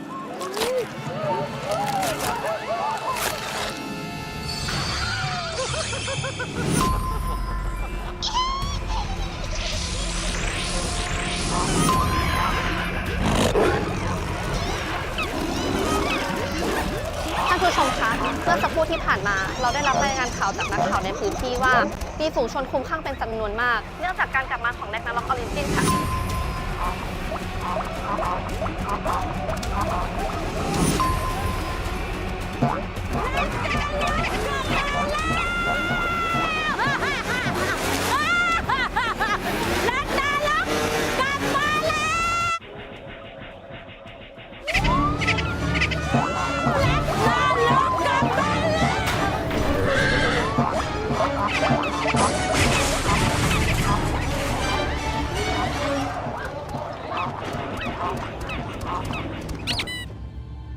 เฮ้ยทุกคนครับ Ragnarok Origin เปิดให้เล่นแล้วนะครับ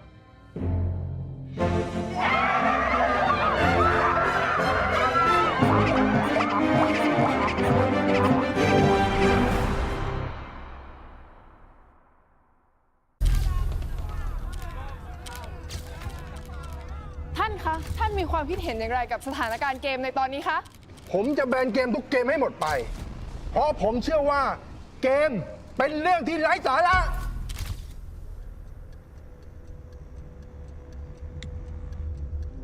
ผมจะแบนเกมทุกเกมในประเทศไทย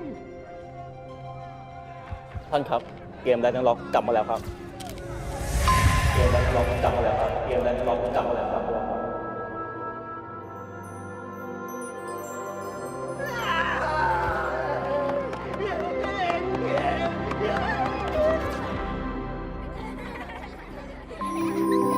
เ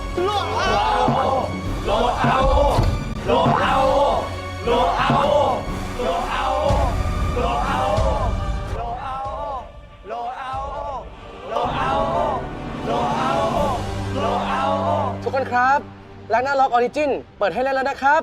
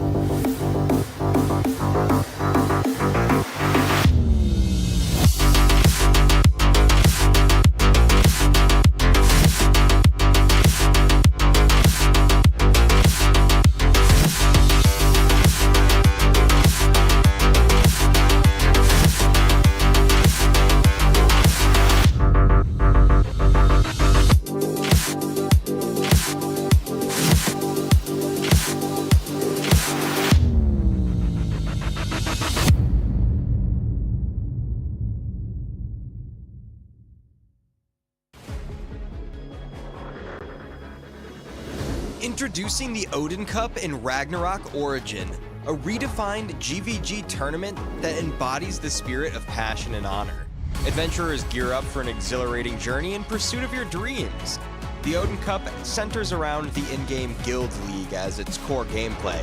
Through strategic guild battles, the tournament aims to identify the strongest guild across the entire server. The event unfolds in 3 stages: Guild League, 32-16 eliminations, and the Grand Finals. During the Guild League phase, guilds in Glorious Moon, Shining Stars, Platinum, Gold, Silver, Bronze ranks compete in intra-server matches. 8 guilds in Bright Sun rank will participate in cross-server Guild League, with 4 servers as a group for a total of 32 guilds in cross-server matchups. After each week's matches, guilds accumulate summit points based on their rank and performance. The top 8 guilds in each division, determined by accumulated summit points, advance to the 32-16 eliminations. In the 32-16 eliminations, guilds are ranked from 1 to 32 based on the points earned in the cross-server matches. We use a single elimination format, meaning that guilds compete head-to-head and the loser is eliminated. The matching follows a simple rule: 1 faces 32, 2 faces 31, 3 faces 30, and so on. This continues until we have the top 4 guilds that will advance to the Grand Finals. In the Grand Finals, the semifinals follow a best-of-3, BO3, single elimination format. The championship match, determining the ultimate winner, follows a best-of-5, BO5, single elimination format. Who will emerge as the ultimate guild? Let's wait and find out! Excitingly, the tournament rewards have been upgraded, featuring more virtual items, event titles, exclusive mounts, limited edition championship rings, and trophies. It's time to embark on a new journey in Ragnarok Origin. Let's fight for our dreams together! Get ready for 2024 with Ragnarok of Raging tournaments leveling up in style. 4 exciting events that'll keep your battles raging. Odin Cup, a spectacle of fervor, honor, and grandeur. 150 versus 150 Guild League gameplay, where teamwork and tactics collide in epic combat. The Champion Guild receives exclusive rewards, including the Champion Mount, the customized honor ring, and the prestigious event trophy. Valkyrie Cup focuses on fair competition, a competition with 5 versus 5 team clashes. Dish the power stakes, pick your favorite character, and let the games begin. Everyone's invited. And we're even taking the party offline to cities near you. Cash prizes are up for grabs. Thor Cup, 10 versus 10 showdowns. Each guild can be split into 2 teams of 5. Pick your map and let the ban and pick games begin. And now our first World Championship. Valhalla is the pinnacle of ROO tournaments. The best guilds worldwide are gearing up for ultimate clash. Offline events, crazy competition, and the quest for the mightiest guild on the planet. Who's gonna take the crown? Stay tuned! It's gotta be legendary!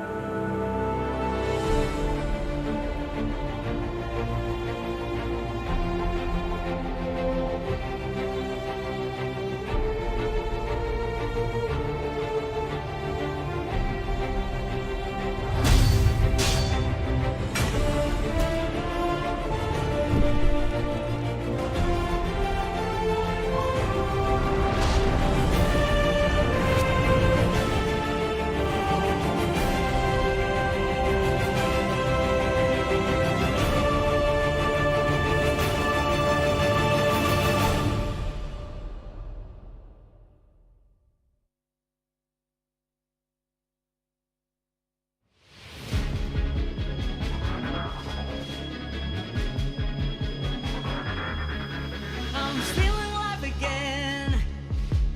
My vessel's dilate. All the enemies start to pray, start to escape. No one can take away our power and our faith. showed up in this game, this thrill won't fade away. See us step in the spot, shining like VVS rose. Another one bites the dust, making my adrenaline rush. My crown will never rot, 'cause I'll ignite the flames of new life. The glory is always by your side. Our faith will never collide. Through the dark night, there's always a light, always a sign, showing that we will win this fight. When you feel like everything's dead and in, so hard to stand the whole world's like a prank. Keep taking an L, everything's in vain. You feel so powerless with your bare hands. Speak it out even when your voice shaking, 'cause we'll make it. Our steps be groundbreaking. We'll be the blockbuster of the season for the sake of freedom. Keep dreaming, compete for the dreams till they retreat. Put on some speed till you hit the beat. Keep moving forward even when your heart's bleeding. Y'all know we're breaking glass ceiling. Believe it, hang on for victory. Write a new chapter of history. Don't let anyone define your limit. Sometimes a loss has a lot of meaning in it. Now I'm a loaded gun with a lot of ammo. Fragile like a bomb, don't crush my ego. Expand the scope, I'm ready for war. 'Cause fantasy doesn't excite me anymore. 'Cause I'll ignite the flames of new life. The glory is always by your side. Our faith will never collide. Through the dark night, there's always a light, always a sign, showing that we will win this fight. Win this fight.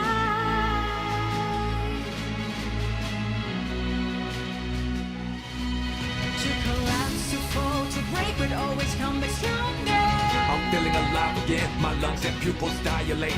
Kneel down to fate, to be the one who conquers. No one can take away our power and our faith. 'Cause I'll Compete for the dreams till they retreat. Put on some speed till you hit the peak. Keep moving forward even when your heart's bleeding. You'll know when we're breaking glass ceiling. Believe it, hang on for victory. Write a new chapter of history. Don't let anyone find your limit. Sometimes a loss has a lot of meaning. It doesn't want a loaded gun with a lot of ammo. Fragile like a bomb, don't crush my ego. Expand the scope, I'm ready for war. 'Cause fantasy doesn't excite me anymore.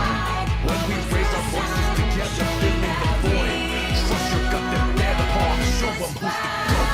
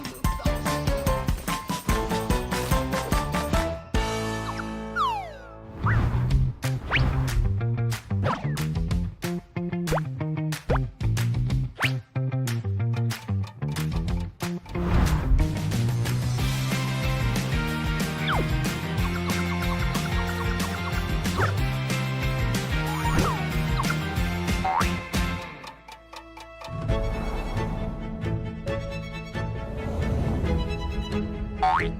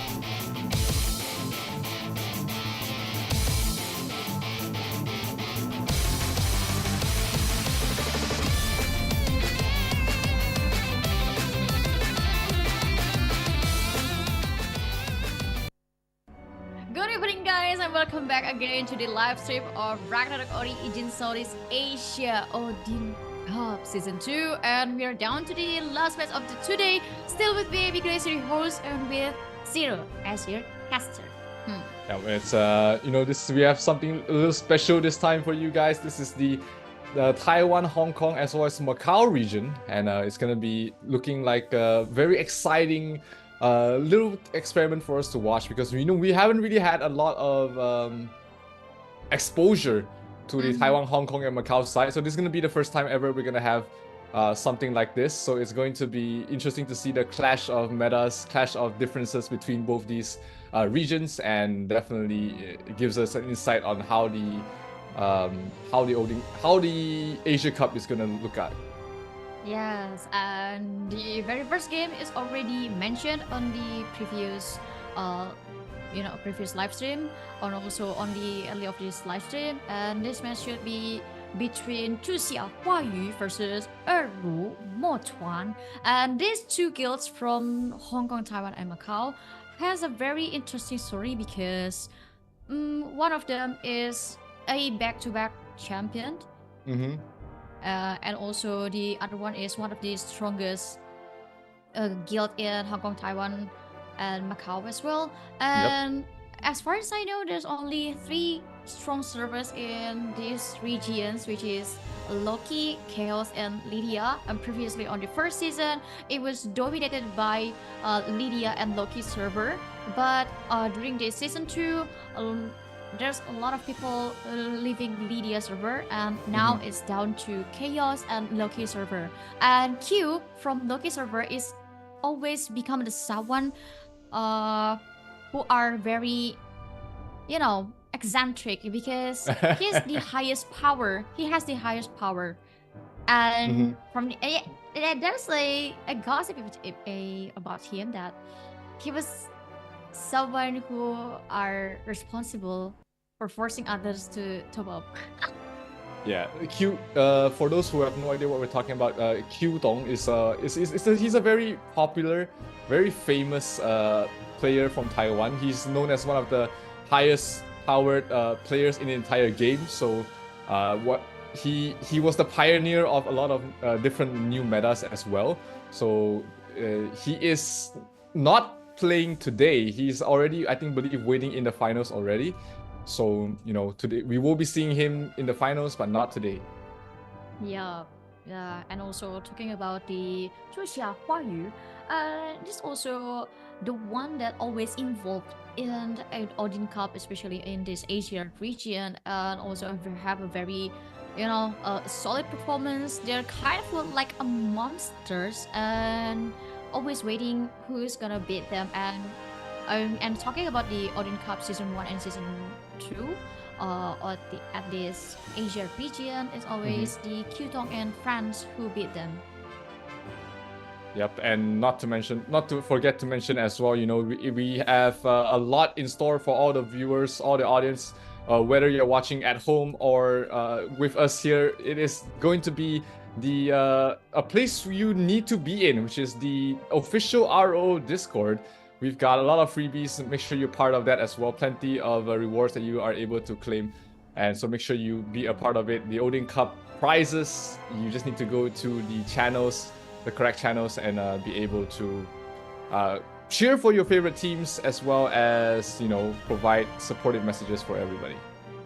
Yeah, please do remember some things before you send your message to the Discord channel, and the message should at least 50 words long. Please use the correct format, and don't forget to ask another friends to join our official Discord channel and claim the adventurer identity.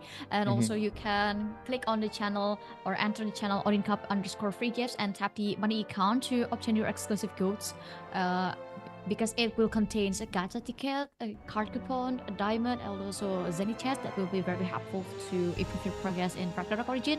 And plus, also remember that this event is only available until May 4th or the end of this Odin Cup. So make sure you claim your rewards. And please also remember that each account can only redeem the code once, so please claim your gift and activate it as soon as possible, because as far as I know it's only 15 minutes and otherwise it will expire.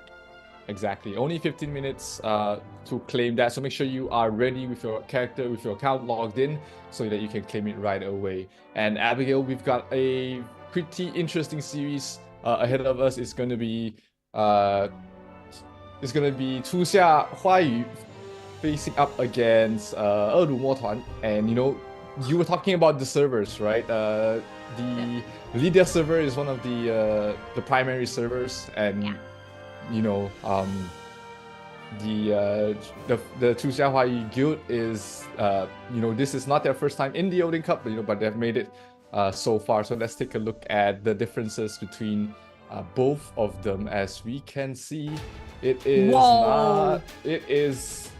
higher than what we expect in the Southeast Asia server, because if you remember, Prontera 1 had 103 million, and they were the highest in Southeast Asia. But this is the Taiwan, Hong Kong, and Macau servers, and they are at 103 million against 109 million. That's a huge difference. Wow. And also the logo is so cute. I mean, like especially the Arumotwand logo. So, cool, elegant, and heartwarming at the same time. But 朱夏花语, it's one of the cutest logo I've ever seen during this Odin Cup. Absolutely. But 6 million difference might be play an important role here, especially talking about the other region. But let's take a look at the top players from 朱夏花语. And are dominated with a Doram. I remember I mentioned on yesterday the meta in Asia region, especially the Hong Kong, Macau, and Taiwan. It is not really different with Southeast Asia, because it's mainly focused on Warlock and Rune Knight and also Doram. But maybe the difference is just how they execute every single comes in here to in game. Oh, absolutely. It's definitely going to be very important. Like the movements we've been talking about, how important they are for everyone to be able to secure the tablets. It's a lot of points that you have to be able to get for your guild. And yeah, but look at the powers of these guilds compared to those in Southeast Asia. It's not a big difference, but the playstyle is always going to be coming into play as well. Yeah, I do agree at some point that the top players from Tsushia Huayu, it is not as big as the players from Southeast Asia, because in Southeast Asia we have a lot of people who reach 900k plus in terms of power. But considering that the total power that these Asia servers have, maybe it's kind of more even than the Southeast Asia. So we've seen lots of key players from Southeast Asia, but maybe on the Asia region, there's more than Southeast Asia have in terms of people with 800k power. Maybe that's why the collected power for this Tsushia Huayu guild is bigger than Southeast Asia. Yeah, they're definitely a much older server in a way. You know, they have been up for longer, so that definitely comes into account here in terms of their power, because that means everyone has more room to grow. Everyone has been able to get more rewards, and you know, every little bit does stack up. Yep. And also the players from Motuan slightly bigger than players from Tsushia Huayu. But I think to see a Doram with almost 1 million power, that's going to be scary. I wonder what will happen once this Doram summon his pets. Yeah, his name is 九醉旗, which it's pretty hard to pronounce. Nice, David. It's time for you to work harder. Yes, but yeah, I mean, they always have some rather interesting names for sure, and you know, this is no exception for from what we're seeing here so far. And yeah, like you said, the Dorams are definitely going to be a very important factor in these games, because they are the meta class. They are what's most popular right now, and their impact cannot be understated. Yeah, exactly. And to look at these names of the guild leaders from Tsushia Huayu, you know what? I can only read 3 Hanzi among these Hanzi. First is Xiao, second is Qi, and last one is Da. Close. Yep, that's enough, right? To understand to understand who they are and what they're representing. I mean, this is traditional Chinese. It's kind of different with what I learned. Well, but still. And let's take a look at our guild leaders from another participant of the Asia server, which is Motuan. We have Koka, and another nickname that is going to be David to read. 冬日最起码. There's a lot of players we are not familiar with because of the server difference, but you know, you just need to know that these players are very experienced. They've been playing the game for a long time, and it's always going to. A lot of these games are going to come down to experience. Yeah, and also this is our very first time. This is also a very first time for us to, you know, look how this Asia regions will play. And especially the East Asia region will play this Odin Cup, and also not to mention the Southeast Asia region are lacking 1 season. This is the 3rd season for East Asia region, while this is our 2nd Odin Cup. So in terms of experience, I believe we can learn a lot from East Asia region. Oh, absolutely. There's much to learn for everyone. And yeah, let's take a look at the management team from the side of Motuan. It's going to be their job to keep everybody on the same page, using the same strategy, keeping everybody's morale high, because they made it this far. They are almost towards the end of their Odin Cup. And you know, tomorrow we'll be crowning the champions for season 3 for the Hong Kong, Macau, and Taiwan region. and they are just one step away from the finals. Yeah, one step away from the finals, and it's going to be very interesting to see how they will execute this first game.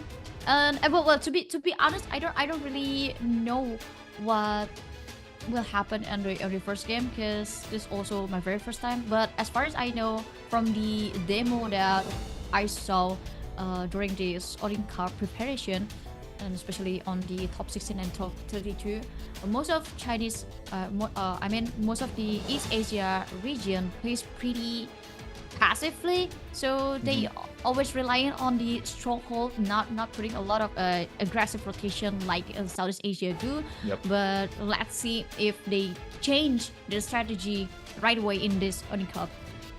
Yeah, Susia Huai is their opponents for this match. It is the same. It's going to be a best of 3 series, and it's going to be eye-opening for me, for you. I'm pretty sure it's going to be very interesting to see as well how these guilds are able to compete against those in Southeast Asia, and the differences in their styles of play as well.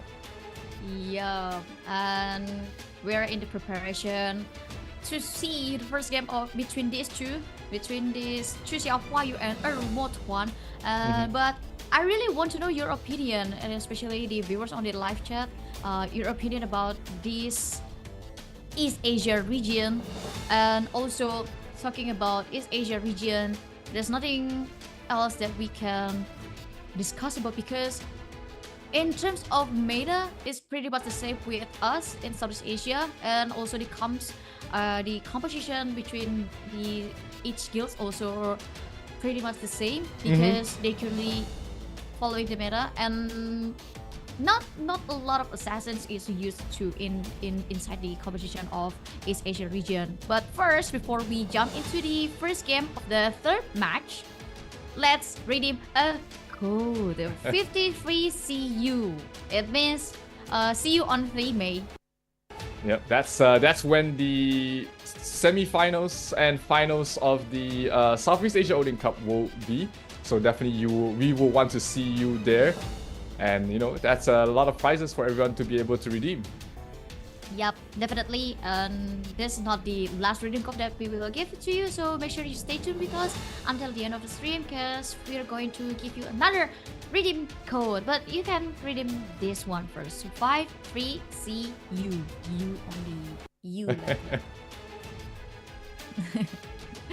And also, don't forget to keep spreading the positivity in live chat, because after this, we're going to give you a lucky draw again with a very bountiful reward. I mean, like a 1k diamond or 10 gacha tickets. It will be very helpful for you guys, and very absolutely interesting to take over.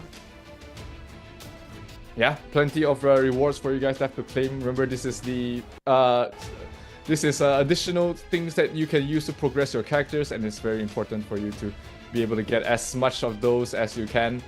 And yeah, make sure you are staying with us throughout so far, because the matches have been pretty exciting here for the Odin Cup. You don't want to miss anything so far. But if you have been living under a well and haven't really been able to catch the matches we have so far, the previous match that you watched on stream is definitely the one you want to catch up with. It was Code versus Prontera F4, but but enough about Southeast Asia. It doesn't matter anymore, Abby, because we're going into this match between Chu Xiaohuai and Eru Motuan. It is the round of 4, I believe, for the Odin Cup, and we're going into game number 1. Yup, and this game number 1 will be very interesting, so make sure you grab your snacks, grab your drinks, and sit with us in the live stream, because the first game of the East Asia region, the very first East Asia region broadcast in Southeast Asia Odin Cup, is going to start. And who will win this first game, we'll never know. And what kind of strategy that we bring on the table, we also don't know. It can be changed from what we saw earlier. Yeah, absolutely. every little difference counts. The difference in strategy, movements are all gonna come into very importance for these guilds to try and win. And yeah, this game 1 is gonna set the tempo on what we're going to be able to expect in this specific series.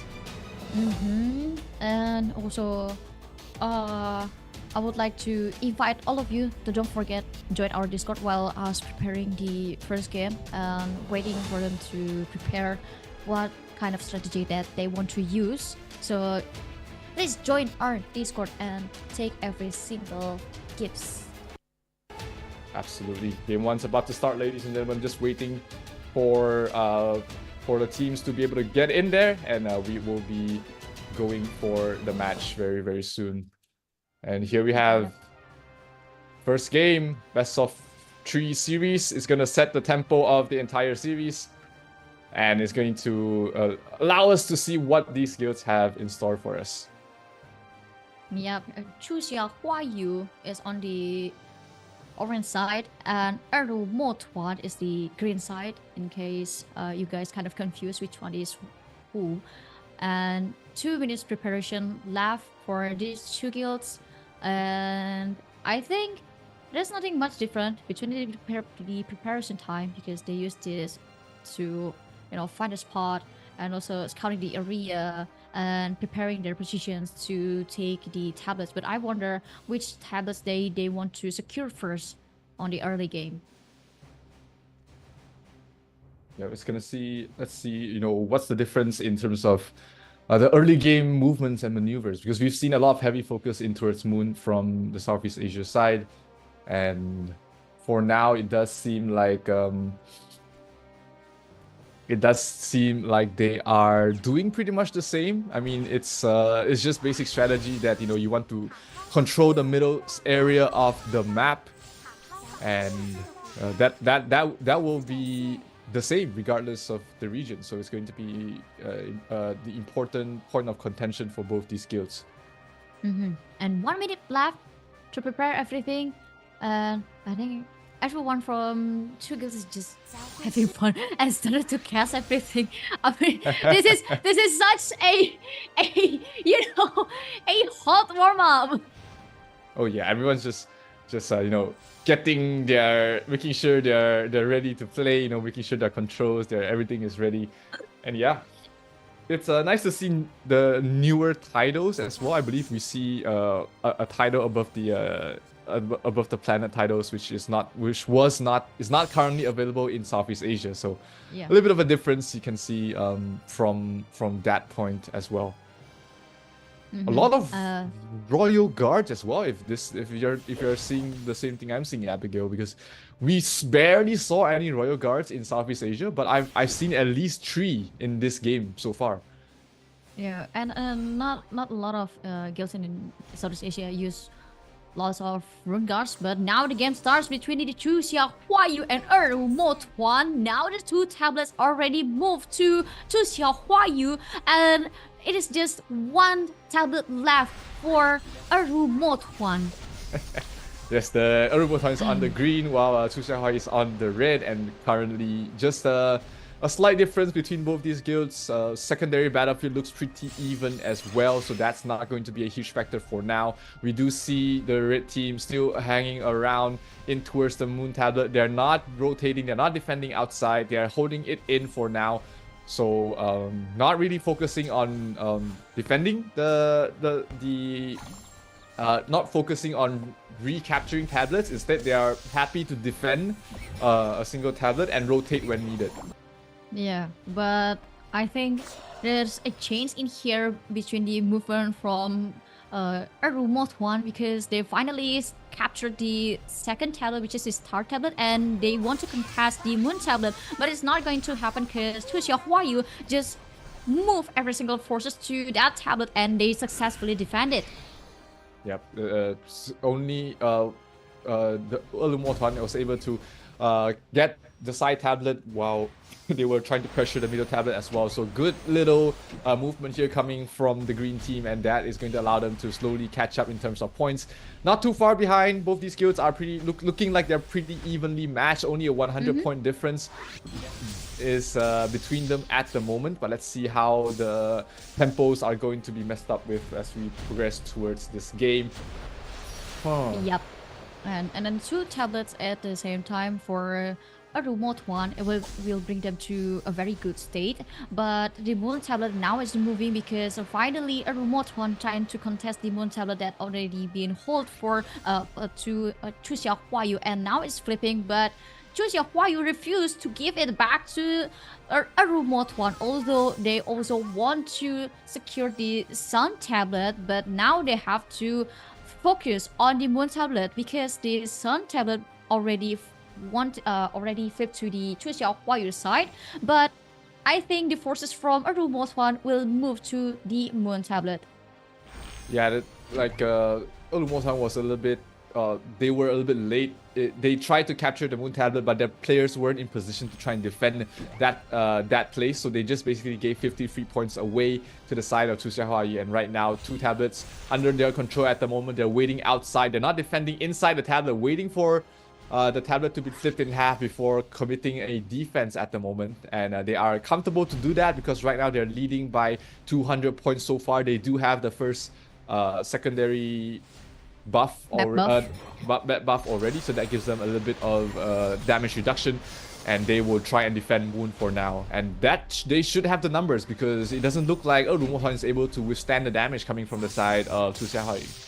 Yeah, but at least all I can see from Chu Xiaohuayu is the very strong hold that they put on 2 tablets. I saw that the sun tablet is contested by a remote one, but it is not happening. And now they're contesting the star tablet from a remote one. Chu Xiaohuayu sent all of their forces, but at the end of the day, all of the players from a remote one already inside the tablet, but it is not going to happen because every single player from a remote one already left and moved to the sun tablet, taking over 2 tablets at the same time, which is sun and moon. And the Chu Xiaohuayu players likely a little bit late to come to the tablets.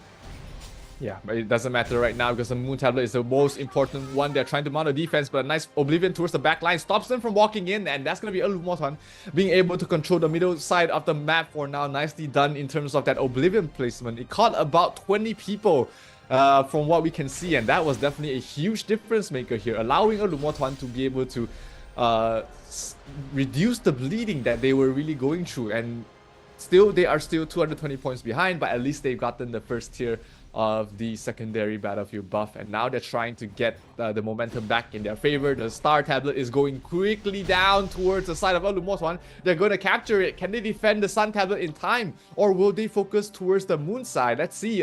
Chu Xiaohuayu has a lot of members inside moon already. They are in a good position to defend. They're defending the outside of the tablet where you really want to stand, and looks like they're just going to lose the sun tablet for nothing, and the moon tablet will not be contested in time as well. Oh my god, all you can say about Chu Xiaohuayu is they're very persistent. I saw that a lot of Oblivion and a lot of AoE skills drop above their head, but they just, stand still inside the position, above the position they already took in, and they're slowly moving to take over the tablets, and it also works to push the remote one players a little bit by a little bit. Absolutely, it's starting to grow into a lead here as the first minions did spawn, and Eliminations was able to get a good amount of the minions, but still they are 200 points behind. They do manage to exchange the side tablets with the sun and star being traded, and right now the focus should be back towards moon. We do see Chu Xiaohuayu is already there, ready to defend. They're not going to risk the halfway point. They're not going to risk the recapture, and instead want to focus on holding on to 2 tablets at all times, because they know that if they just defend 2 tablets towards the end, they will eventually win as well. So that they are not over-rotating. They're committing to one side and waiting for Eliminations to make the next move. Yeah, and the objective from Choose Your Huayu is very simple. They just want to take 2 tablets, and it is very easy to control 2 tablets at the same time, which is the middle and also the side one. And maybe you can give a force a little bit to your enemy, which is the remote one, to do over rotating, and it happens. And when the players from remote one move to another tablet, which is the star tablet, they started to cut the rotation because Choose Your Huayu always have the moon tablet. Yeah, and that reduces the options they have when you're trying to move across the map. Right now, Chu Xiaohua controls 2 of the tablets, and they are actually capturing Star as well. So that's going to give them a huge advantage in terms of points. It's already getting down to 500-point difference between both of these guilds, and we do see Chu Xiaohua already starting to scan the spawn points and also controlling 3 tablets at once. They are really asserting their dominance in this map right now, and so far we do see the Dorams from the side of Chu Xiaohua doing a lot of work. Sun tablet is attempted to be captured here from the side of Lumotuan. Will the rotations come in? No, it looks like they're more than happy to allow Lumotuan to take the Sun tablet as long as they hold on towards Moon. Yeah, because Moon is the center of the rotation of this map, and once Star Tablet is contested, I'm not really sure what will happen to the side of Chu Xiaohua, but I can see they're trying to move to the Sun Tablet as they are trying to find a trade. It is a really good stronghold from Chu Xiaohua to keep the Moon is always on their hand and keep recapture the Star Tablet, so it is always owning on the Chu Xiaohua side. And remote one seems kind of dying slowly because each time they want to find a trade, Chu Xiaohua is always in front of them. And although Chu Xiaohua do the very passive and slow progress type of strategy, they can secure everything. Once they already step up on the tablet, it's always become theirs. And the interesting part is they slowly push every single players from a remote one to the corner and wouldn't give a space for them to back to the tablet.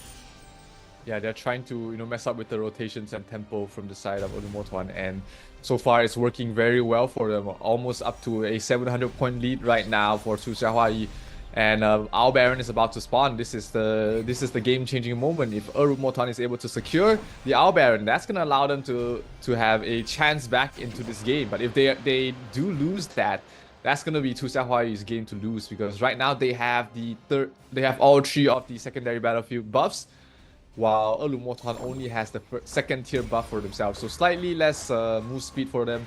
And we do see Chu Xiaohua trying to contest the Sun Tablet right now.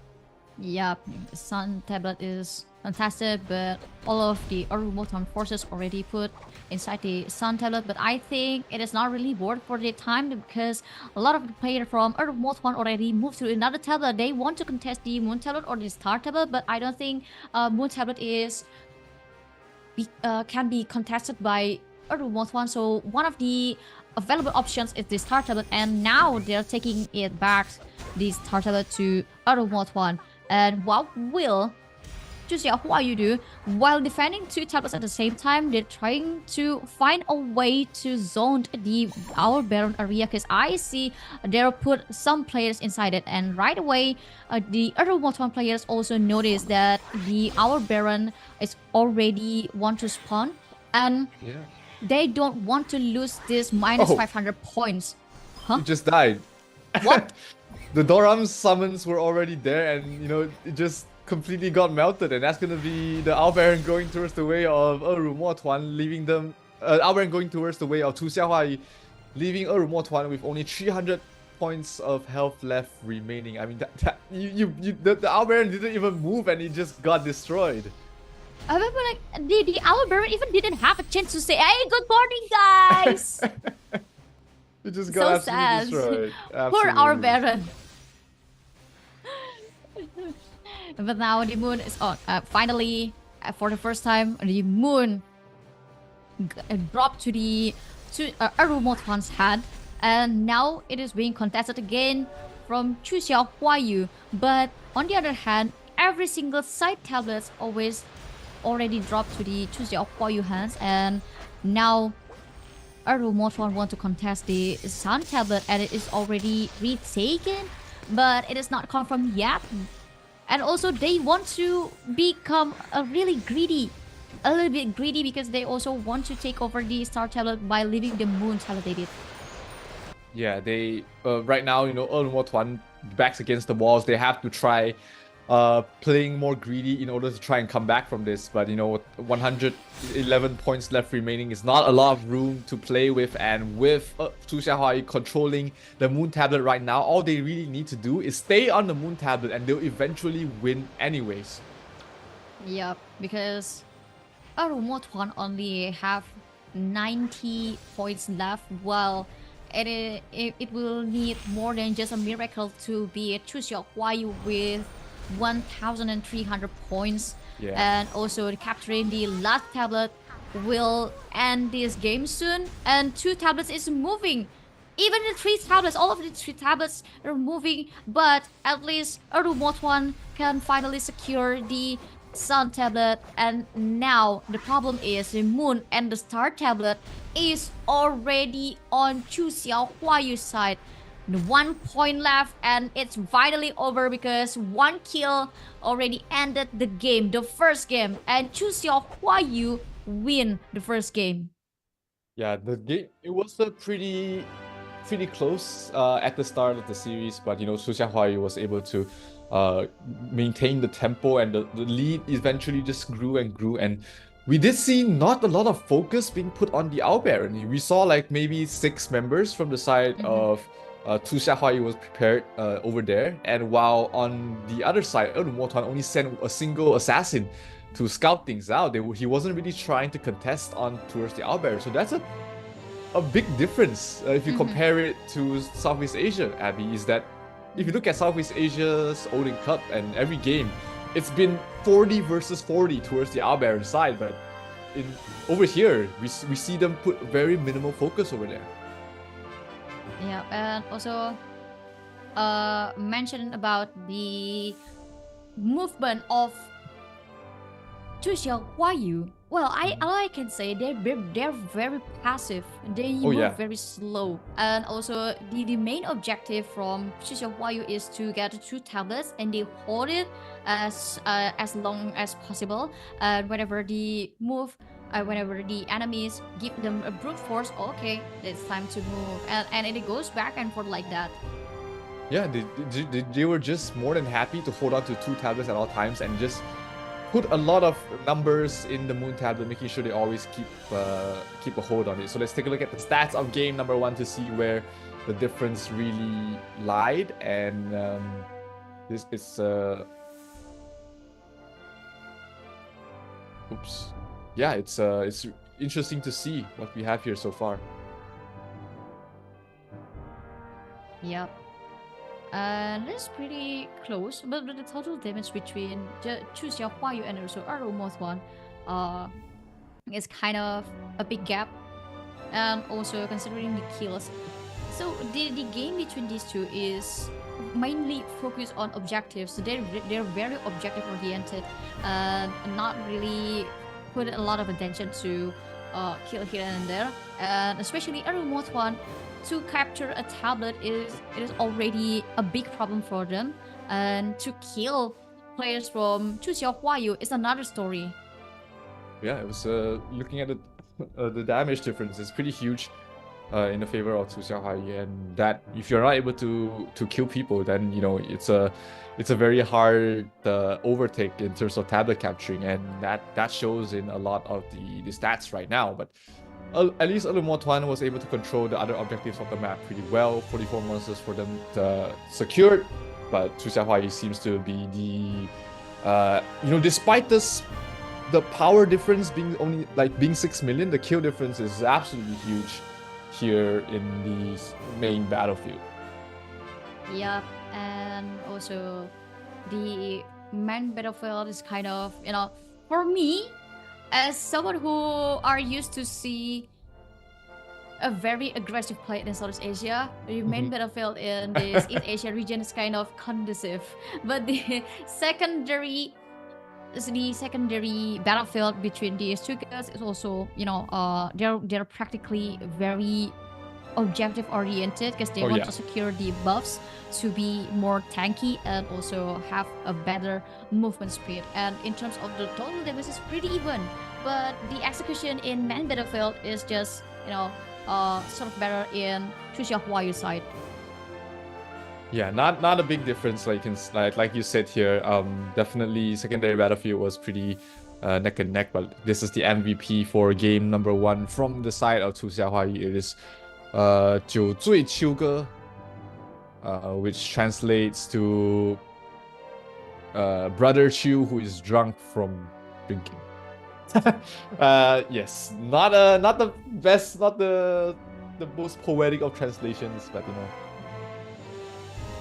Drunk Brother Chu, and he enjoys being that. And of course, highest points was from him as well, 1,696 points, and really a vast majority of those points came from recapturing tablets. Yep, and this is the very first warlock from East Asia region. But although the kills is less than 100, but it's kind of crazy. I mean like the way he supports to give damage and also push his enemies away from the tablets is kind of fascinating. And I really love the persistence from Chuxia Huayu players, because I remember there's a moment when they want to enter the moon, because the moon is playing a very important role for Chuxia Huayu. And whenever Almost one drop every single AoE skills in front of their face, they just resurrect and moving slowly like a crab. And after they finally had a chance to get every single players inside the moon tablet, everything's flipped to them. Yeah, absolutely, and that's always going to be important. But what else is important right here, Abigail, is that we have more gifts for you guys, for those who have been very supportive of all the players and on the stream. We are gonna have another round for the draws for 1,000 diamonds. So you know, if you are still watching watching the Hong Kong, Macau, and Taiwanese region of their Odin Cup, you know, this is the time to find new guilds to support. You know, put your supportive messages. It can be about other guilds as well, of course. Whether they are competing or not in the Odin Cup, but we just want to see positive, supportive messages in the chat right now, along with your UID, and you know, you stand a chance to get 1,000 diamonds. Yep. So just drop your supportive message to every single participant here, or maybe you want to say something supportive for East Asia region, as this is the very first time of us to see how they play this game. And don't forget to drop your UID. Yeah, absolutely. Put your UID, put your messages, and you know, you might be picked to win a Windows prize. Sorry, Windows prizes. Yeah. And yeah, like anything else interesting you've seen so far in this region, Abigail? I think it is just the fluctuation between these three big servers, and also I think the only players that being taught much amongst the player is just the Q.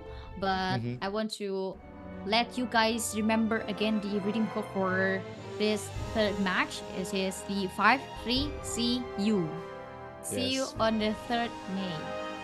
Yep, this code includes 3 Devaruchi treasure maps and 1 Mystic Virus gacha. So very important to claim. You might be able to reach the 3rd stage of the Devaruchi treasure map, you know, and that gives a lot of rewards. So you don't want to miss out on a chance of that. And like Abigail says, before you open that, take a shower, you know, feel fresh, brush your teeth, comb your hair, wear your best suit, and then you click on it. And who knows, you might be getting the big prize from that. Yeah, and I mean, like, for example, you can be as nice as David's wardrobe today. Comb your hair, and also bring a nice suit, take a bath, spraying a nice perfume. Oh yeah, the cologne is very important. Yeah, and sit in front of your computer, and then last but not least thing to do is pray. that the fortune lady will hug you. Yep, Lady Luck, hope that Lady Luck is on your side. And who knows, you might get 150 feathers. I got that the last time and I was just so very happy about that. So it could be you guys as well. So you just have to believe, right? It's just have to believe. Yeah, you have to believe. At least, if you want to gacha, well, just remember if you get one ticket, and that ticket gained you the biggest prize, always remember it will spend 1 year of your luck. So make sure you do well after receive that. Absolutely. You need a lot of good karma. Yeah, make sure you begin to do your good deeds, and yeah, it's going to pay back in leaps and bounds. So make sure that you be a part of that and be a part of this lucky draw as well. You just need to be able to write down a supportive message on the YouTube chat with your UID, as long as it's the right format, and if it's a positive message, you might be in the running to win 1,000 diamonds. Yeah, and maybe you want to send a little bit supportive message for players from Remote 1, as they're on the losing side from the first game. Maybe you want to say hi to Emi, because as far as I know, this is the person behind the management of Remote 1. She managed internal, pretty, single, or maybe you will have a chance if you say hi through this live chat. Or maybe I'm like a cheer up, pretty. Maybe Yeah, something like drop that. your UID for Yimi. Who knows? Yeah. Right? Support, even though they're not in the same region, you have to support them as well. They're trying their best in competing in this Odin Cup, and they would love to see the supportive messages from other servers. That's going to give them a huge morale boost as well. Yeah, and maybe a remote one might be the guild that you can be rooting for, because I saw lots of pretty girls inside there, and not only Yimi but also Erlang. She is called the little sister, and also this is the right time to find the correct format of the live draw. I still saw lots of incorrect format in here, like someone just dropped his UID instead of drop his message too.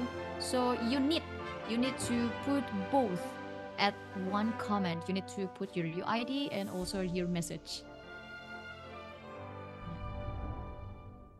And after this, I will start to pick the winners of this lucky draw. And the 10 gacha tickets will be a very rewarding prize for you guys.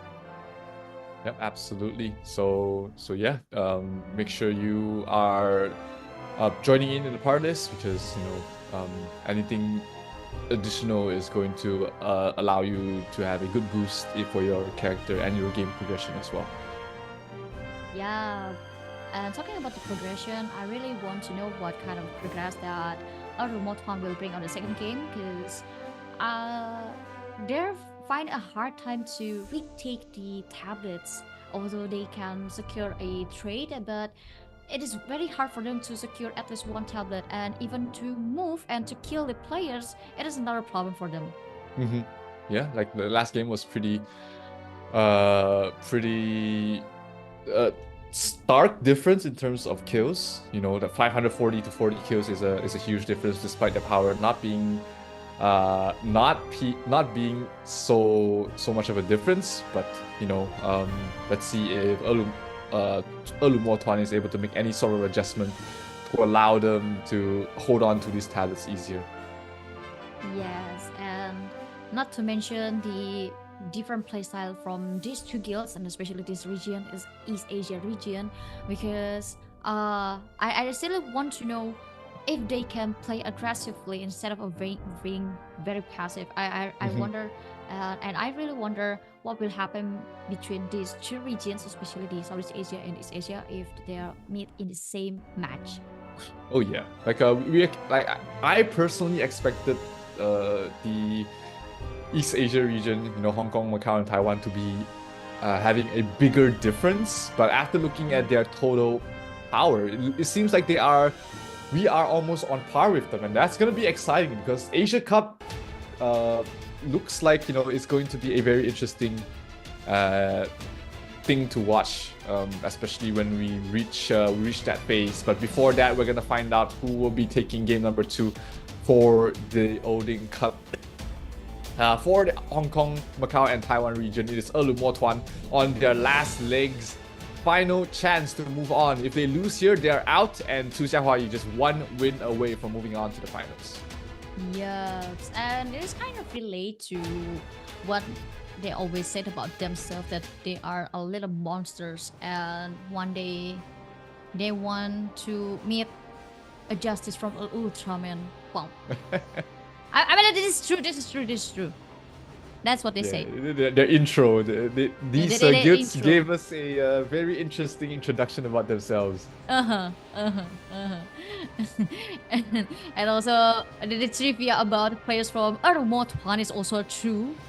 About what I said earlier about the Emi and Erlang. This is two pretty girls. The one is commander with full of tactics, with brilliant ideas, and also the other one is the one who manage everything.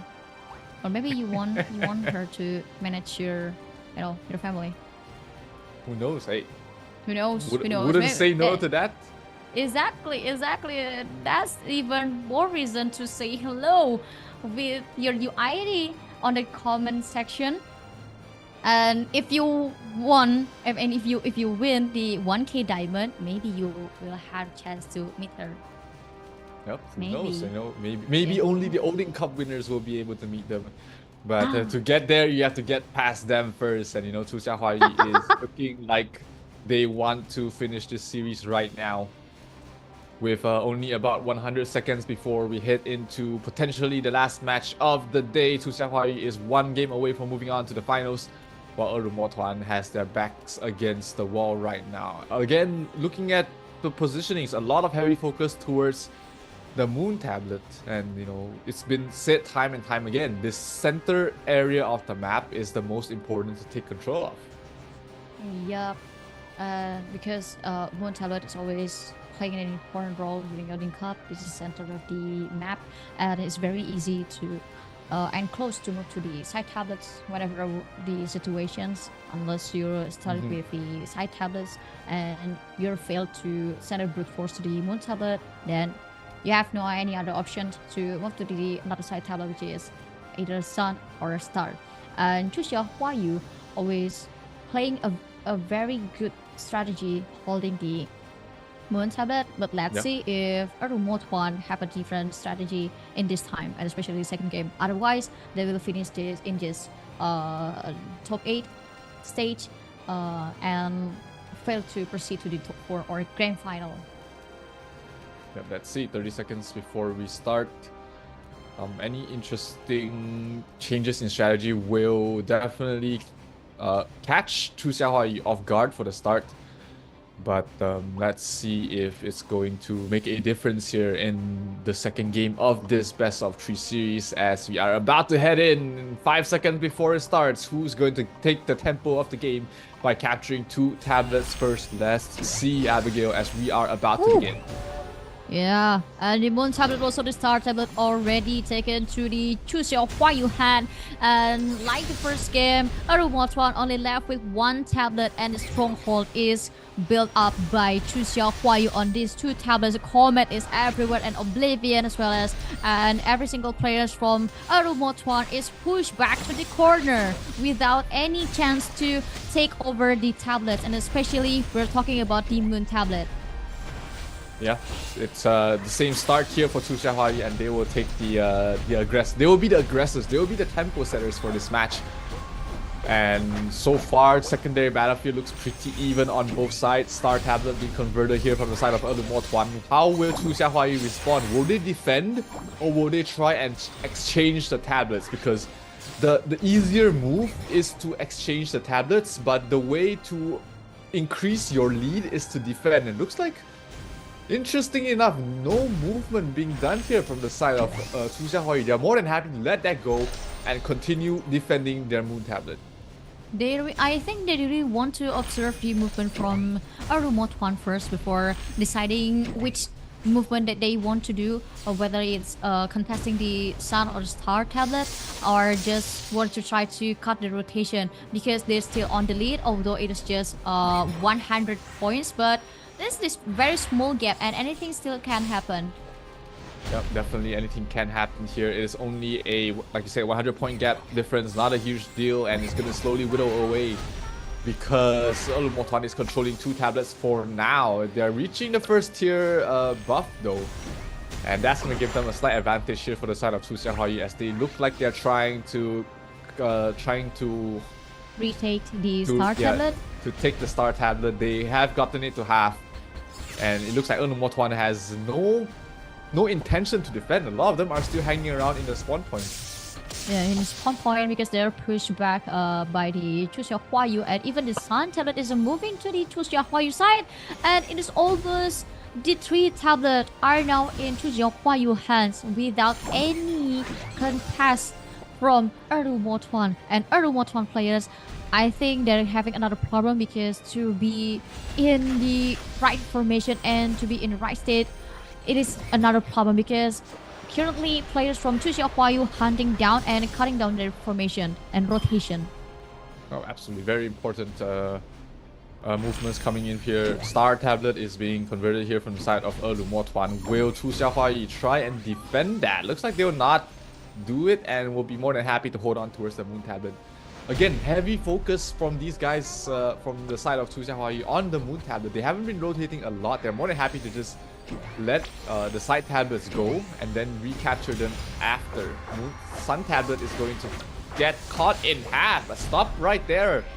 And let's see if the side of Chu Xiaohuayi will rotate over to stop that and get 50 points for themselves. Looks like they will not, and that will give Eliminations the side tablets once again. Well, to be honest, I'm pretty amazed to see you only have 1 tablet at this point and barely had 2 tablets. You start a slow move to contest another tablet, yet you're still on top. I mean like it is still leading this game with 300 point gap, and I don't know what happened in Eliminations side. They managed to capture more tablets this time, but in terms of killing, in terms of moving, they're always being cut by Chu Xiaohuayi. Yeah, they have been really controlling all sides of the map right now. Okay, I think I'm starting to see the vision of what Chu Xiaohuayi is trying to do. They're not trying to defend the tablets early. Instead, they want to.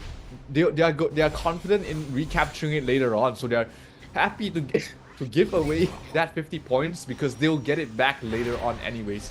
And this way, they're not risking sacrificing their members. They're not risking over rotations or being in the wrong position and losing tempo.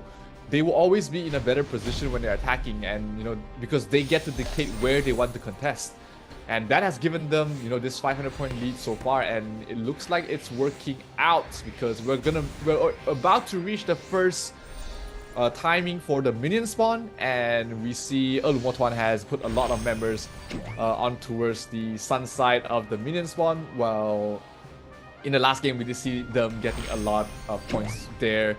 Let's see if it's going to be the same in this game as well.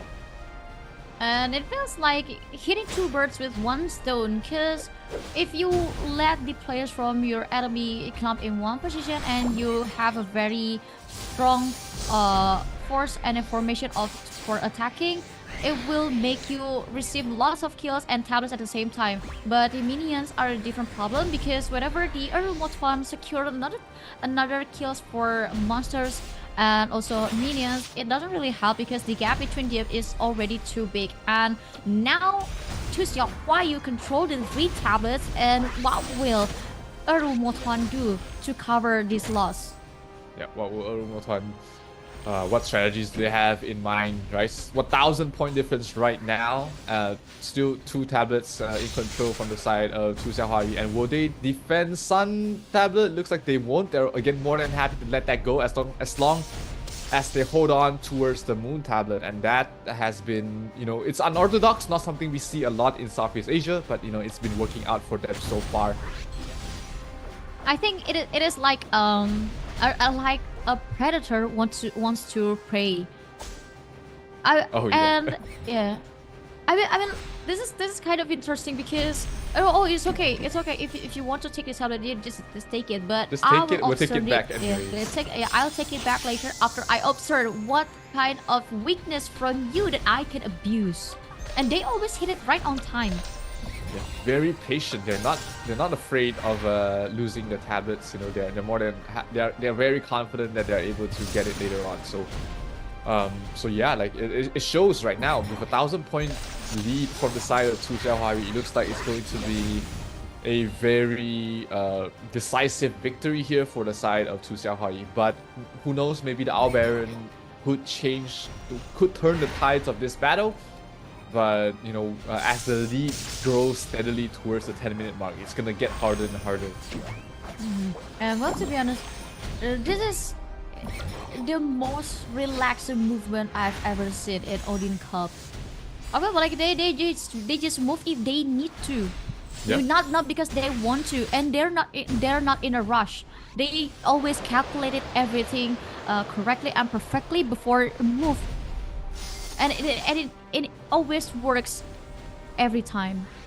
Yeah, they're always making sure that their members are ready, are positioned in the right place, are prepared to make the dive in, and they do it after that. They don't go in prematurely. They don't sacrifice kills. And that has been paying off for them as the lead grows to 1,200 points at the moment. All 3 tablets being controlled here by the side of Odin Motan. By the side of Chu Xiaohua. Yeah, and also the buff between these 2 guilds is pretty much the same. Like both of them receive the 2nd tier buff. It doesn't matter because Chu Xiaohua just do what they need to do instead of moving recklessly to across the map, or they just doing everything that they have to, and outside that, it is unnecessary to do. Absolutely, a very disciplined one. Very, they're not trying to slow. They're not giving away free kills. They're more concerned about not dying as much as compared to losing the tablets, because they know that currently they're in the lead. They can afford to do that. And right now, again, they're trading the side tablets and retaking it after for another free 100 points. And in the meantime, also spawn camping the side of Odin Motan. And as the league grows to more than 1,300 at the moment, the Owl Baron's about to spawn in another 1 minute, and that will be the difference maker. That will be decisive, the decisive finish for this game.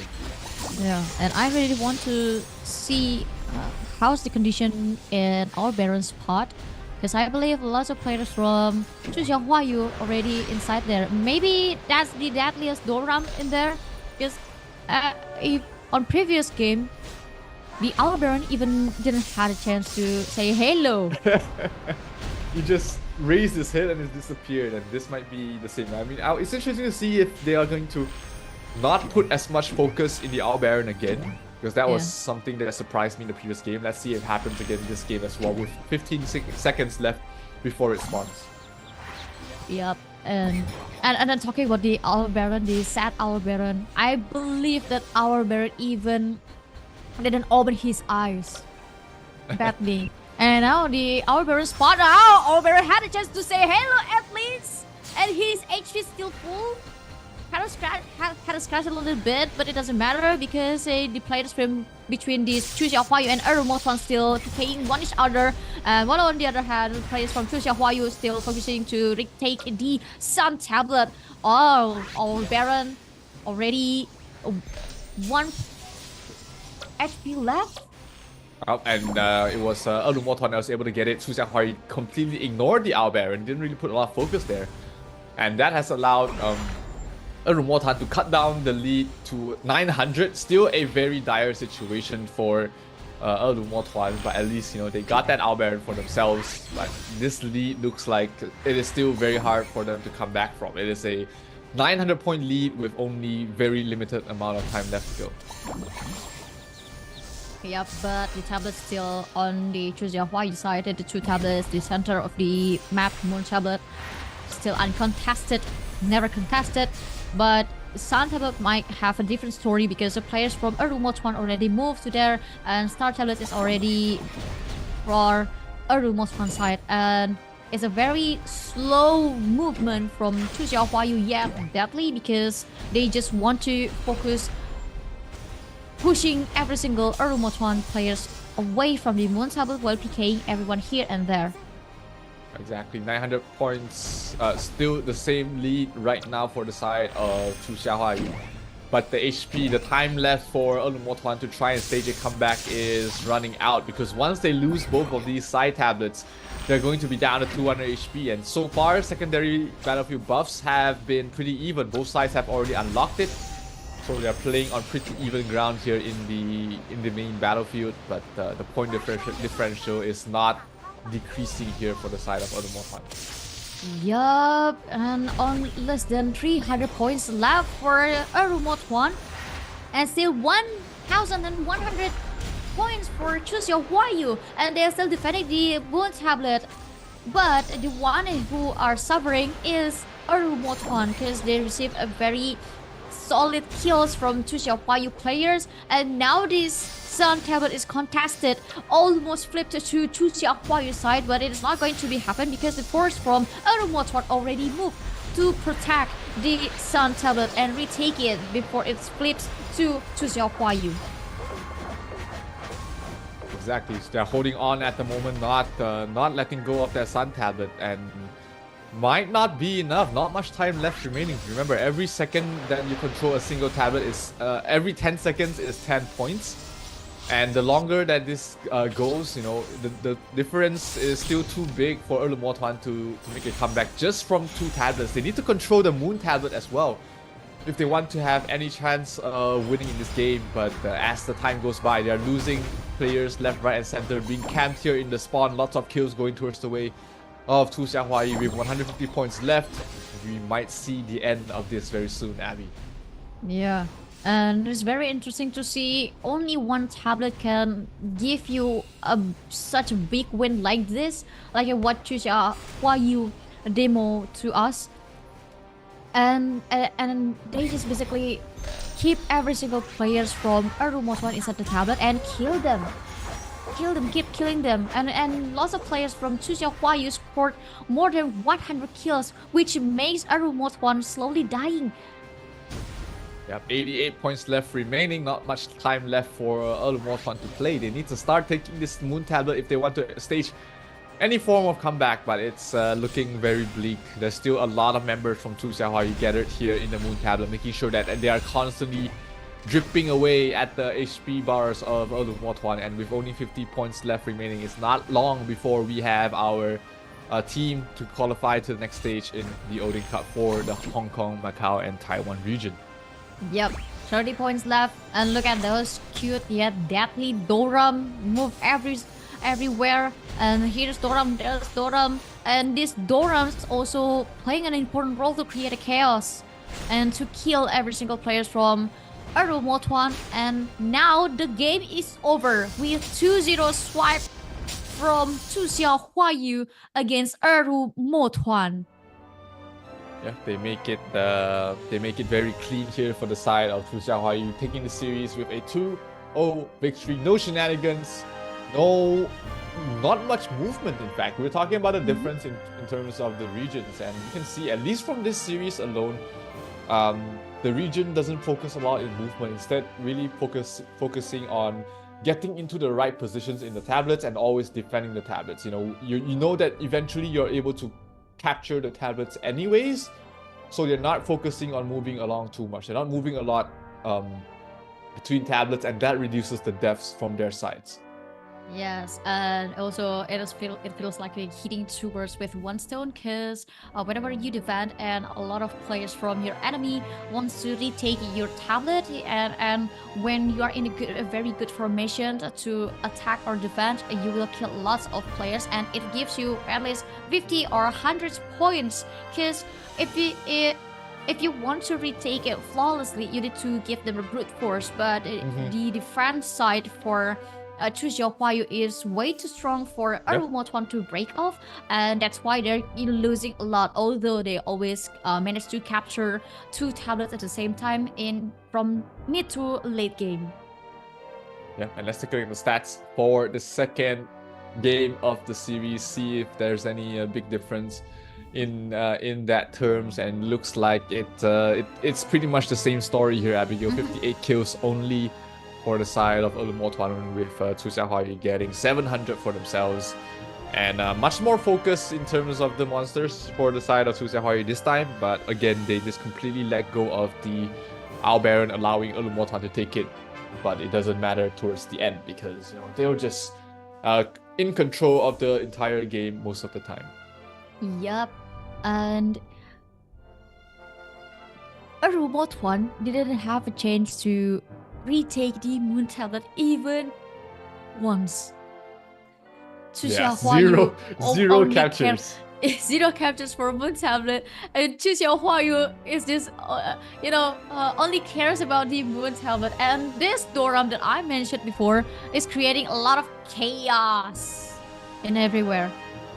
I mean, like while his friends defending the Moon Tablet, this Doram is always moving here and there, spawn here, spawn there, creating chaos inside the formation of Arumotwan, and making them, have to focus to regrouping instead of trying to find a way to killing everyone in Chu Xiaohuayu. Yeah, 211 kills, 2,420 points. This is Jiu Zuiqi. And he definitely has been able to put a huge impact in this game. 649 million damage is probably the highest we've seen so far in the Odin Cup. Yeah. And no wonder, I think, if you see this, Doram can be this deadly, because his main objective is to, break the formation of his enemy, which is the Arumotwan, and while his friends try to defend the Moon Tablet and did a stronghold. So it forced Arumotwan to the options, whether they want to give a brute force to the Moon Tablet, which they tried many times and they always failed, or retaking the side tablets, which is happening. But at the same time, every single player from Arumotwan is killed during their way to the side tablets. And this is the last redeem code. Maybe. And it's Saya CU. CCU. What? CCU. Southeast Asia CU. Yes, and Southeast Asia CU. This code includes one optional legendary ore pack, one blessed ore pack, and one optional refined pack too. So legendary ore pack is something that you cannot get anywhere else except if you spend you buy it with Nyan Berry. So this is definitely a very important material for you to gather, and make sure you redeem this code right here, CCU. Right, make sure you type this down, redeem it, and get it for yourself right now. Yeah, and happy upgrading. Because last time I tried to upgrade my friend's weapon to plus 20, because he's currently on plus 16 and he wants to upgrade it to plus 20, and we tried with 10 different fingers. I mean, like 10 different people, and it always failed. So if you fail to upgrade your weapons, it downs to two options, or first, your account is stinky. First, your account is, I mean, like you have a bad luck account, or you are the bad luck. Who knows? And let's take a look at the matches we have for tomorrow. for the Hong Kong, Macau, and Taiwan regions. Their Odin Cup is going to be the finals, I believe, for their match, and it's going to be starting at 5:30 in-game server time. So if you guys are interested to see the conclusion of the Hong Kong, Macau, and Taiwan region, make sure you join us here tomorrow, and you'll be able to find out who takes the victory here in the Hong Kong, Macau, and Taiwan region.